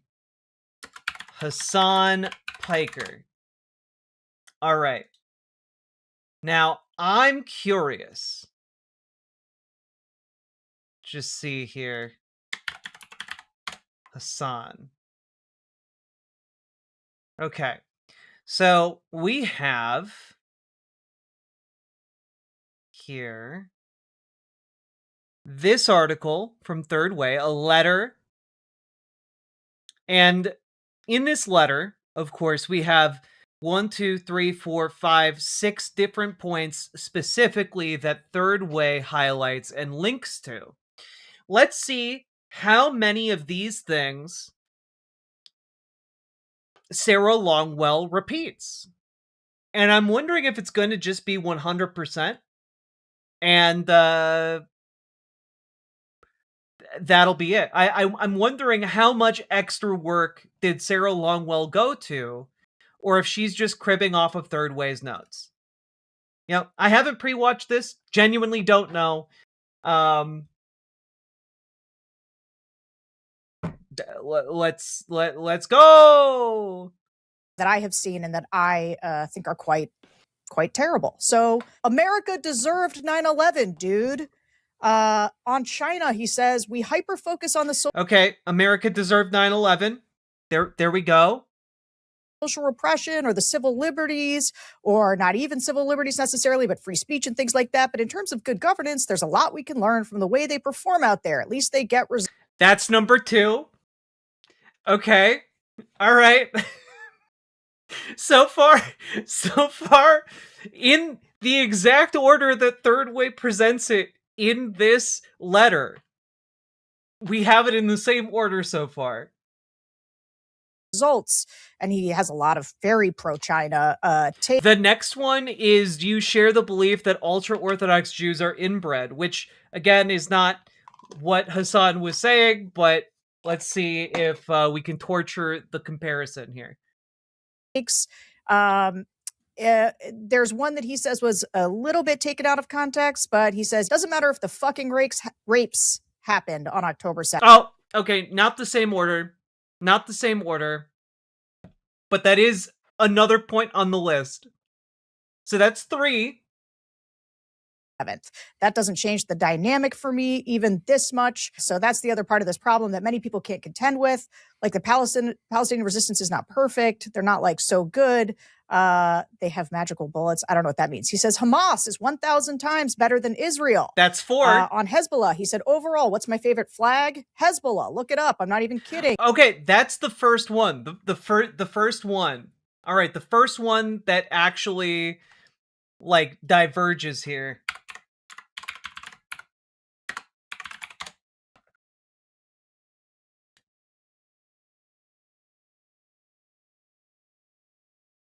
Also, I've never looked up the Hezbollah flag. It looks kind of like the Don't Tread on Me flag. I think it's just the yellow, of course, but like I'm not gonna lie, there's some graphic design talent going on there. It's actually a dope flag. It's got an AK on it and a fucking hand holding it up. On Dan Crenshaw losing an eye and I'm sorry. I missed the rest of the quote. That was great. Got an AK on it. Hezbollah, look it up. I'm not even kidding. It's actually a dope flag. It's got an AK on it and a fucking hand holding it up. On Dan Crenshaw losing. Oh my god.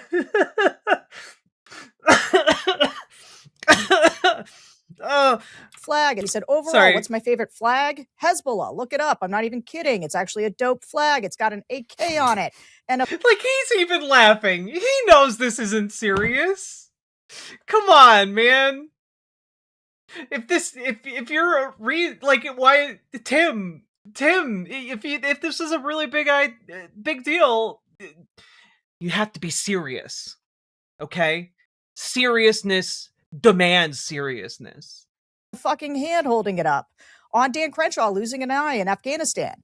What the fuck is wrong with this dude? I also dislike Dan Crenshaw, but I would not. Okay, second thing not listed. However, it was in the article that they posted. So maybe she's reading off the article. That could very well be. I'm still waiting for the comment about inbreeding. It's the only one we're missing right now. We've got everything else on the third way list except for inbreeding. So keep an eye out for inbreeding if you're playing along at home, okay? Not say this. Didn't he go to war and like literally lose his eye because of some mujahideen, a brave fucking soldier, fucked his eye hole with their dick? On Israel being full of inbreds. You are left. There we go. We did it. We did it, everyone. I wish I had a celebratory noise. Perfect. I mean, that's just not, that doesn't really convey the victory idea, you know?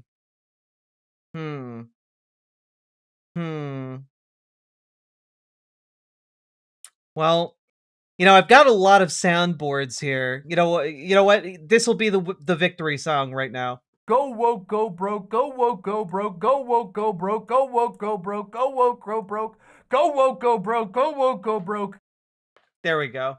You need the fa sound? Yeah. A country that is packed to the fucking gills. Look at him. He's still trying not to laugh. Look at him. Being full of inbreds. You are left with a country that is packed to the fucking gills with the Look at him trying to suppress his laugh. A flag with an AK on it is bad **** is not nearly as bad as being a drunk driving lobbyist. Yeah, no kidding. Literally nothing she has said is as bad as trying to ensure there are a maximum number of drunk drivers on the road, which was her literal job. Most inbred, uneducated, ultra-nationalist, rabid, Haredi population on Russia's annexation of Crimea.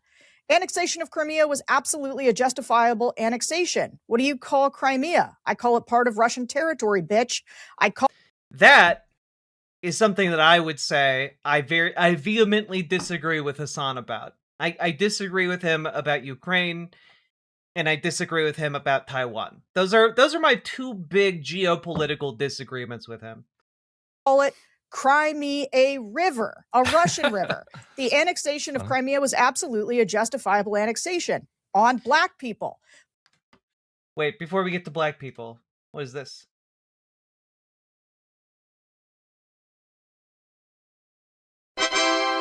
God, It's such a, like, it's several seconds of silence. And then,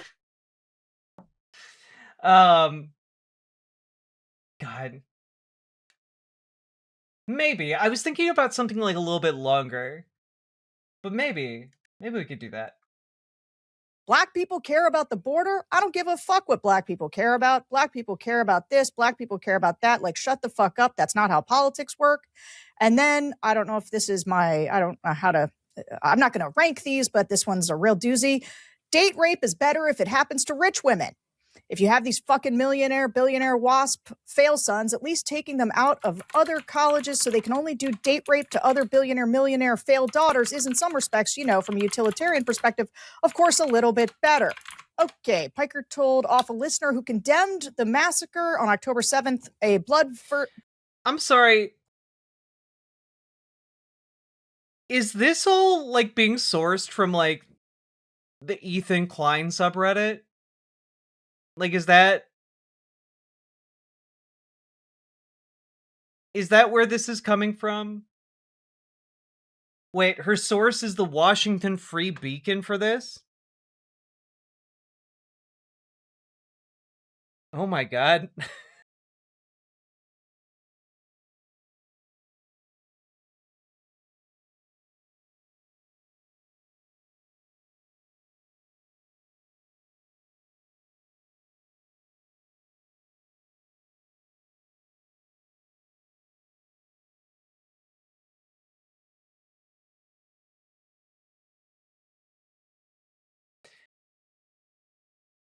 Okay.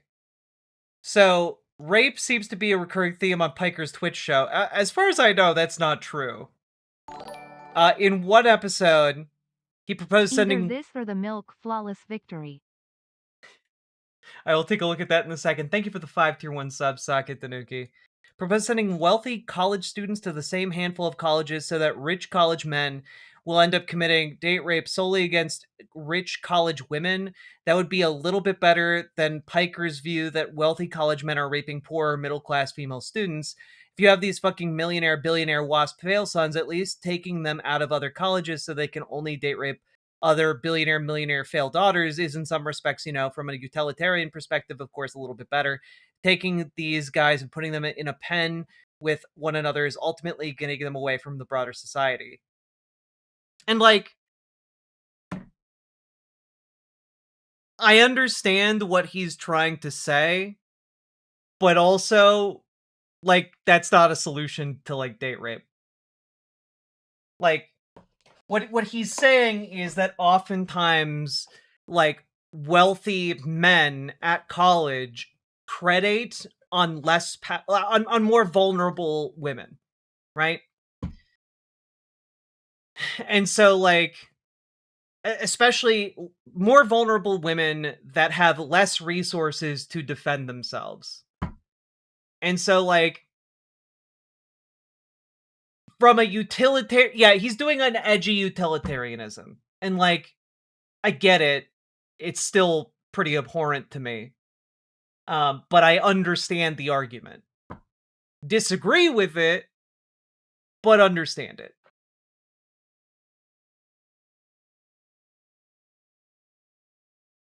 Anyway. Bloodthirsty, violent pig dog, suck my dick. Okay, so that's the guy. That's the guy.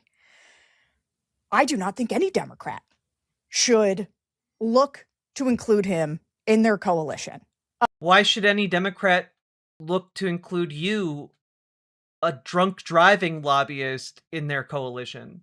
Like, why should you, someone whose job it was to get kids drunk and on the road, why should any Democrat include you in their coalition? Like, where is your high ground here, ma'am? Like, on the one hand, you got a guy who's saying some, you know, dubious things on his online show. On the other hand, you've got someone who used institutional power to the tune of millions of dollars to try and ply politicians to make it easier for kids to kill themselves while using the products you were pushing. Why should any Democrat seek a coalition with you? And here's the thing. You mentioned my book at the top.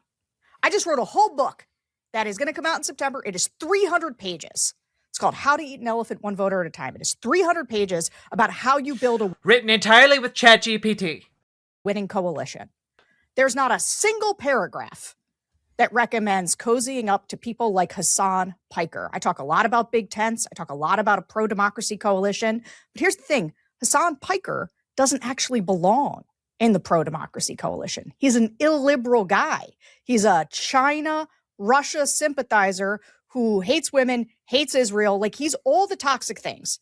And I think, and I was listening to you last night, and I was like, I think my biggest problem with it, because I agree with you in some places. You know, I might be going out on a limb here, but I think it's okay to hate a country that's doing a genocide.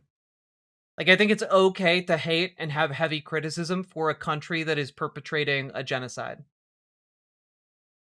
My biggest problem with this is I felt like you were soft selling who this guy is. Like, at one point, I think you called it like impure thoughts or something. Well, this is one of my defenses of Piker, which is also a defense of myself, is that if you're streaming 8 hours a day, like, I feel like the critics that sometimes like look at an 8-word snippet of something somebody says, I'm like, you fucking talk for 8 hours a day. I just talked for 1 hour a day last night, and I rewatched that video and saw impure thoughts, and that's not what I was trying to say. I was trying to say that, you just talk for a long time, and but you don't you don't accidentally say America deserved 9/11. No. He had some very bad takes in there too. He had he has some really bad ones for sure. Can I push back on this idea though? They're not takes. Like, this guy has a worldview that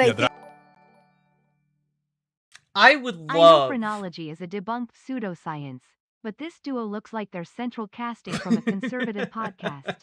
They do have the conservo vibes. They have conservo vibes up the wazoo. Also, thank you for the 2 tier 1 subs. And I just remembered, I gotta look at your link. That's what I'm looking for. Thank you, Sake. This is the kind of victory fanfare I was looking for. Thank you.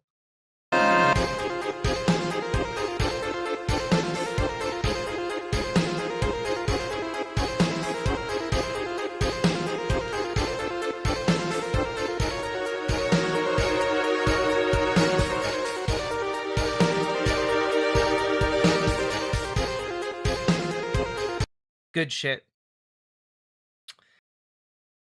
is anathema to liberal democracy. It's not that we just disagree with his politics. I think his... Like, what worldview are you taking an issue with? Like, for example, I take an issue with this lady's worldview where she views it as her job to bribe politicians into prioritizing different industries that they wouldn't otherwise do, and pervert the representative nature of the government. And I take an issue with a world where your money can buy political power, which is the entire basis of how she has built her entire career. Like, I take an issue with that. I think it's wrong. I think it's bad. I think, like, money in politics has, like, effectively, like, strangled our democracy. And she got prominent off of that. She was able to found this entire publication that she's publishing this video through right now, like, off of that. And I'm curious what her issues are with his worldview specifically, because so far we have cherry-picked statements, but, like, what is his worldview that you are taking an issue with? Third Way is funded by the rich. Third Way is funded by millionaires and billionaires and a variety of different companies. Yes.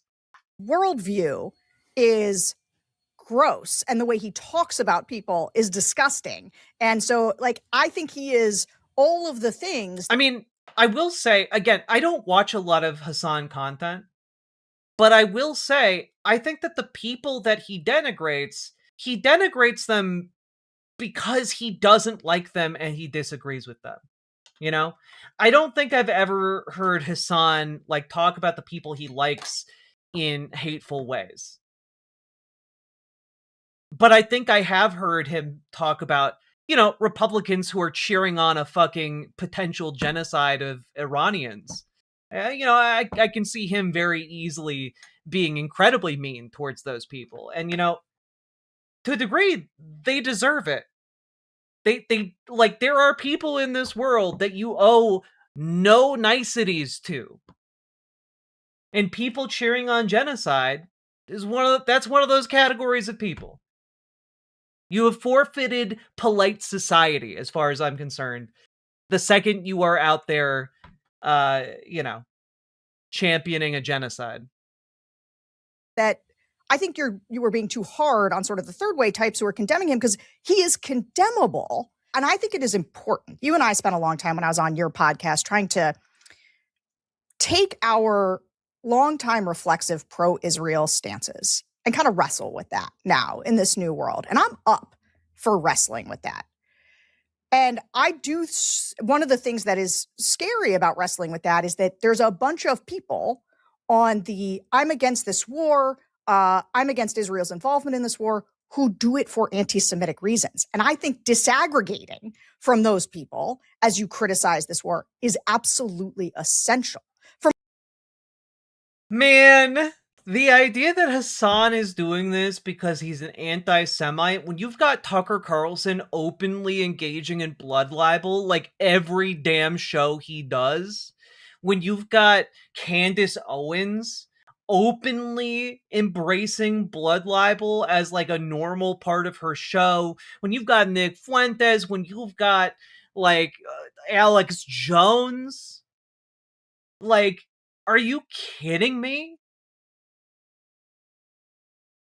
Like, hell, like, the talking point in mainstream conservative circles right now is all about how the globalists are taking over. Globalist is a dog whistle for Jew. Here in America, like, that's when they're talking about the globalists are taking over, that's the anti-Semite dog whistle for Jewish people. Right?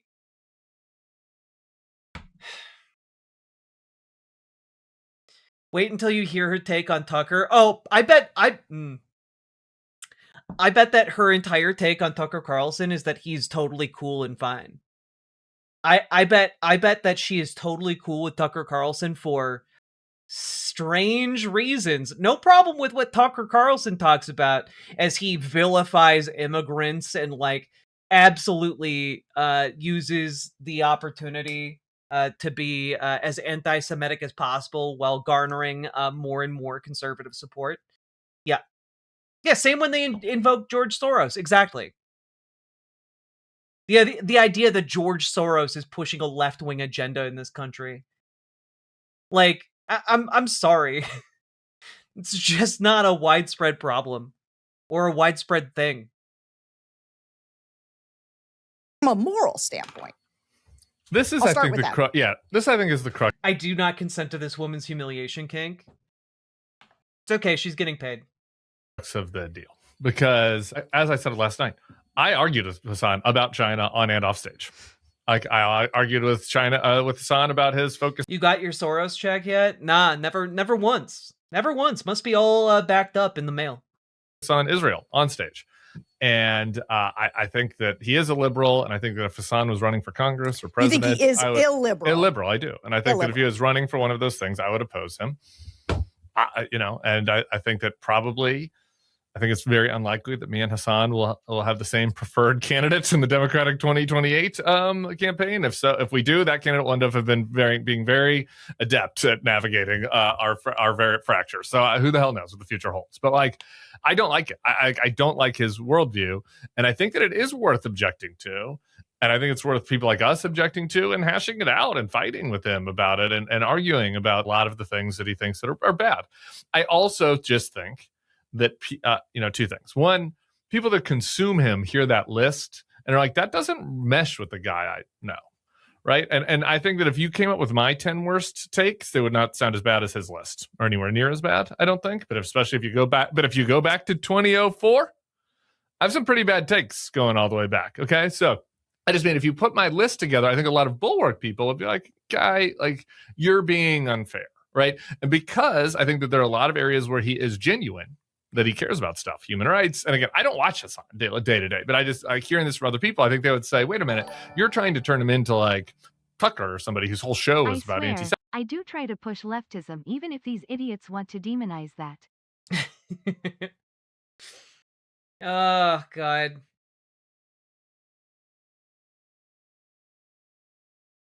Yeah. This is, can I just say, also Sake Tanuki, thank you for the 5 tier 1 subs and all of the support. But can I just say, this is way stupider than I thought this was going to be going in.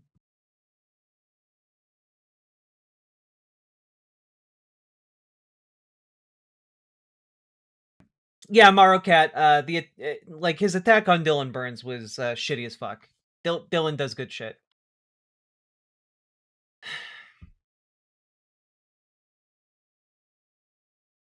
I'm weirded out by Tim Miller being oddly normal. Yeah, it is. I wonder what their take on Ingalls would be.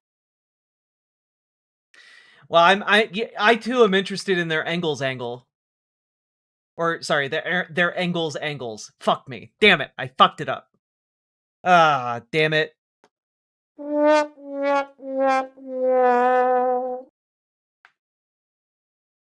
Tim, I was not expecting Tim to be the normal one of these two. I gotta be honest. Wait, what happened to Dylan? Oh, Hassan said some, like, shitty stuff about Dylan Burns. Called him a war profiteer or something. I don't pay a lot of attention to, like, other folks, but, like, that was shitty. Semitism right now, but like he talks a lot about making sure people can get a living wage and human rights around the world and how we should care about rights for people. So does Tucker. Okay, like, okay, fine. No! What the fuck? Oh, God, she's so excited to defend Tucker Carlson. It's almost comedic. Fuck. That was genuinely. I was not expecting her to be so enthusiastic about it. I'm just telling you what people would say about him. I think that I do think that it is a category difference. A lot of people who are criticizing me about the stream last night were trying to lump it in with like, I thought you left Trump. And I was like, no, Trump had a lot of noxious views and then he ran for president, tripling down on them and being like, hey, here are all my worst views. And like, I think that we. Also, for the record, Engels was cool as fuck. Marx gets all the credit, but Engels was cool too. You should institute them as policy. Some of the things you laid out, I think Hassan would agree with. Some of those things, if you read the profiles of him, he's backed off on, particularly. No, he says he does not apologize for any of them. He was just taken out of context. He's like, I don't take any of them back. I don't walk any of them back, but maybe they were taken out of context. Okay, well, maybe I'd have to listen to that. I guess I just would say that holistically, it is a category difference for me that from what you hear from MAGA. All of that aside, though, because we can take the measure of the man, and you can decide that he's a wholly unacceptable man, and I can say that he's a man that has some bad views, and we can hash that out.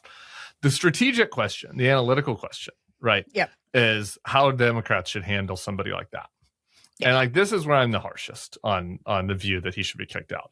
And I'm particularly harsh, and I said this last night, and this relates to your point about Israel, about like picking this fight with him right now.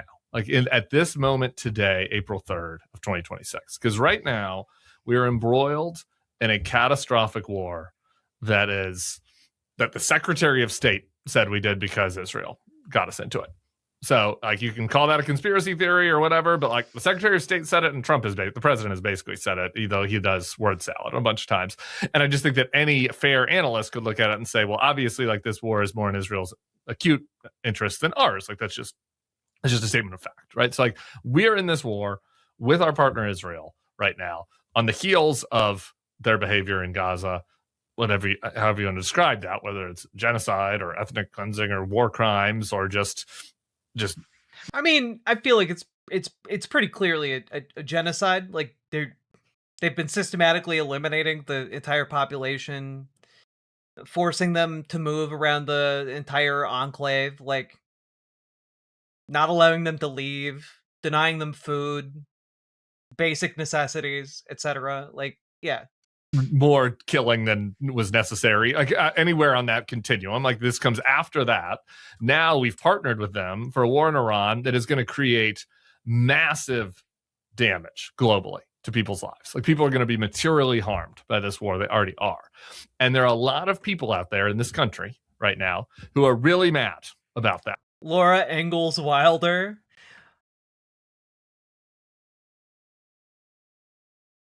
Marquis Pup-Wrecker. The potential of a Little House on the Prairie Marx Engels crossover is genuinely inspired. Laura Ingalls Wilder. Oh my god.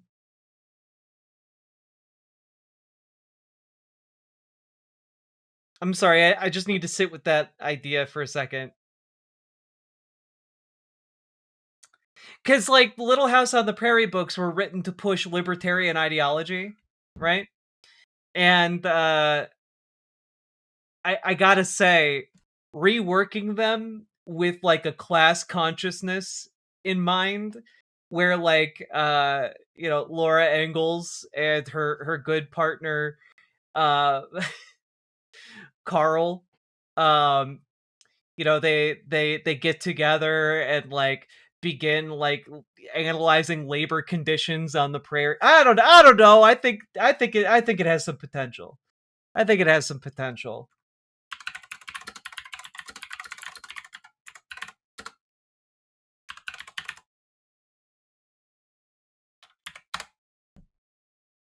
Oh yeah, so for those of you who don't know this, yeah.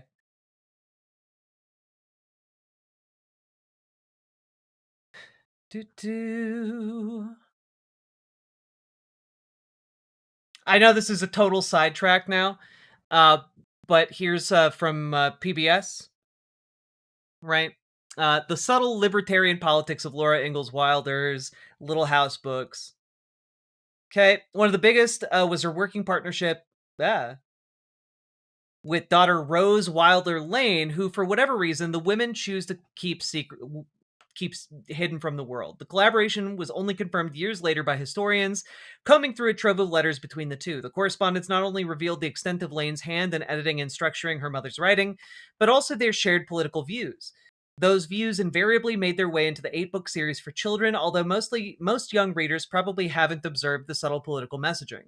Wilder first conceived of the Little House series in her mid-60s during the time of the Great Depression. The first novel, Little House in the Big Woods, was published in 1932, the same year Franklin D. Roosevelt was elected to the White House. Soon after taking office, FDR set about enacting a series of financial reforms and public projects and programs designed to help pull Americans out of economic devastation and expand the government's role in the economy, much to Wilder's despair. I think Laura Ingalls Wilder's early poverty and deprivation in some ways challenged her to work hard, use her talents, and give 120% effort to edge them into the middle class, somewhat security, said biographer and historian William Anderson, who authored the selected letters of Laura Ingalls Wilder. The Little House book stressed self-responsibility, community operation, taking care of one's needs, oneself, and with those goals, a person could be free and independent, he said. And they were both sort of physically ill over FDR and the New Deal, said Christine Woodside, author of Libertarians on the Prairie. They felt that it was just really an appropriate response to hard times. They'd seen hard times. Why did the government want to help people? And Laura thought that everybody was starting to whine in response to the New Deal. She couldn't stand it. It made her sick. These politics were on full display in this 1934 letter that Wilder wrote to a book's editor at Harper's. The Lord give me patience. How exasperating a bunch of communists in Washington can be. I suppose all we can do is await their pleasure. Give them time enough, and they will put us all on the federal payroll or the relief. So, yeah, the Little House on the Prairie books were written by libertarians, free market libertarians, the ANCAP types, and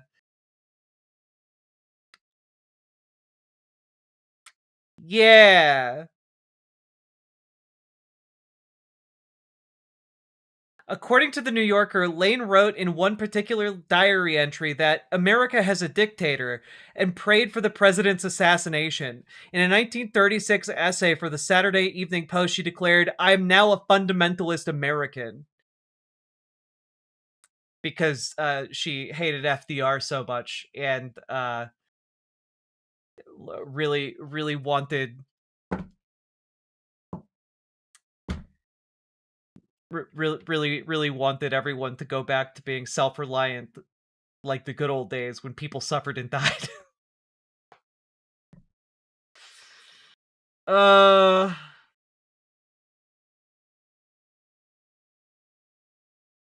Yeah. Yeah. I don't know. I feel like I did some harm here with this one.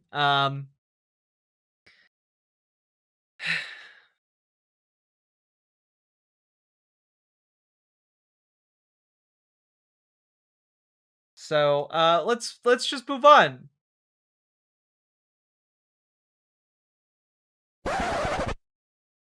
And they're about to get really madder in the coming months.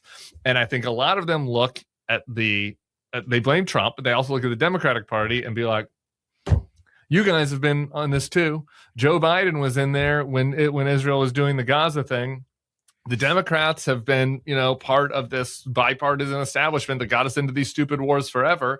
And they look around for people, and who do they see out there saying, no, we should not do these wars. They're stupid. They're wrong. They see people like Hassan. And so in this moment where people are very bad, a lot of voters that when you say how to eat an elephant one at a time, a lot of voters Democrats are going to need, whether they be young voters or men who don't want to go to war or people whose costs are going to go up. Like right now, at this moment, a lot of them are assessing the landscape and they're saying like, fuck, Trump betrayed me. Like I thought I was on board with the no wars candidate. Okay. And they're gettable right now. I get as ripe as they have ever been to be gotten by the Democratic Party. And in this moment, the Democratic Party and their leaders should be focused, in my view, on being as clear and loud and passionate as possible. No stupid wars. I will not get you involved in this. This is a mistake. To the extent that Israel is involved, the fact that our relationship is closely tied to them is a mistake. And if we ever get back in power, we will not betray you. We hear you. We see this. And honestly, Democrats are failing in this regard. Like Democrats need to be out there treating this like they are campaigning actively, right? And I think that's part of the issue is that a lot of Democrats don't want to be campaigning because campaigning is vulnerability. It's taking risks. It is communicating openly, honestly, and loudly. And Chuck Schumer doesn't want to do that. Hakeem Jeffries doesn't want to do that. They don't want to, you are a senator, not just a senator. You are the minority leader of the Senate. You can call a press conference at literally any time and make an issue about any damn thing you please. You can call out the food at your Michelin star restaurant for being shitty if you want to in a press conference. You can just do that. You have the platform to do that. Why Democrats are not making an eternal circus out of every single time they are in front of a camera and pointing fingers at the Trump administration, loudly berating it for failing the American people. Honestly, they should be taking a page out of the Roman Senate. Carthage delinda est. Carthage must be destroyed. Carthage must be destroyed. Carthage must be destroyed. Carthage must be destroyed. It was said so many different times that eventually Rome went and destroyed Carthage and salted its fields. And in this case, we're asking for something much simpler than waging one war against a much huge power like Carthage. What we're asking for is just stop the war, stop like trying to occupy domestic cities with ICE. Just stop. It's a very simple demand. And one should be able to make it every damn day. The Senate. Sake, thank you for the 5 tier 1 subs. What is this? Oh, fellow members of Yes. the Roman Senate, hear me. Shall we continue to build palace after palace for the rich? Or shall we aspire to a more noble purpose and build decent housing for the poor? How does the Senate vote? Fuck the poor! That does kind of seem to be about the gist of it, doesn't it? You know? People are aroused. I haven't seen people so aroused in a very, very long time. What now, you all got a little bit too rowdy there by saying fuck the poor so loudly. You should be saying it in a much more room-based tone. Like, just say it in a more, talking volume. Fuck the poor. Try that, okay? Don't stand up when you say it. That's a little too flashy, okay? Just say fuck the poor without getting so aroused. People are aroused. I haven't seen people so aroused in a very, very long time. What film was that? That was History of the World Part 1. Instead, you hear a lot of great Democratic leaders being like, well, we should kick this guy out. That's what he's known for. Like, if he's known for anything, it's being anti this stuff. And it's like, what? We're picking this fight with him now? I'm just like, I could think of 1,000 other things I would rather Democrats pick fights about now. Like, why him right now? Because he's making their life harder. It is people like Hassan They're making their life harder. Hold on. People like Hassan are making Democrats who want to take a stand against this war, right? And who want to probably take a stand against the way that Trump is just sort of like, doing whatever Bibi tells him. They're trying to figure out how to do it in a way where they don't imperil the safety of Jewish people in this country. They're trying to do it. I'm sorry. Hassan being anti-war makes it harder for Democrats to be anti-war?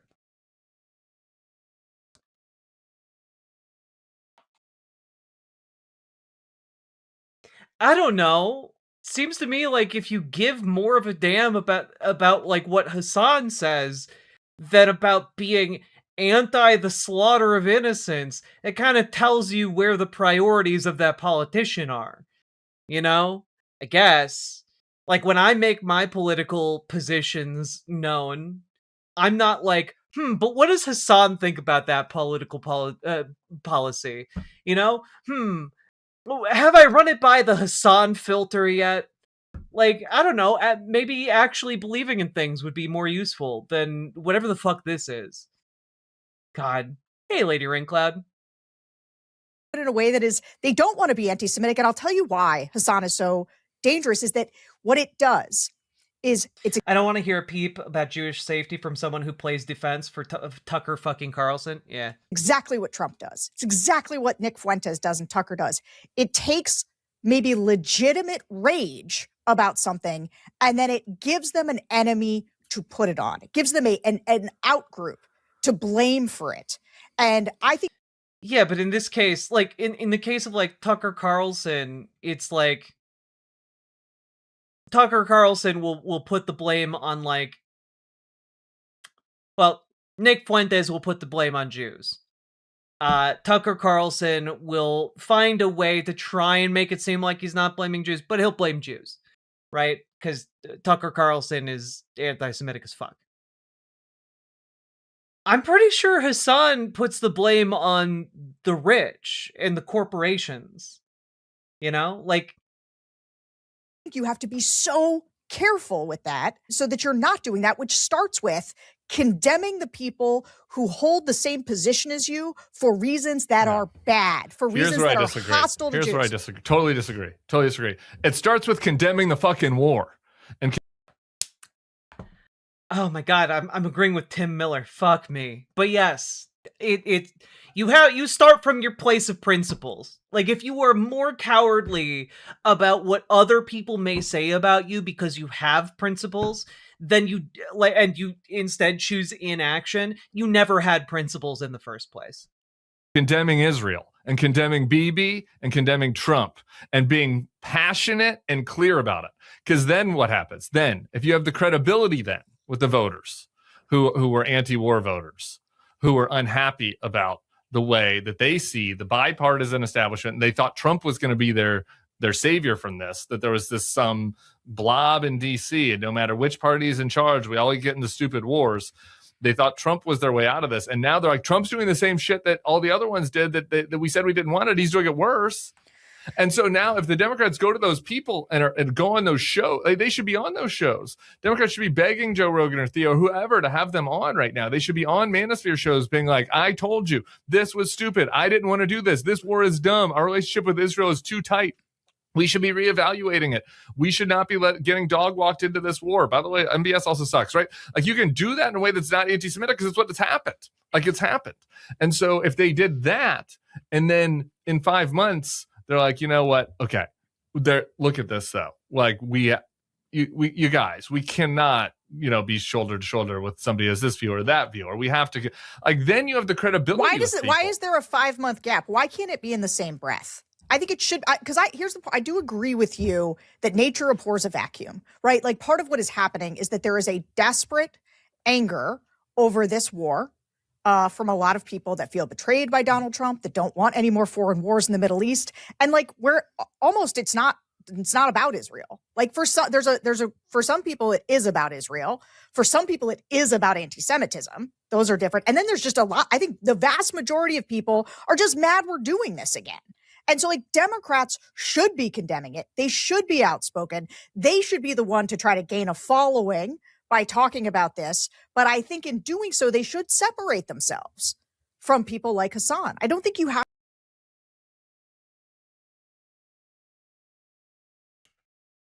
The argument has not been made effectively here that he is an anti-Semite. It's pretty clear to me, as just like someone who casually has seen some Hassan segments or videos on YouTube, that he's not an anti-Semite and that he is very clearly commenting on Israel as a state and its policies as a government and the actions it takes in war. And like that, those are all fair things to criticize. And to compare that to what the kind of gutter anti-Semitic racism that people like Alex Jones or Tucker Carlson or Nick Fuentes engage in, like, it's... I don't know. The fact that you're putting Hassan's name out there instead of any one of those, or I don't know. I think it speaks a lot to what's actually going on here. Have to wrap your arms around him. I don't think he has credibility, and they don't on this though. And so they should go get credibility themselves. They don't need to borrow it from him. I'm not telling you. I'm not saying they should borrow for it. I never said this again. Here's the disagreement. I never said I think Democrats should campaign with him. I disagree with that. I don't think they should go on his show. I think you don't think they should go on his show? Hassan's? No. Oh my God, that we could not disagree more. Oh my God, the people that watch Hassan's show are not terrible. The regular people, a lot of people they're going to watch this video, watch Hassan's show. I hear from them. I saw them on the street. Genuinely, I'm just so curious. Like, should anyone be on a show with her? Like, I don't know. Can we look at her Wikipedia page again? Just real quick. Like,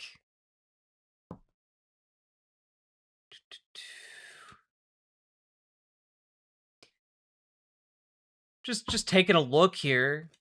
Some of her past work.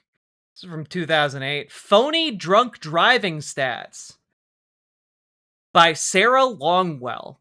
Drunken driving stories like those in the July 16th Daily News vehicle device thwarts DUI offenders, and losing control, Philly beset by high rate of drunken driving, make headlines every day.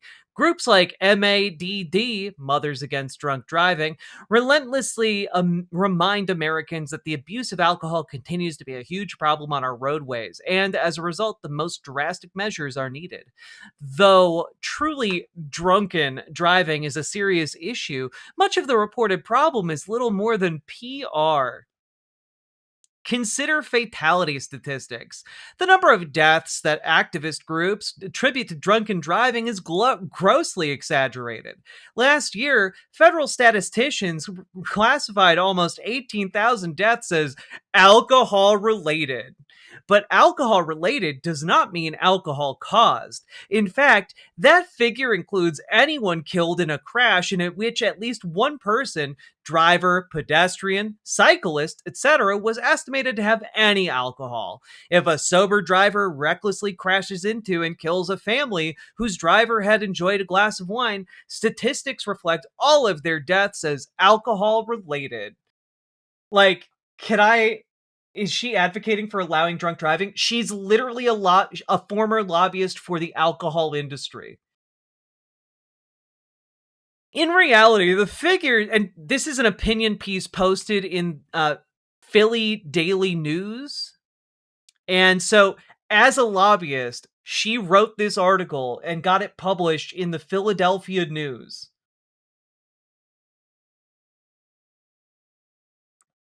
Drunk driving isn't that big of a deal. Here you go, kids. Let's see. The anti-alcohol lobby, which is very rich considering this is written by a lobbyist, has also invented fantastical talking points to bolster their bunk traffic stats. One of its favorites, first offenders drive drunk on average 87 times before they are caught, goes so far as to accuse individuals of criminal acts with absolutely no proof. Jesus Christ. How is this not an Always Sunny episode? It really should be. The truth is that this widely publicized figure comes from rough estimates of self-reported data, commonly criticized as unreliable. Collected from a small sample almost 13 years ago, even the study's own authors admit the estimates are crude. In the 90s, these groups used another crude statistic to convince the public that reducing the legal blood alcohol limit from 0.1 to 0.08% could save 600 to 800 lives annually. Today, research proves it didn't work.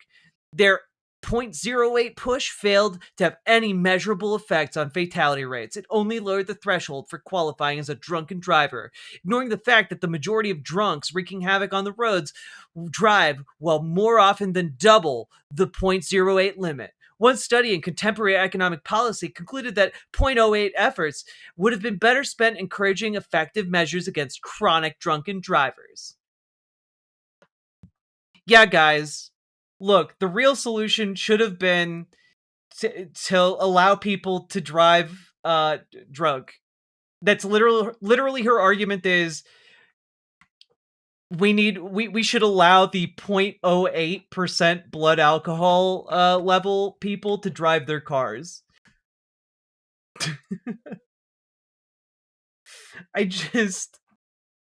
God damn. It's so much worse. I am skipping parts of it just because this is unconscionably awful. Right now, the 176 million responsible Americans who drink in moderation can still safely and legally drive home after enjoying a drink. Furthermore, research shows that drivers who talk on cell phones, drive drowsy, or travel 7 miles per hour above the speed limit pose a larger threat than those who enjoy a few drinks and stay below 0.08 before driving home. Disregard the evidence. The anti-alcohol movement's invented, inflated, and distorted facts would have the public believe that there should be no legal limit except zero. This is the reason we all think one thing when the reality is another.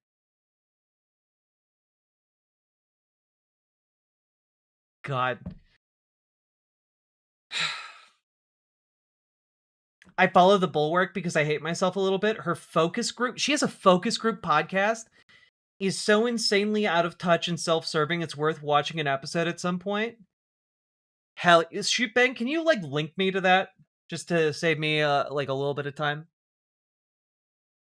I'm developing an interest in this woman's work. I know. This is like the same shit we just did with Joe Rogan. It's like Democrats shouldn't Hold go on Joe Rogan has terrible fucking views. They have to speak to those people. Those are the people that they have to speak to. Why wouldn't they do that? Like right now, especially right now when they're the most gettable. Let's say so Nick Fuentes is out there saying we should vote for Democrats because Trump is doing this for Israel. Think Democrats should go on Nick Fuentes' show? I don't. Yeah, but like let's be very clear. Nick Fuentes' show is very different from Hassan's show. They are not the same show. They are not run the same.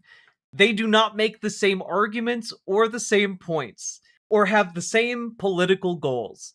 Nick Fuentes is an ethno-state like white nationalist. Like he is a whites only kind of guy. In his ideal world, no people of color exist whatsoever.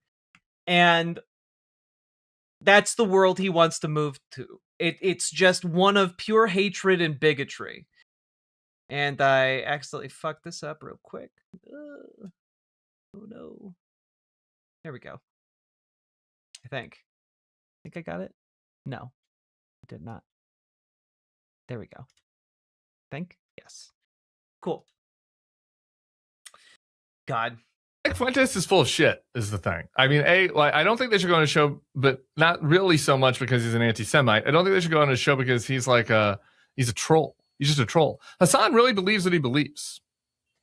You can say. I mean, I don't think that's like the belief factor is not the reason you should or should not do a show. God.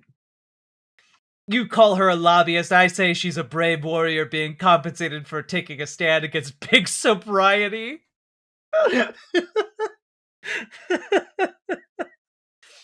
Finally, someone's taking a righteous stand against the sober lobby.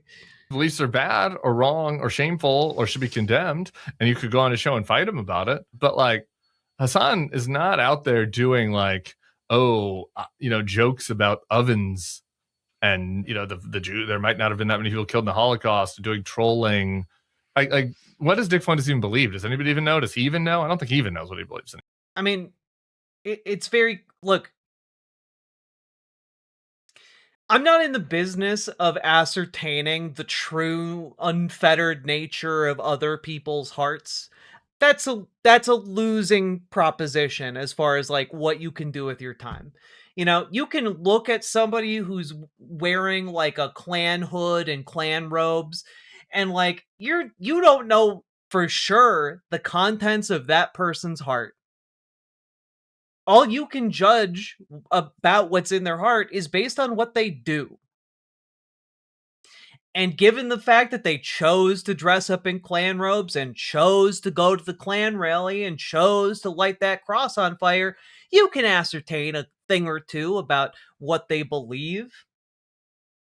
When you combine that with the things that they say, you can come to some reasonable conclusions. The same way we can come to the reasonable conclusion that Donald Trump is a gutter racist because of the things that he says and the things that he does. Similarly, you can also tell that about Nick Fuentes. And yes, he's also a gutter racist. Nothing exceptional about him. And when you look at Hassan, well, his whole thing is kind of championing the oppressed. That's not really the vibe of a gutter racist. I don't know. Based on the things he says and does, I don't think that he is the racist that Sarah Longwell, enemy of big sobriety, would want you to believe. Anymore. Like he's just full of shit. Like it's like a variety show. Hassan like has passionate left-wing views. and they should be grappled with, I think. Who says that 9/11 was America? Huh, you don't want to grapple with them. Hassan's huge. He'd crush you. Snap your arms like a twig. And that, like, I don't think this is a serious person. This is part of my problem. Now, and I'm going to both state a problem, and then I think one of the ways in which strategically this is bad. Nick Fuentes and Hassan Piker are both being elevated in the discourse because there's a Streisand effect happening. This I do write about in the book. The Streisand effect that makes these people more powerful, that gives these people a bigger platform, where whether it is the earnestness of Hassan or the nihilism of Fuentes, right? People are like kind of there for that experience, and it raises their curiosity. This happened with Andrew Tate. Like, there is just a series of people where the outrage against them is making them more powerful. That being said, understanding that dynamic doesn't mean that, like, there's just sort of a right is still right and wrong is still wrong. Like, I do think Hassan, but like I felt this way about Mamdani. No, it's on my show. Does that just make you uncomfortable? Like the phrase globalized intifada, from the river to the sea? To me, ultimately, Of course she goes after Mamdani too. Here in so many is a desperate desire for equality and equal rights in standing up for Palestinian human rights. And I think what's difficult also is that the very word has been used by the Holocaust Museum when translating the Warsaw Ghetto Uprising into Arabic, because it's a word that means struggle. Sure. And as a Muslim man who grew up post 9/11, I'm all too familiar in the way in which Arabic words can be twisted, can be distorted, can be used to justify any kind of meaning. Yeah. And I think that's where it leaves me with a sense that what we need to do is focus on keeping Jewish New Yorkers safe, and the question of the permissibility of language is something that I haven't ventured into. It's like I just feel like the phrase globalized intifada is not something people should use, because even if you don't intend it to be that way, it is heard by Jewish people as like kill us everywhere, and so that should be condemned. And then I asked him if he would condemn anyone on the show. But like, I think trying not to elevate these people in the discourse, or us being clear that they are malign actors, like we can wrestle with what they say. And actually, I want to say something, because I'm not sure if we've talked about this before. Really, what's really important to me is that you say fuck Hassan. Will you say fuck Hassan on this show right now? If you don't say fuck Hassan, you're not cool. And you want to be cool, right? So you should say fuck Hassan. And then drink a nice, big, tall, cold one before getting in your car and driving home. God, honestly, knowing that this lady has made like a lifelong commitment to helping people drive drunk. Like, this isn't even, by the way, that long ago, right? Because if you look at her Wikipedia, she got her job lobbying for like the alcohol industry, right? Well, she started working at Berman and Company, right? With Richard Berman. And eventually became the managing director of the American Beverage Institute, a trade association set up by her boss. And as of like from that point on until 2019, she maybe 2018, unclear. Oh no, 2016. There we go. But she was like a lobbyist for the alcohol industry for years. Years. Like, here's...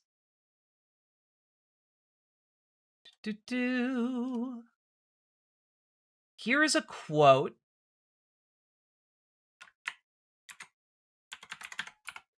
Yeah, here's a quote from her from 2017 in Deseret News. Proponents claim that a driver is noticeably impaired at 0.05, but that simply isn't the case. In this kind of analysis, the keyword is notably. Almost anything increases the risk of a car accident to some degree, even something as innocent as listening to the radio. So cool. Like, just fighting the good fight against any kind of regulation on how drunk you can be before getting into and operating a motor vehicle on the road. God. I was also on a panel with him, and I didn't know who he was going into it. This is like actually the embarrassing part of this is that I don't like really know. I don't like follow who the Twitch streamers are.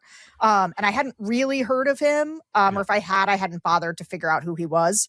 And when he started talking, like the first things out of his mouth were like ridiculous, and they were attacks on Bill.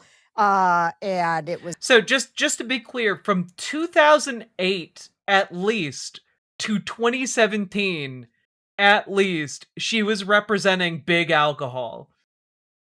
This like kind of it was just like garbage lefty nonsense, and I also had a fight with him on the stage and condemned what he was saying. Also was like, this guy's worthless. As a like I don't find him to be remotely interesting as a thinker, and I get that he's got a big audience, but just because these guys have big audiences doesn't mean they're all created equal.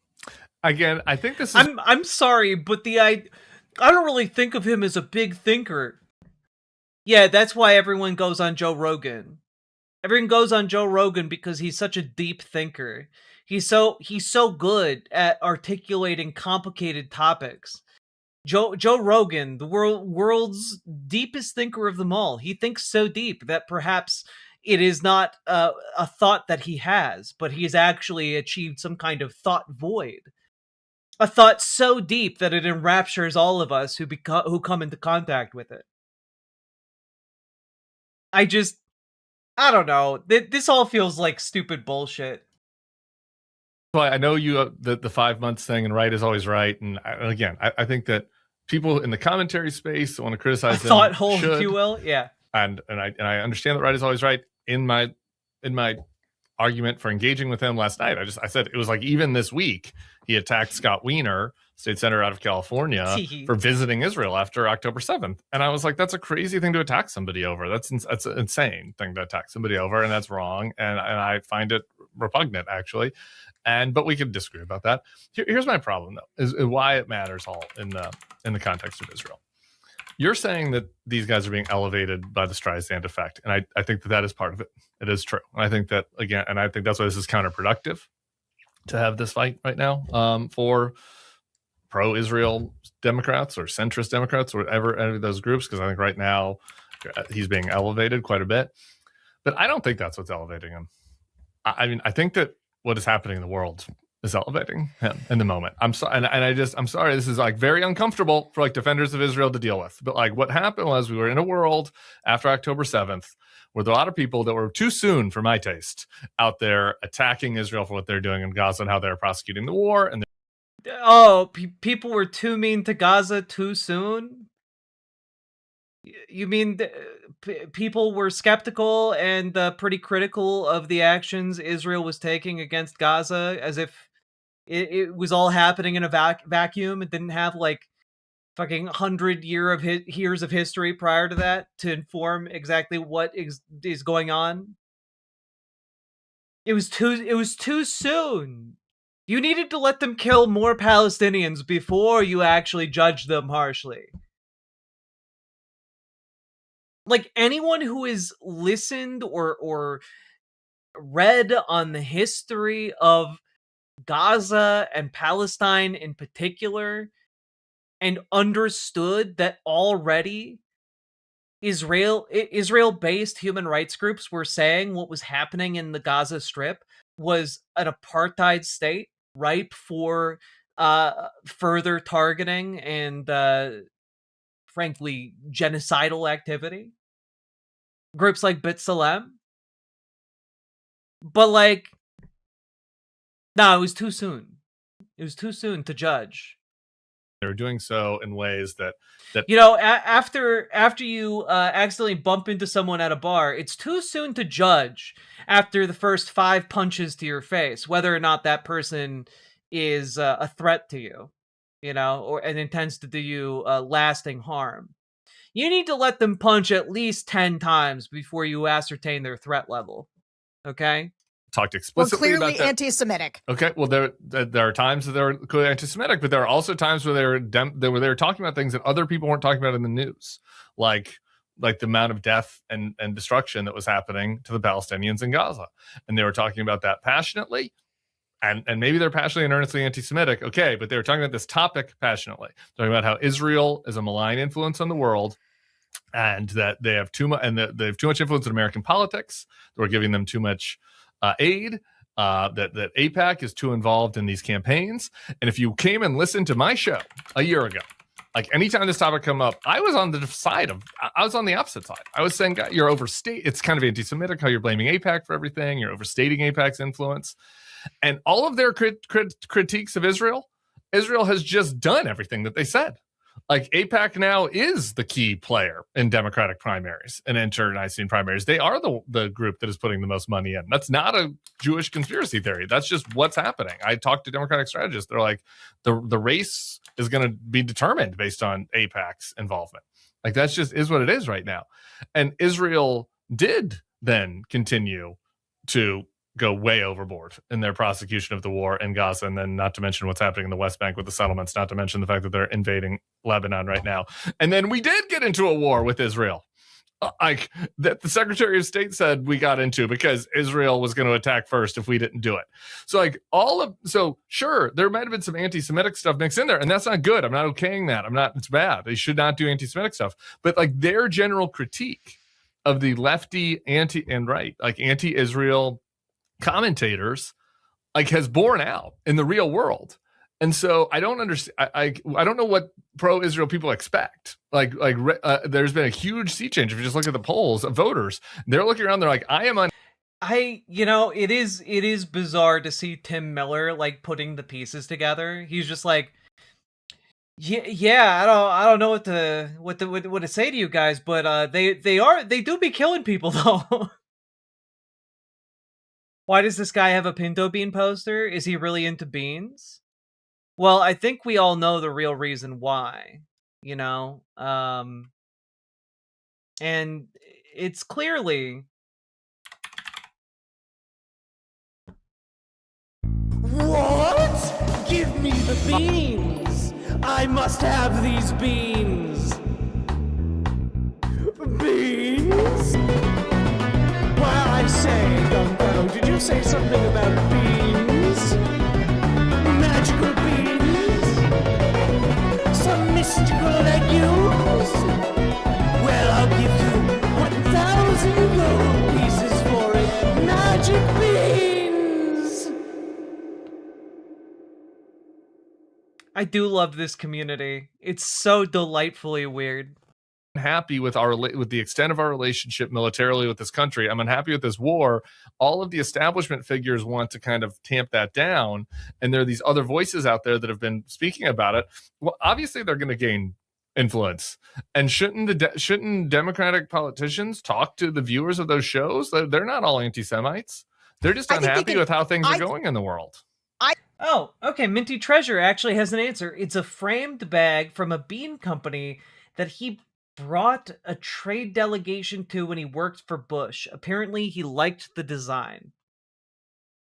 Okay. You know what? I can't fault the guy for having weird taste. That's fine. I appreciate a good story. It's a conversation bean piece. I think you can do it. So what I don't like, and I don't want to say that I think you're falling into a trap, but I do think that there are ways. One of my biggest critique. I don't want to say that you're actually a big time sucker. But anyway, wait, what's that? Oh, my check for being an agent against big sobriety just cleared. Oh, thanks so much. Thank you for calling and let me know that. of Democrats in the book, and the thing I am urging them to do is to get out there on offense, to say what they believe. They should passionately argue. To get out there on offense and say what they believe, just as long as they don't believe any of the same things that Hassan Piker believes, because that's too close to being associated with him, and that might make you an anti-Semite. Against this war, if that is what they believe. If it's not, that's different. But like, they should passionately argue about it so that people listen to them, and so they have credibility on this. That doesn't require Hassan Piker. But like, who's doing this that? idea that this? Well, this is okay, part of the problem. Is Hakeem Jeffries doing that? Is Chuck Schumer doing that? Are the 2028ers? This is where you and I Gavin agree. Newsom came out there and was like, "Oh, Israel's an apartheid state." Then he They apologized should ignore, for it. but this is why Who they is should the ignore avatar for Hassan this? Piker. They should ignore Hassan Piker at Ignore all. I'm They should fine with. ignore him. They should fine with ignore him ignoring. and condemn him. I think I do not think it's hard. If you listen, when we were anti-Trump, right? The reason that we were anti-Trump is partly because he loved to be in lockstep with all the grossest people who had gross opinions. It's like it's almost like he had a gross opinion in all of those cases too. very fine people on both sides. It's the way he checks in with Tucker, and the right would argue this. Why is J.D. Vance cozying up to them? Why do we condemn them? We condemn J.D. Vance for cozying up to bad people for electoral reasons, and that, I think, is the problem. That felt to me like your argument yesterday. This is where the Wait, is this lady a former Republican? She's a current neoconservative. folks that are attacking me, I think are wrong. I'm not arguing that they cozy up. It's fine to go on his show and argue, to disagree with them. What prompted all this was the idea that John Ossoff has to condemn Hassan Piker. You know what's funny? I agree with your because point. Hassan Piker complimented him. That's fucking insane. Fuck you is what John Ossoff should say. John Ossoff should say, you know what? I don't know what Hassan Piker's whole. John Ossoff should just say, you know what? I am insert compliment. Thank you. And then move on. It's not a complicated issue. The reason it's being made an issue at all is as an attack and a smear against Hassan, and as an extension, the things he believes. He should say, I don't know who that is. I don't know who that is. Here's what my shoot bang. Yes, I have the podcast. Well, I'll take a look at it on a new day. My opinion is I'm against this war in Iran. Yeah.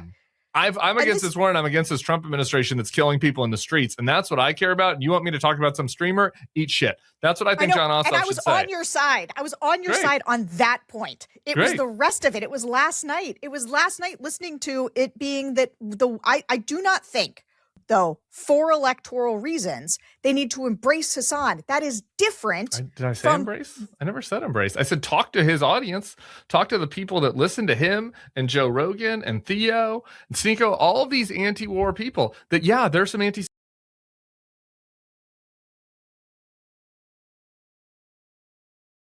Yeah, man. More Democratic politicians should go on Sneeko's show. Okay.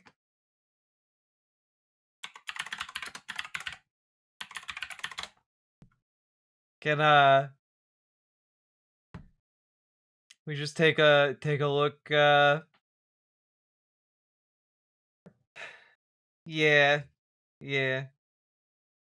I don't know. Sneeko really liked Kanye West Nazi era. I don't know about going on Sneeko's show though. Semites there. I hear that. But Guess you what? can do that without. Guess what? Without Anti-Semites voted for Barack Obama. Anti-Semites voted for George Bush. Gay haters. But you don't have to court them. Homophobes You voted don't have for. to court them.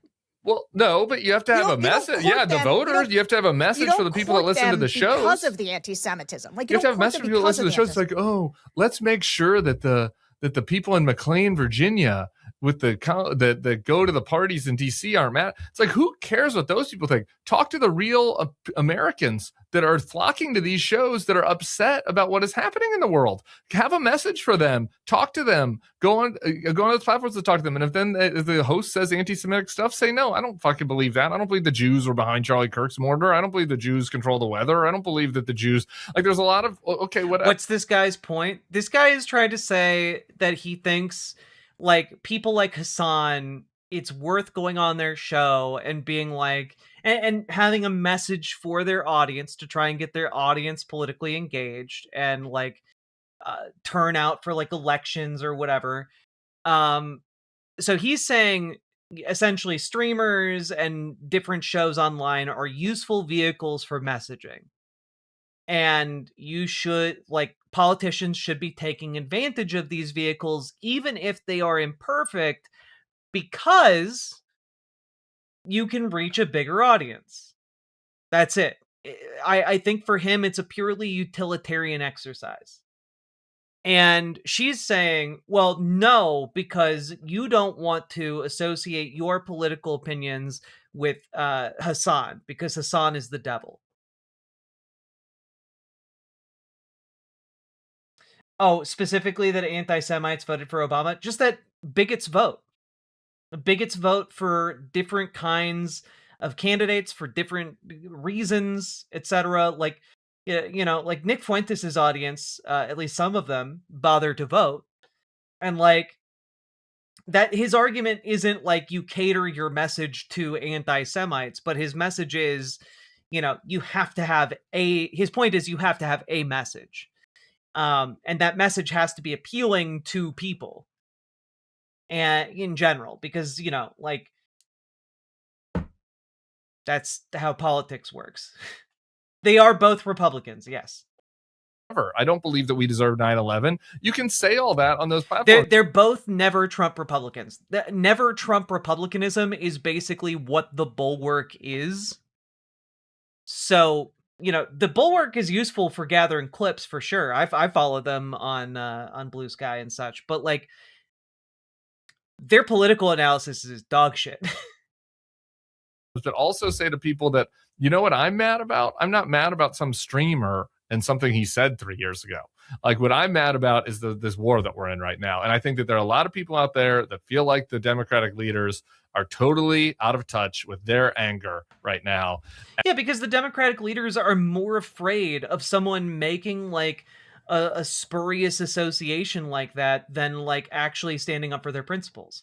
Because like a talented and decent politician would be able to be like, well, I'm not really mad about what a streamer said several years ago. I'm mad about like the exploitation of working class people. I'm mad about the fact that Israel is currently engaged in an act of genocide. I'm mad about the fact that Israel is trying to undermine the ceasefire with Iran. Like that. That's what a talented politician would do. And I think that this is just this kind of fight just exacerbates that. I agree with that particular point about it exacerbating it. And so I think that we should separate the idea of like Democrats should be going hard against this war. They do need to be more aggressive. Tim Miller is far closer to being correct, right? Which is why Tim Miller can have like a normal human conversation with Hassan Piker without combusting.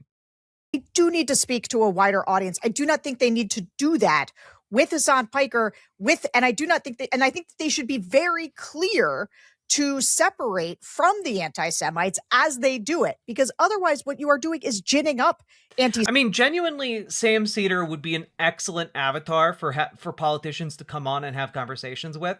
But the issue is, how big, sorry, I forget how big, I know the Majority Report is around like 200,000, 300,000, somewhere in there. Hassan Piker followers on Twitch. Yeah, he has like several million on Twitch. He has over 3 million on Twitch, YouTube. He's got like almost 2 million on YouTube.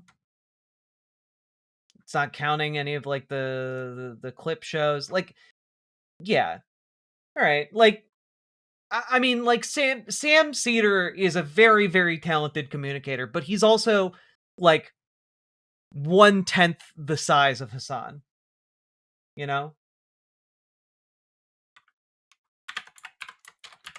Or did they clear 1 million? Oh shit, I'm wrong. I'm very, very wrong. Sam Cedar has 2 million subscribers. Sam actually has more. Wow. They actually have more subscribers than Hassan. Bigger than Hassan, baby. Just not bigger than on Twitch.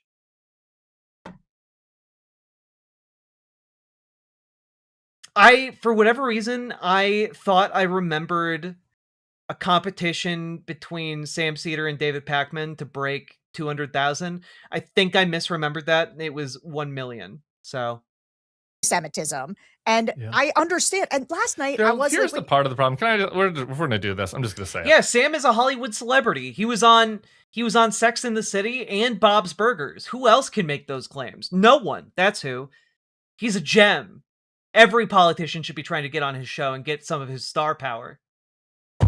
Don't support anti-Semitism. I think there's a lot of anti-Semitism out there. I think that a lot of the people who are pro-Israel and pro this war weaponize this, though. And it's like, well, it's too anti-Semitic. If I would have said a month ago, but I think Hassan that Israel is weaponizing social media to try to brainwash people, you would have said that was anti-Semitic. A lot of he's still on Bob's Burgers. Is Bob's Burgers still going on? I thought I got a movie and ended like 8 years ago. Israel defenders would have said that was anti-Semitic. Well, then Bibi went out and said that he wants to do that with TikTok. He sees TikTok as a weapon.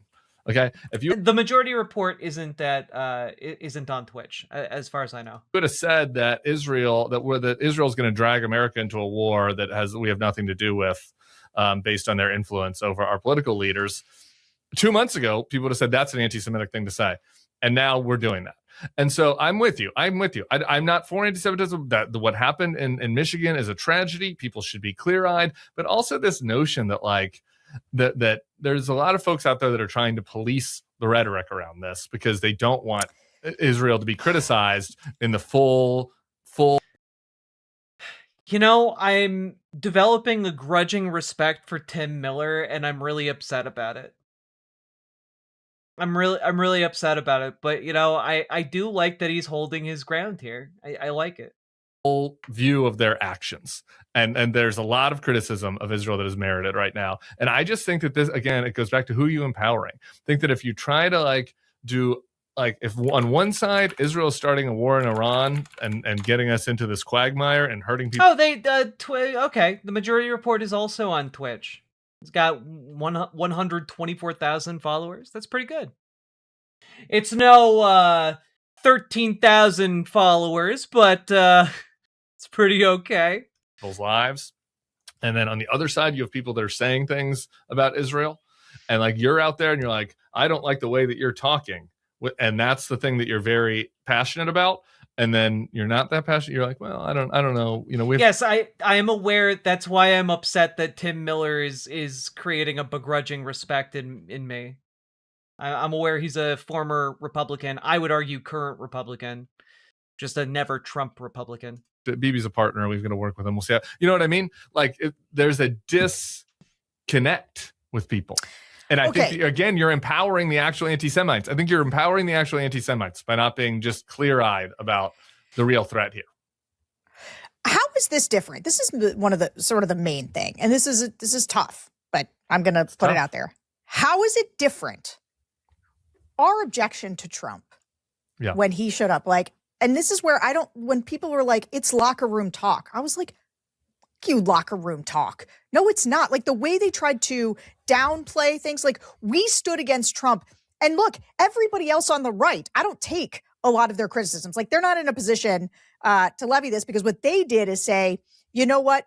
We need Nick Fuentes' audience. We need Tucker's audience. We need to all get on board with Trump, despite the horrific things he's saying, because he's right about X, Y, Z. Yeah. Right. And the populist rage that people had. Well, Trump is going to embody that. And we said, no, we stand against random rage from people, even about things that maybe they're right to be mad about. Income inequality, stupid foreign wars, right? Trump had messages that resonated with people.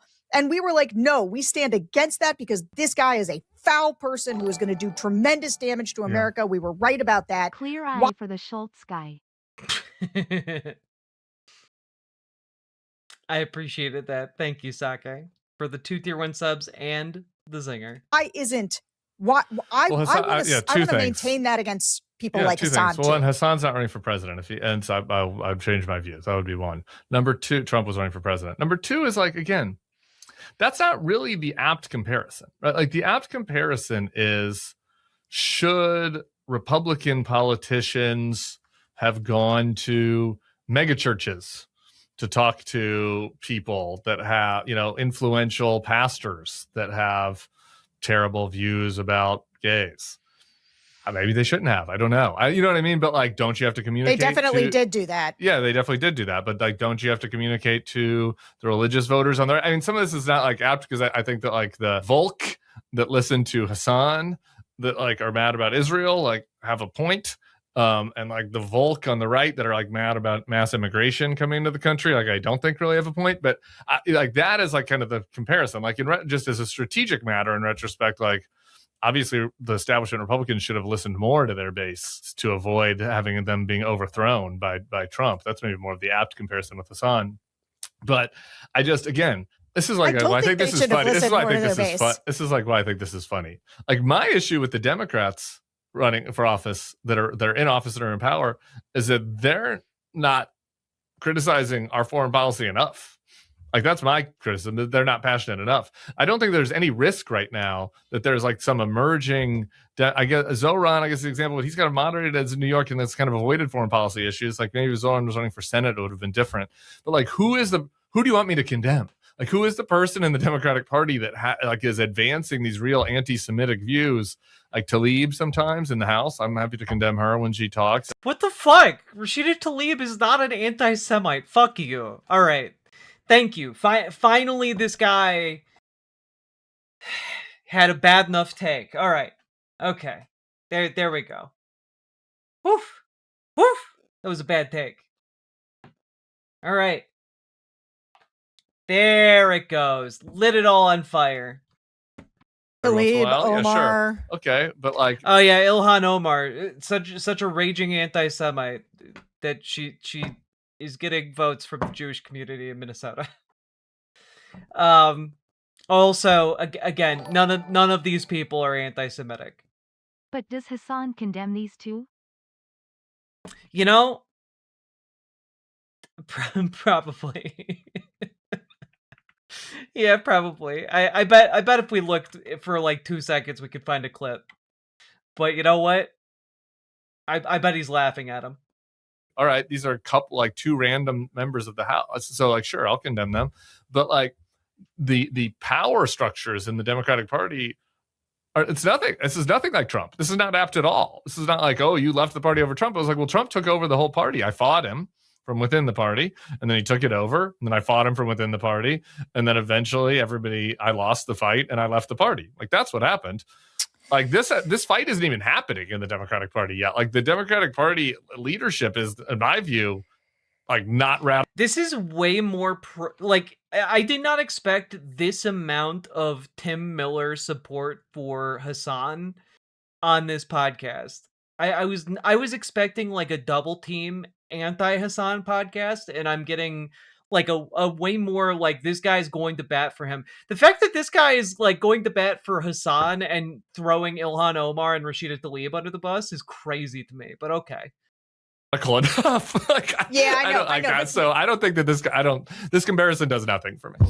Okay, well, let me just try one more time. Yeah. My objection in large part with Trump was that he tried to work on people's worst impulses, right? He appealed to the racism, the xenophobia, the hatred, the bad stuff.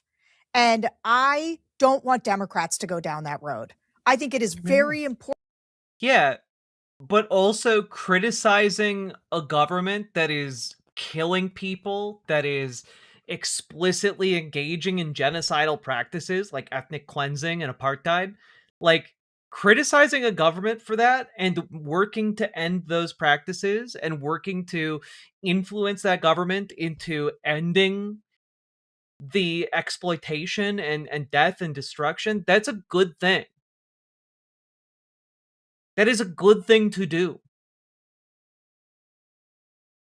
And there's a big difference between that and people embracing the far-right MAGA nonsense and hatred and bigotry of Donald Trump. Like, Donald Trump is out there playing Mad World over clips of, like, Somali people going to a theme park. You know, all around me are a million faces, worn out places, worn out places. It's a mad world. Like, you know that song. Like, because he's a gutter racist. You know, Hassan is not doing that. To equate these two things is utterly insane. Hey, Scuba Duck. Fucking love that song. It's a good song. Important. When you fight Trump, when you look into the abyss looks back at you, and Democrats should... Oh God, you prefer the Kermit version?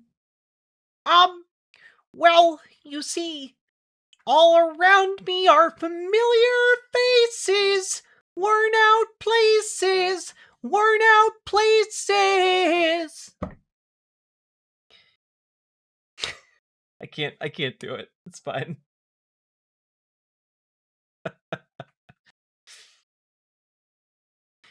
What do you mean by mad? What do you mean by world? Let's break this down.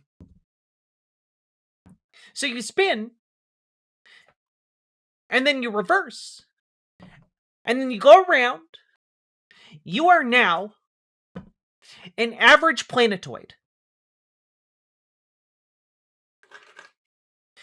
But what would it be like if you became a deranged planetoid?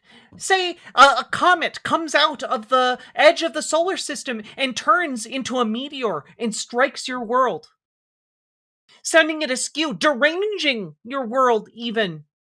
One could say that is a very mad world. Is that the kind of mad world that we are talking about?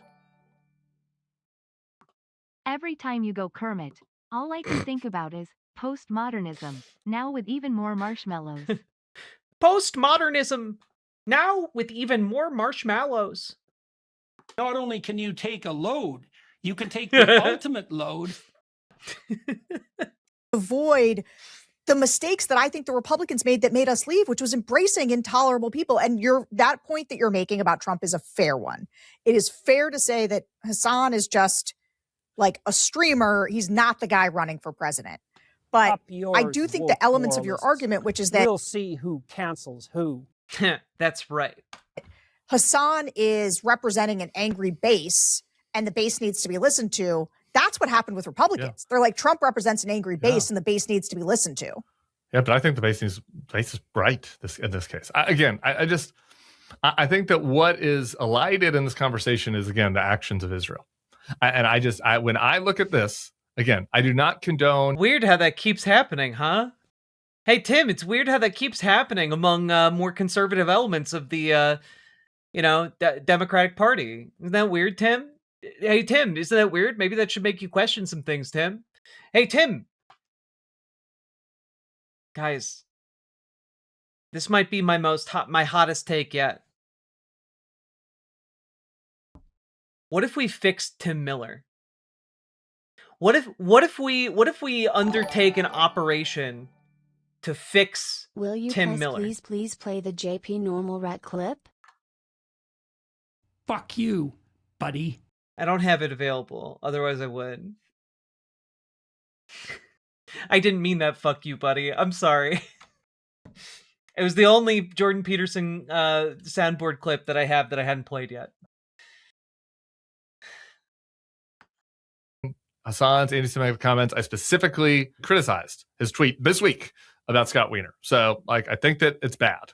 But if I am worried about anti-Semitism in this country, and that is my top worry, and if you're and that is what a lot of these groups that are trying to make Hassan an issue about, if that is my top worry, and my main focus is on condemning Hassan Piker, I think that you've lost your mind. I think I think that is just a totally counterproductive thing to do.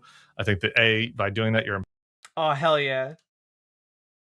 Rat. Hell yeah. Is this. The rats are all like this. The rat goes like this. So the rat's like this.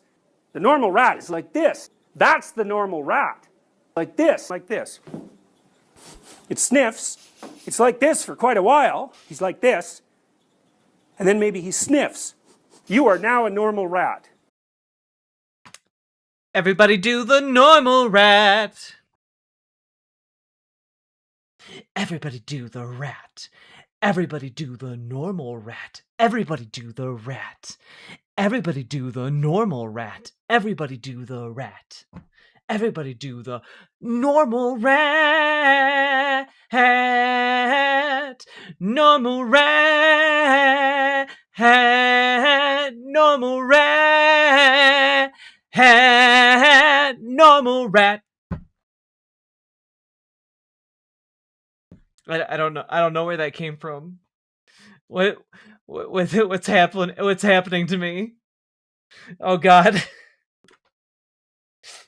I think I might have taken the ultimate load. Not only can you take a load, you can take the ultimate load. Oh no. Empowering him and empowering the views you don't like. And I think that the biggest problem with anti-Semitism in this country right now is that the United States And that's the normal rat rap. is engaged in a war, and everyone who just has eyes is looking at this war and being like, I don't understand why we're in it. And the most reasonable explanation I can think of is that Israel wants us to be in it because this is an acute issue for Israel. And I think that that's going to create a lot of people that are very upset at Israel. And by Do we need a musical? Don't tempt me, Sarah Scorpion. Don't tempt me. Not like that. nature, unfortunately, sadly, what is going to result from that is increased anti-Semitism. And if I was somebody who's worried about anti-Semitism in this country, and if I was a Democratic Party leader, I think that both the right thing to do and the strategic thing to do would be to be 100x louder in criticism of Bibi than I am in criticism of Hassan Piker. Honestly, 100 times louder on your criticism of Israel's policies, because the issue isn't just Benjamin Netanyahu. Like the entire Knesset, his cabinet are like reveling in, anti-Palestinian apartheid laws being strengthened. Like they are currently engaged in a military war of aggression against Lebanon and conducting an ethnic cleansing of southern Lebanon. Like the idea that you should be 100% louder, 100 times louder of your criticism of Benjamin Netanyahu. But even if Benjamin Netanyahu got removed tomorrow, the policies of Israel would not change that drastically because of the political environment fostered after decades of Benjamin Netanyahu. And so, when we're talking about this, it's not criticism 100 times louder against Benjamin Netanyahu that is going to make the difference. It's 100 times louder against the policies of the state of Israel. It's not even like the state of Israel as a broad strokes concept. It's the state of Israel's policies are bad and they need to change. Full stop. That's it. And you can always criticize policy. And on this point, I'll just say, Jack, have you heard the song by the band that did Everybody Do the Dinosaur? It's called I'm in Jail or something. I have not heard that song, but I was thinking Everybody Do the Dinosaur because at the very beginning of this stream, we did show a clip of the Koopa Kids rap from the 1990s Mario movie. And you know what? If people weren't around for that or missed it when we played it last time, you know what? I think we should play it again. You know what? This is my show. I can do what I want. It's been a rough day, and if I want to play a clip of Iggy and Spike from the Mario Brothers movie rapping about developing class consciousness and how they have realized that the working class needs to band together in order to overthrow a tyrannical government, even if that government is run by their father, you know what? I think that's a wonderful thing for us to pay attention to right now. And here it is. I managed to stall in a natural sounding way for long enough. And now I have it. So I accidentally fucked up the tab. Let me unfuck the tab real quick. Google Chrome added this new split view tab thing. It's very stupid and not useful for my purposes. But here you go, everybody. You realize what our society has become? You ever get the feeling you're on automatic? Also, can we just like take a moment? Like the fact that the 1993 Mario Brothers movie had like a dancer in BDSM gear on a bar dancing. That's pretty wild. That's pretty okay. Why not?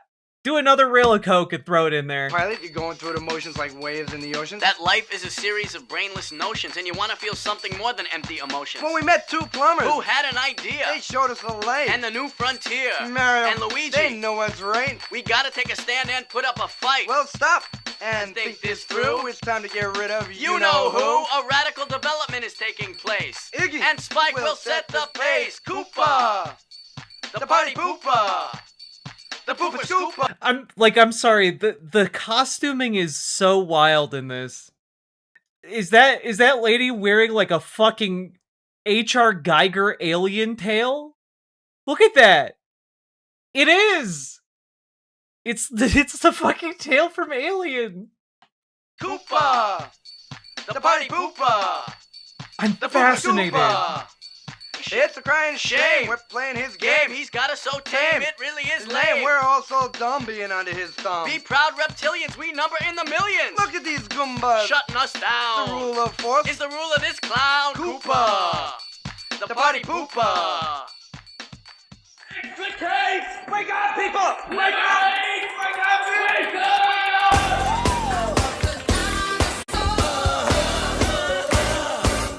You realize? All right. Also, just because I can, 2 years ago they released a 4K trailer, and you know what? Fuck it.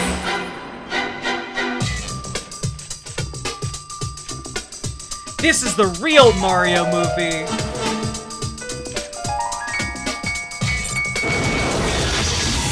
Where are we? I got a feeling we're not in Brooklyn no more. Luigi! Benji! You better not hurt us! They're brothers. They're plumbers. Oh no!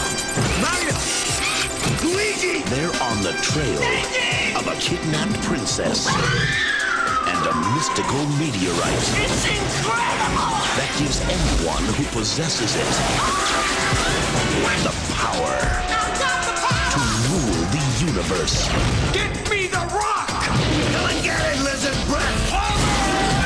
Now, they must rescue the princess. Luigi! Alien species escaping. And make it safely back.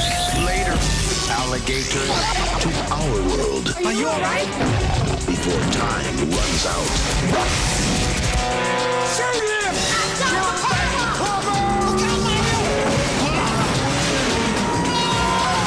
Get him! Yes! No, stop! No, not again! Super Mario Brothers. This ain't no game. God, can I just say that if you went into the movie expecting like anything like the Super Mario Brothers video game, you would be really upset by this movie, right? But if you go into this movie as an adult looking for something that is just transcendently silly, this movie is phenomenal. Okay? This movie is up there with Demolition Man in my brain. As just like a silly, wild trip. You know? Also, Quinn Decker, thank you for subscribing! Anyway. We got super sidetracked. Here we go. Back to this. I think I am in agreement that strategically what one does, this is something people fall into, and I think Democrats do as well, where they focus too much on sort of trying to critique the thing they think is bad instead of saying the thing they think is right. And so what I would like for Democrats to do is like, go go swing hard on how you feel about this, the way that. Oh my God. The Super Mario Brothers movie did a 9/11 joke? Oh my God. Ah yes, the original Mario Brothers movie, where the cast was drunk for half the scenes and King Koopa was just Donald Trump, like many movie villains in the 80s. It's true. Look! Koopa's tower! Those guys will do anything for publicity. No, not the World Trade Center attack by the Koopas. Everyone remembers that day. Changed everything. Trump got us into this war. Second Mario Brothers hit the tower. Fuck.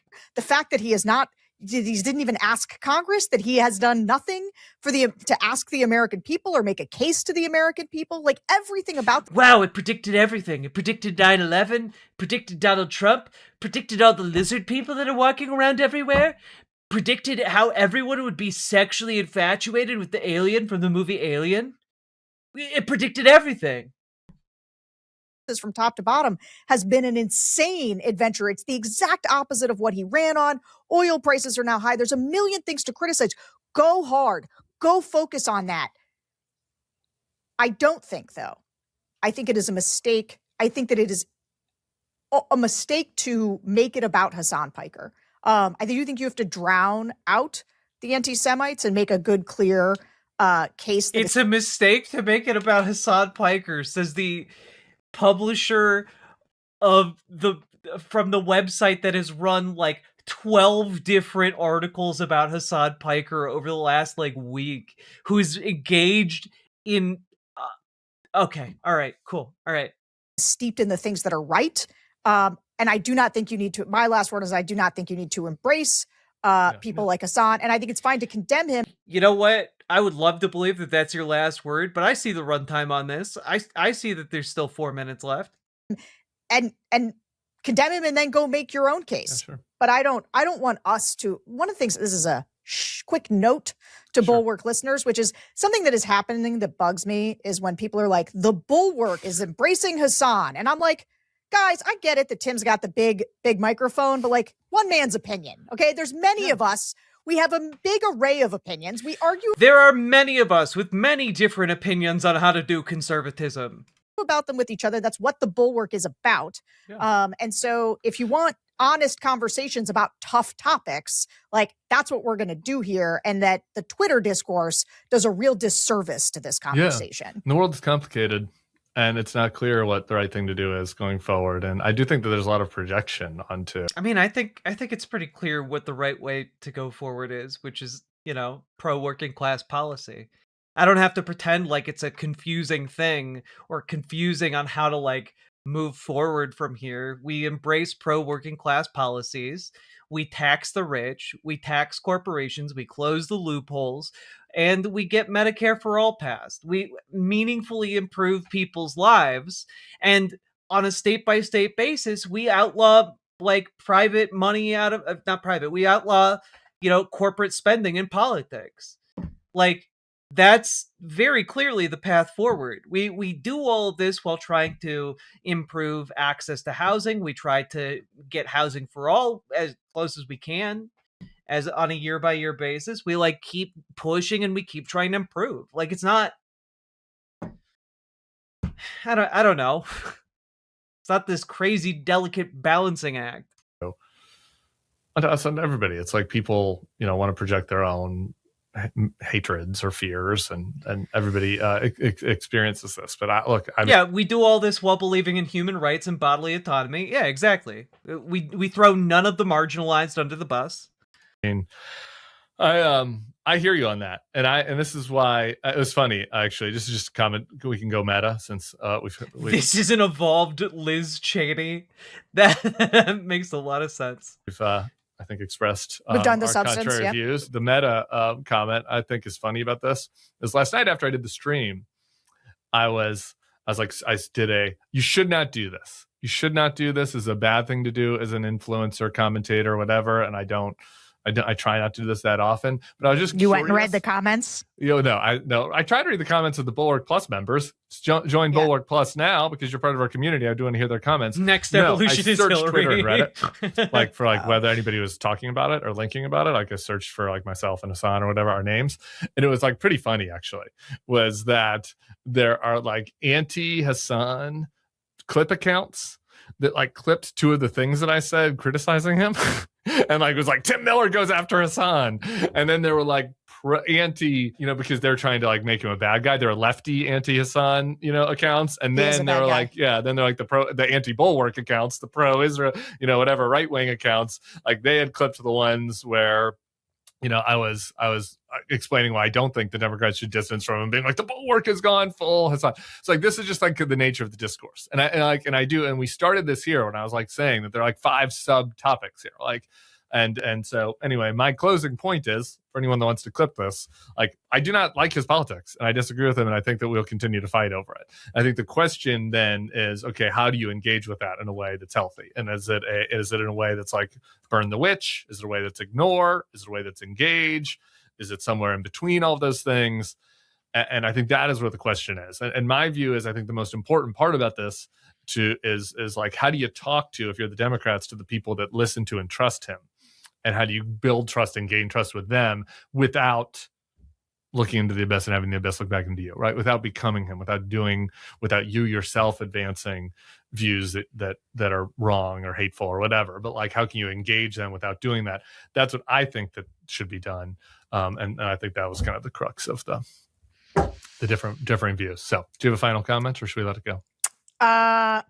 I think we can leave it there. I just this is like your secret pod. For people who don't get the secret pod, Sarah and JVL argue. It's like the Bulwark has one voice. Sarah and JVL literally have an argument pod every week, and it's like the only thing we put behind the paywall, basically, as far as audio. Only half of it. All right, I think I'm done here. Now, I gotta say, I went on this far longer than I have any right to justify. And I don't know what possessed me to want to persevere through all of this and really see the entirety of the argument boiled down to essentially Hassan bad. No Democrat should associate with him or his ideas because his worldview is as odious as Nick Fuentes is. The Hassan worldview is akin to an ethno-statist point of view. And then for Tim Miller to be like, well, no, I don't think it's an ethno, I don't think he's as bad as that. And also, people should go on his show. Like, it's frustrating because I feel like this conversation about like the political utility about going on someone's show as like a political candidate is relatively straightforward.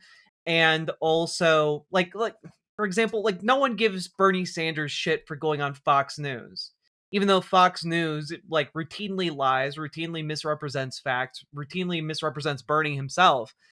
But like Bernie Sanders goes on and he's just good and competent at making his rhetorical points, and so he is able to like win over even a Fox News audience or that is brought in to hear about Medicare for All.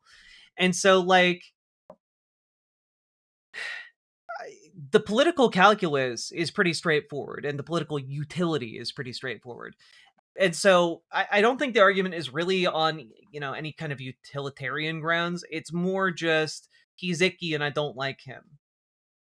And I don't know. I think in any world where you're okay with someone going on Joe Rogan's show, but you're not okay with them going on Hassan Piker's show, I think that really just boils down to the fact that you don't want people exposed to Hassan Piker's ideas.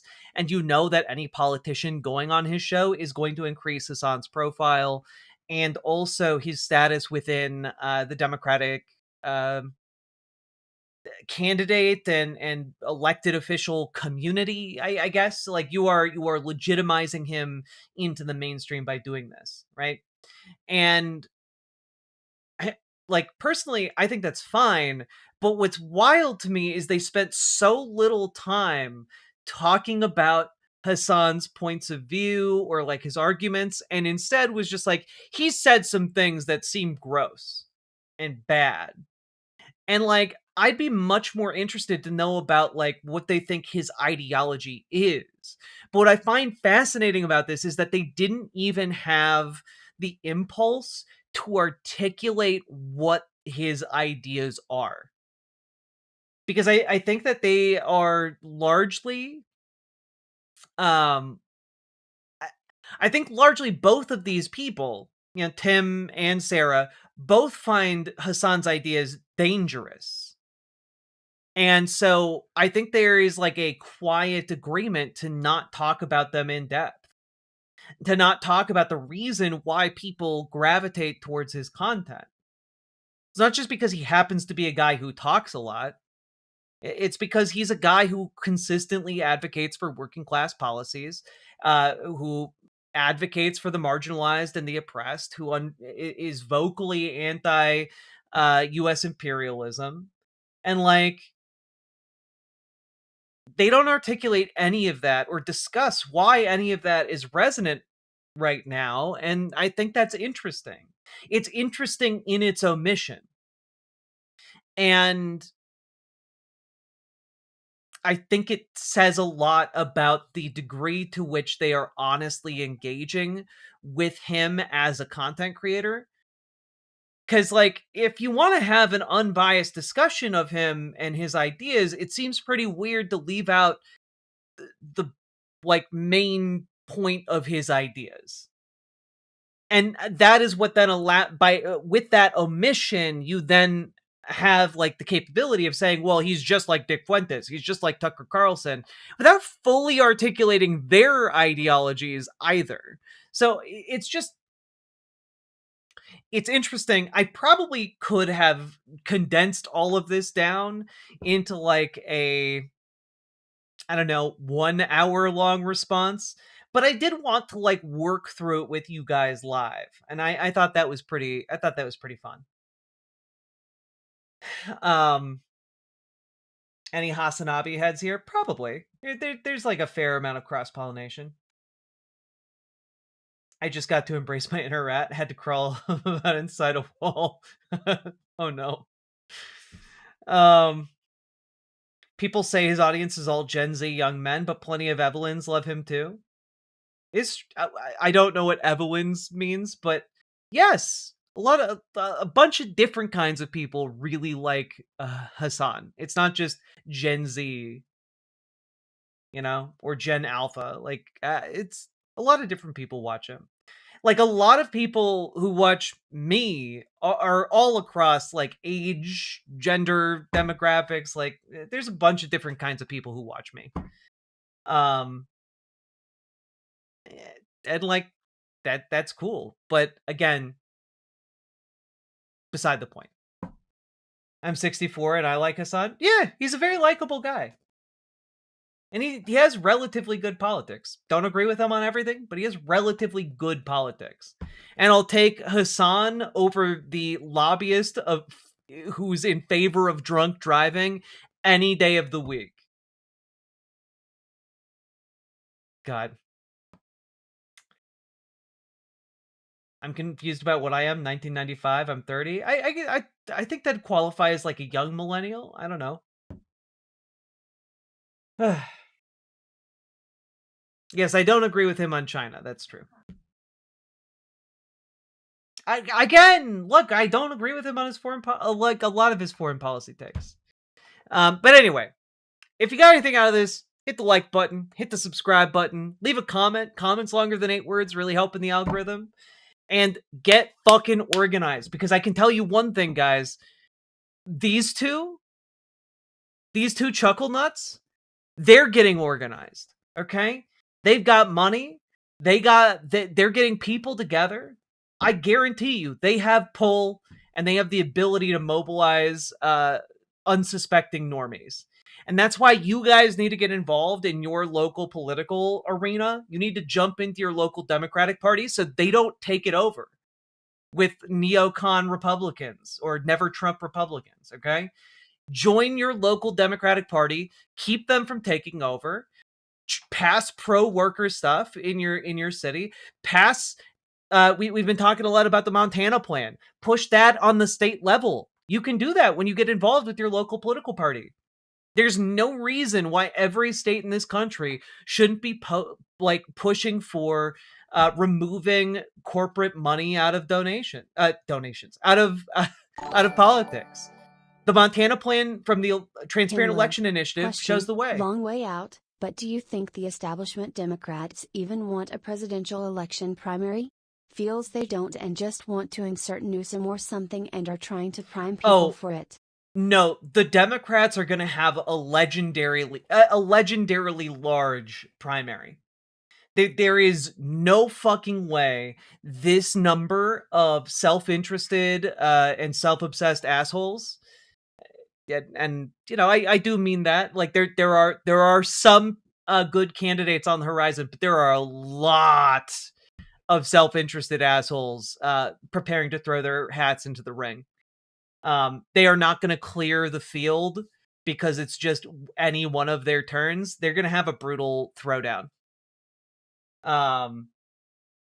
So, yeah. Did Miller do something wrong?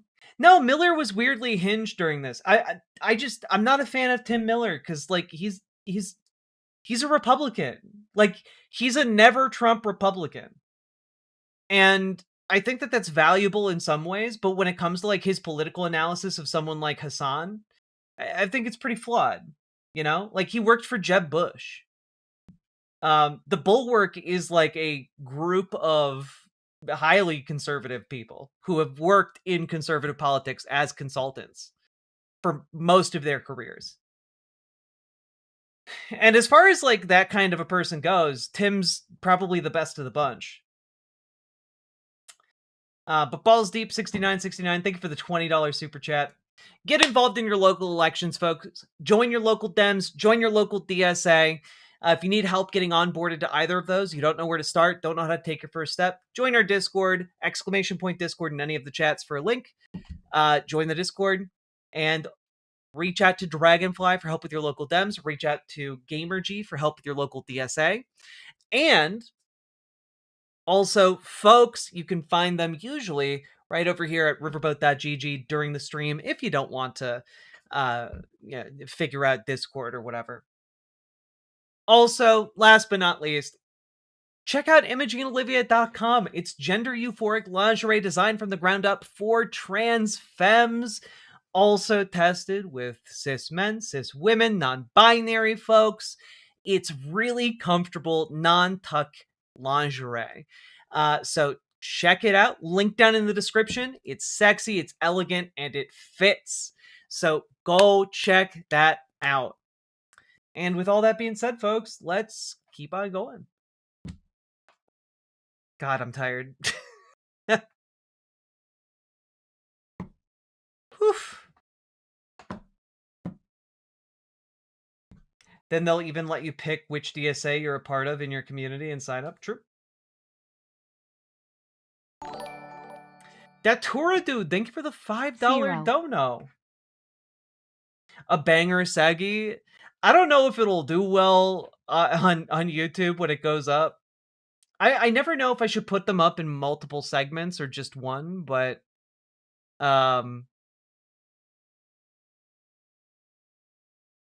yeah. That was an unexpectedly interesting and funny segment. Was it? I'm really fucking glad it turned out okay.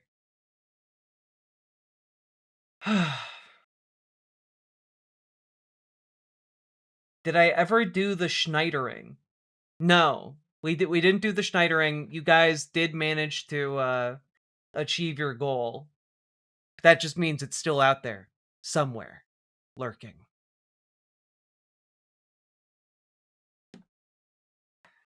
Ooh, baby, how we doing? You know what? For 2 o'clock in the morning with like how many people? With like, damn, like 470 some people. Segments Jesus. are necessary to avoid media centipeding.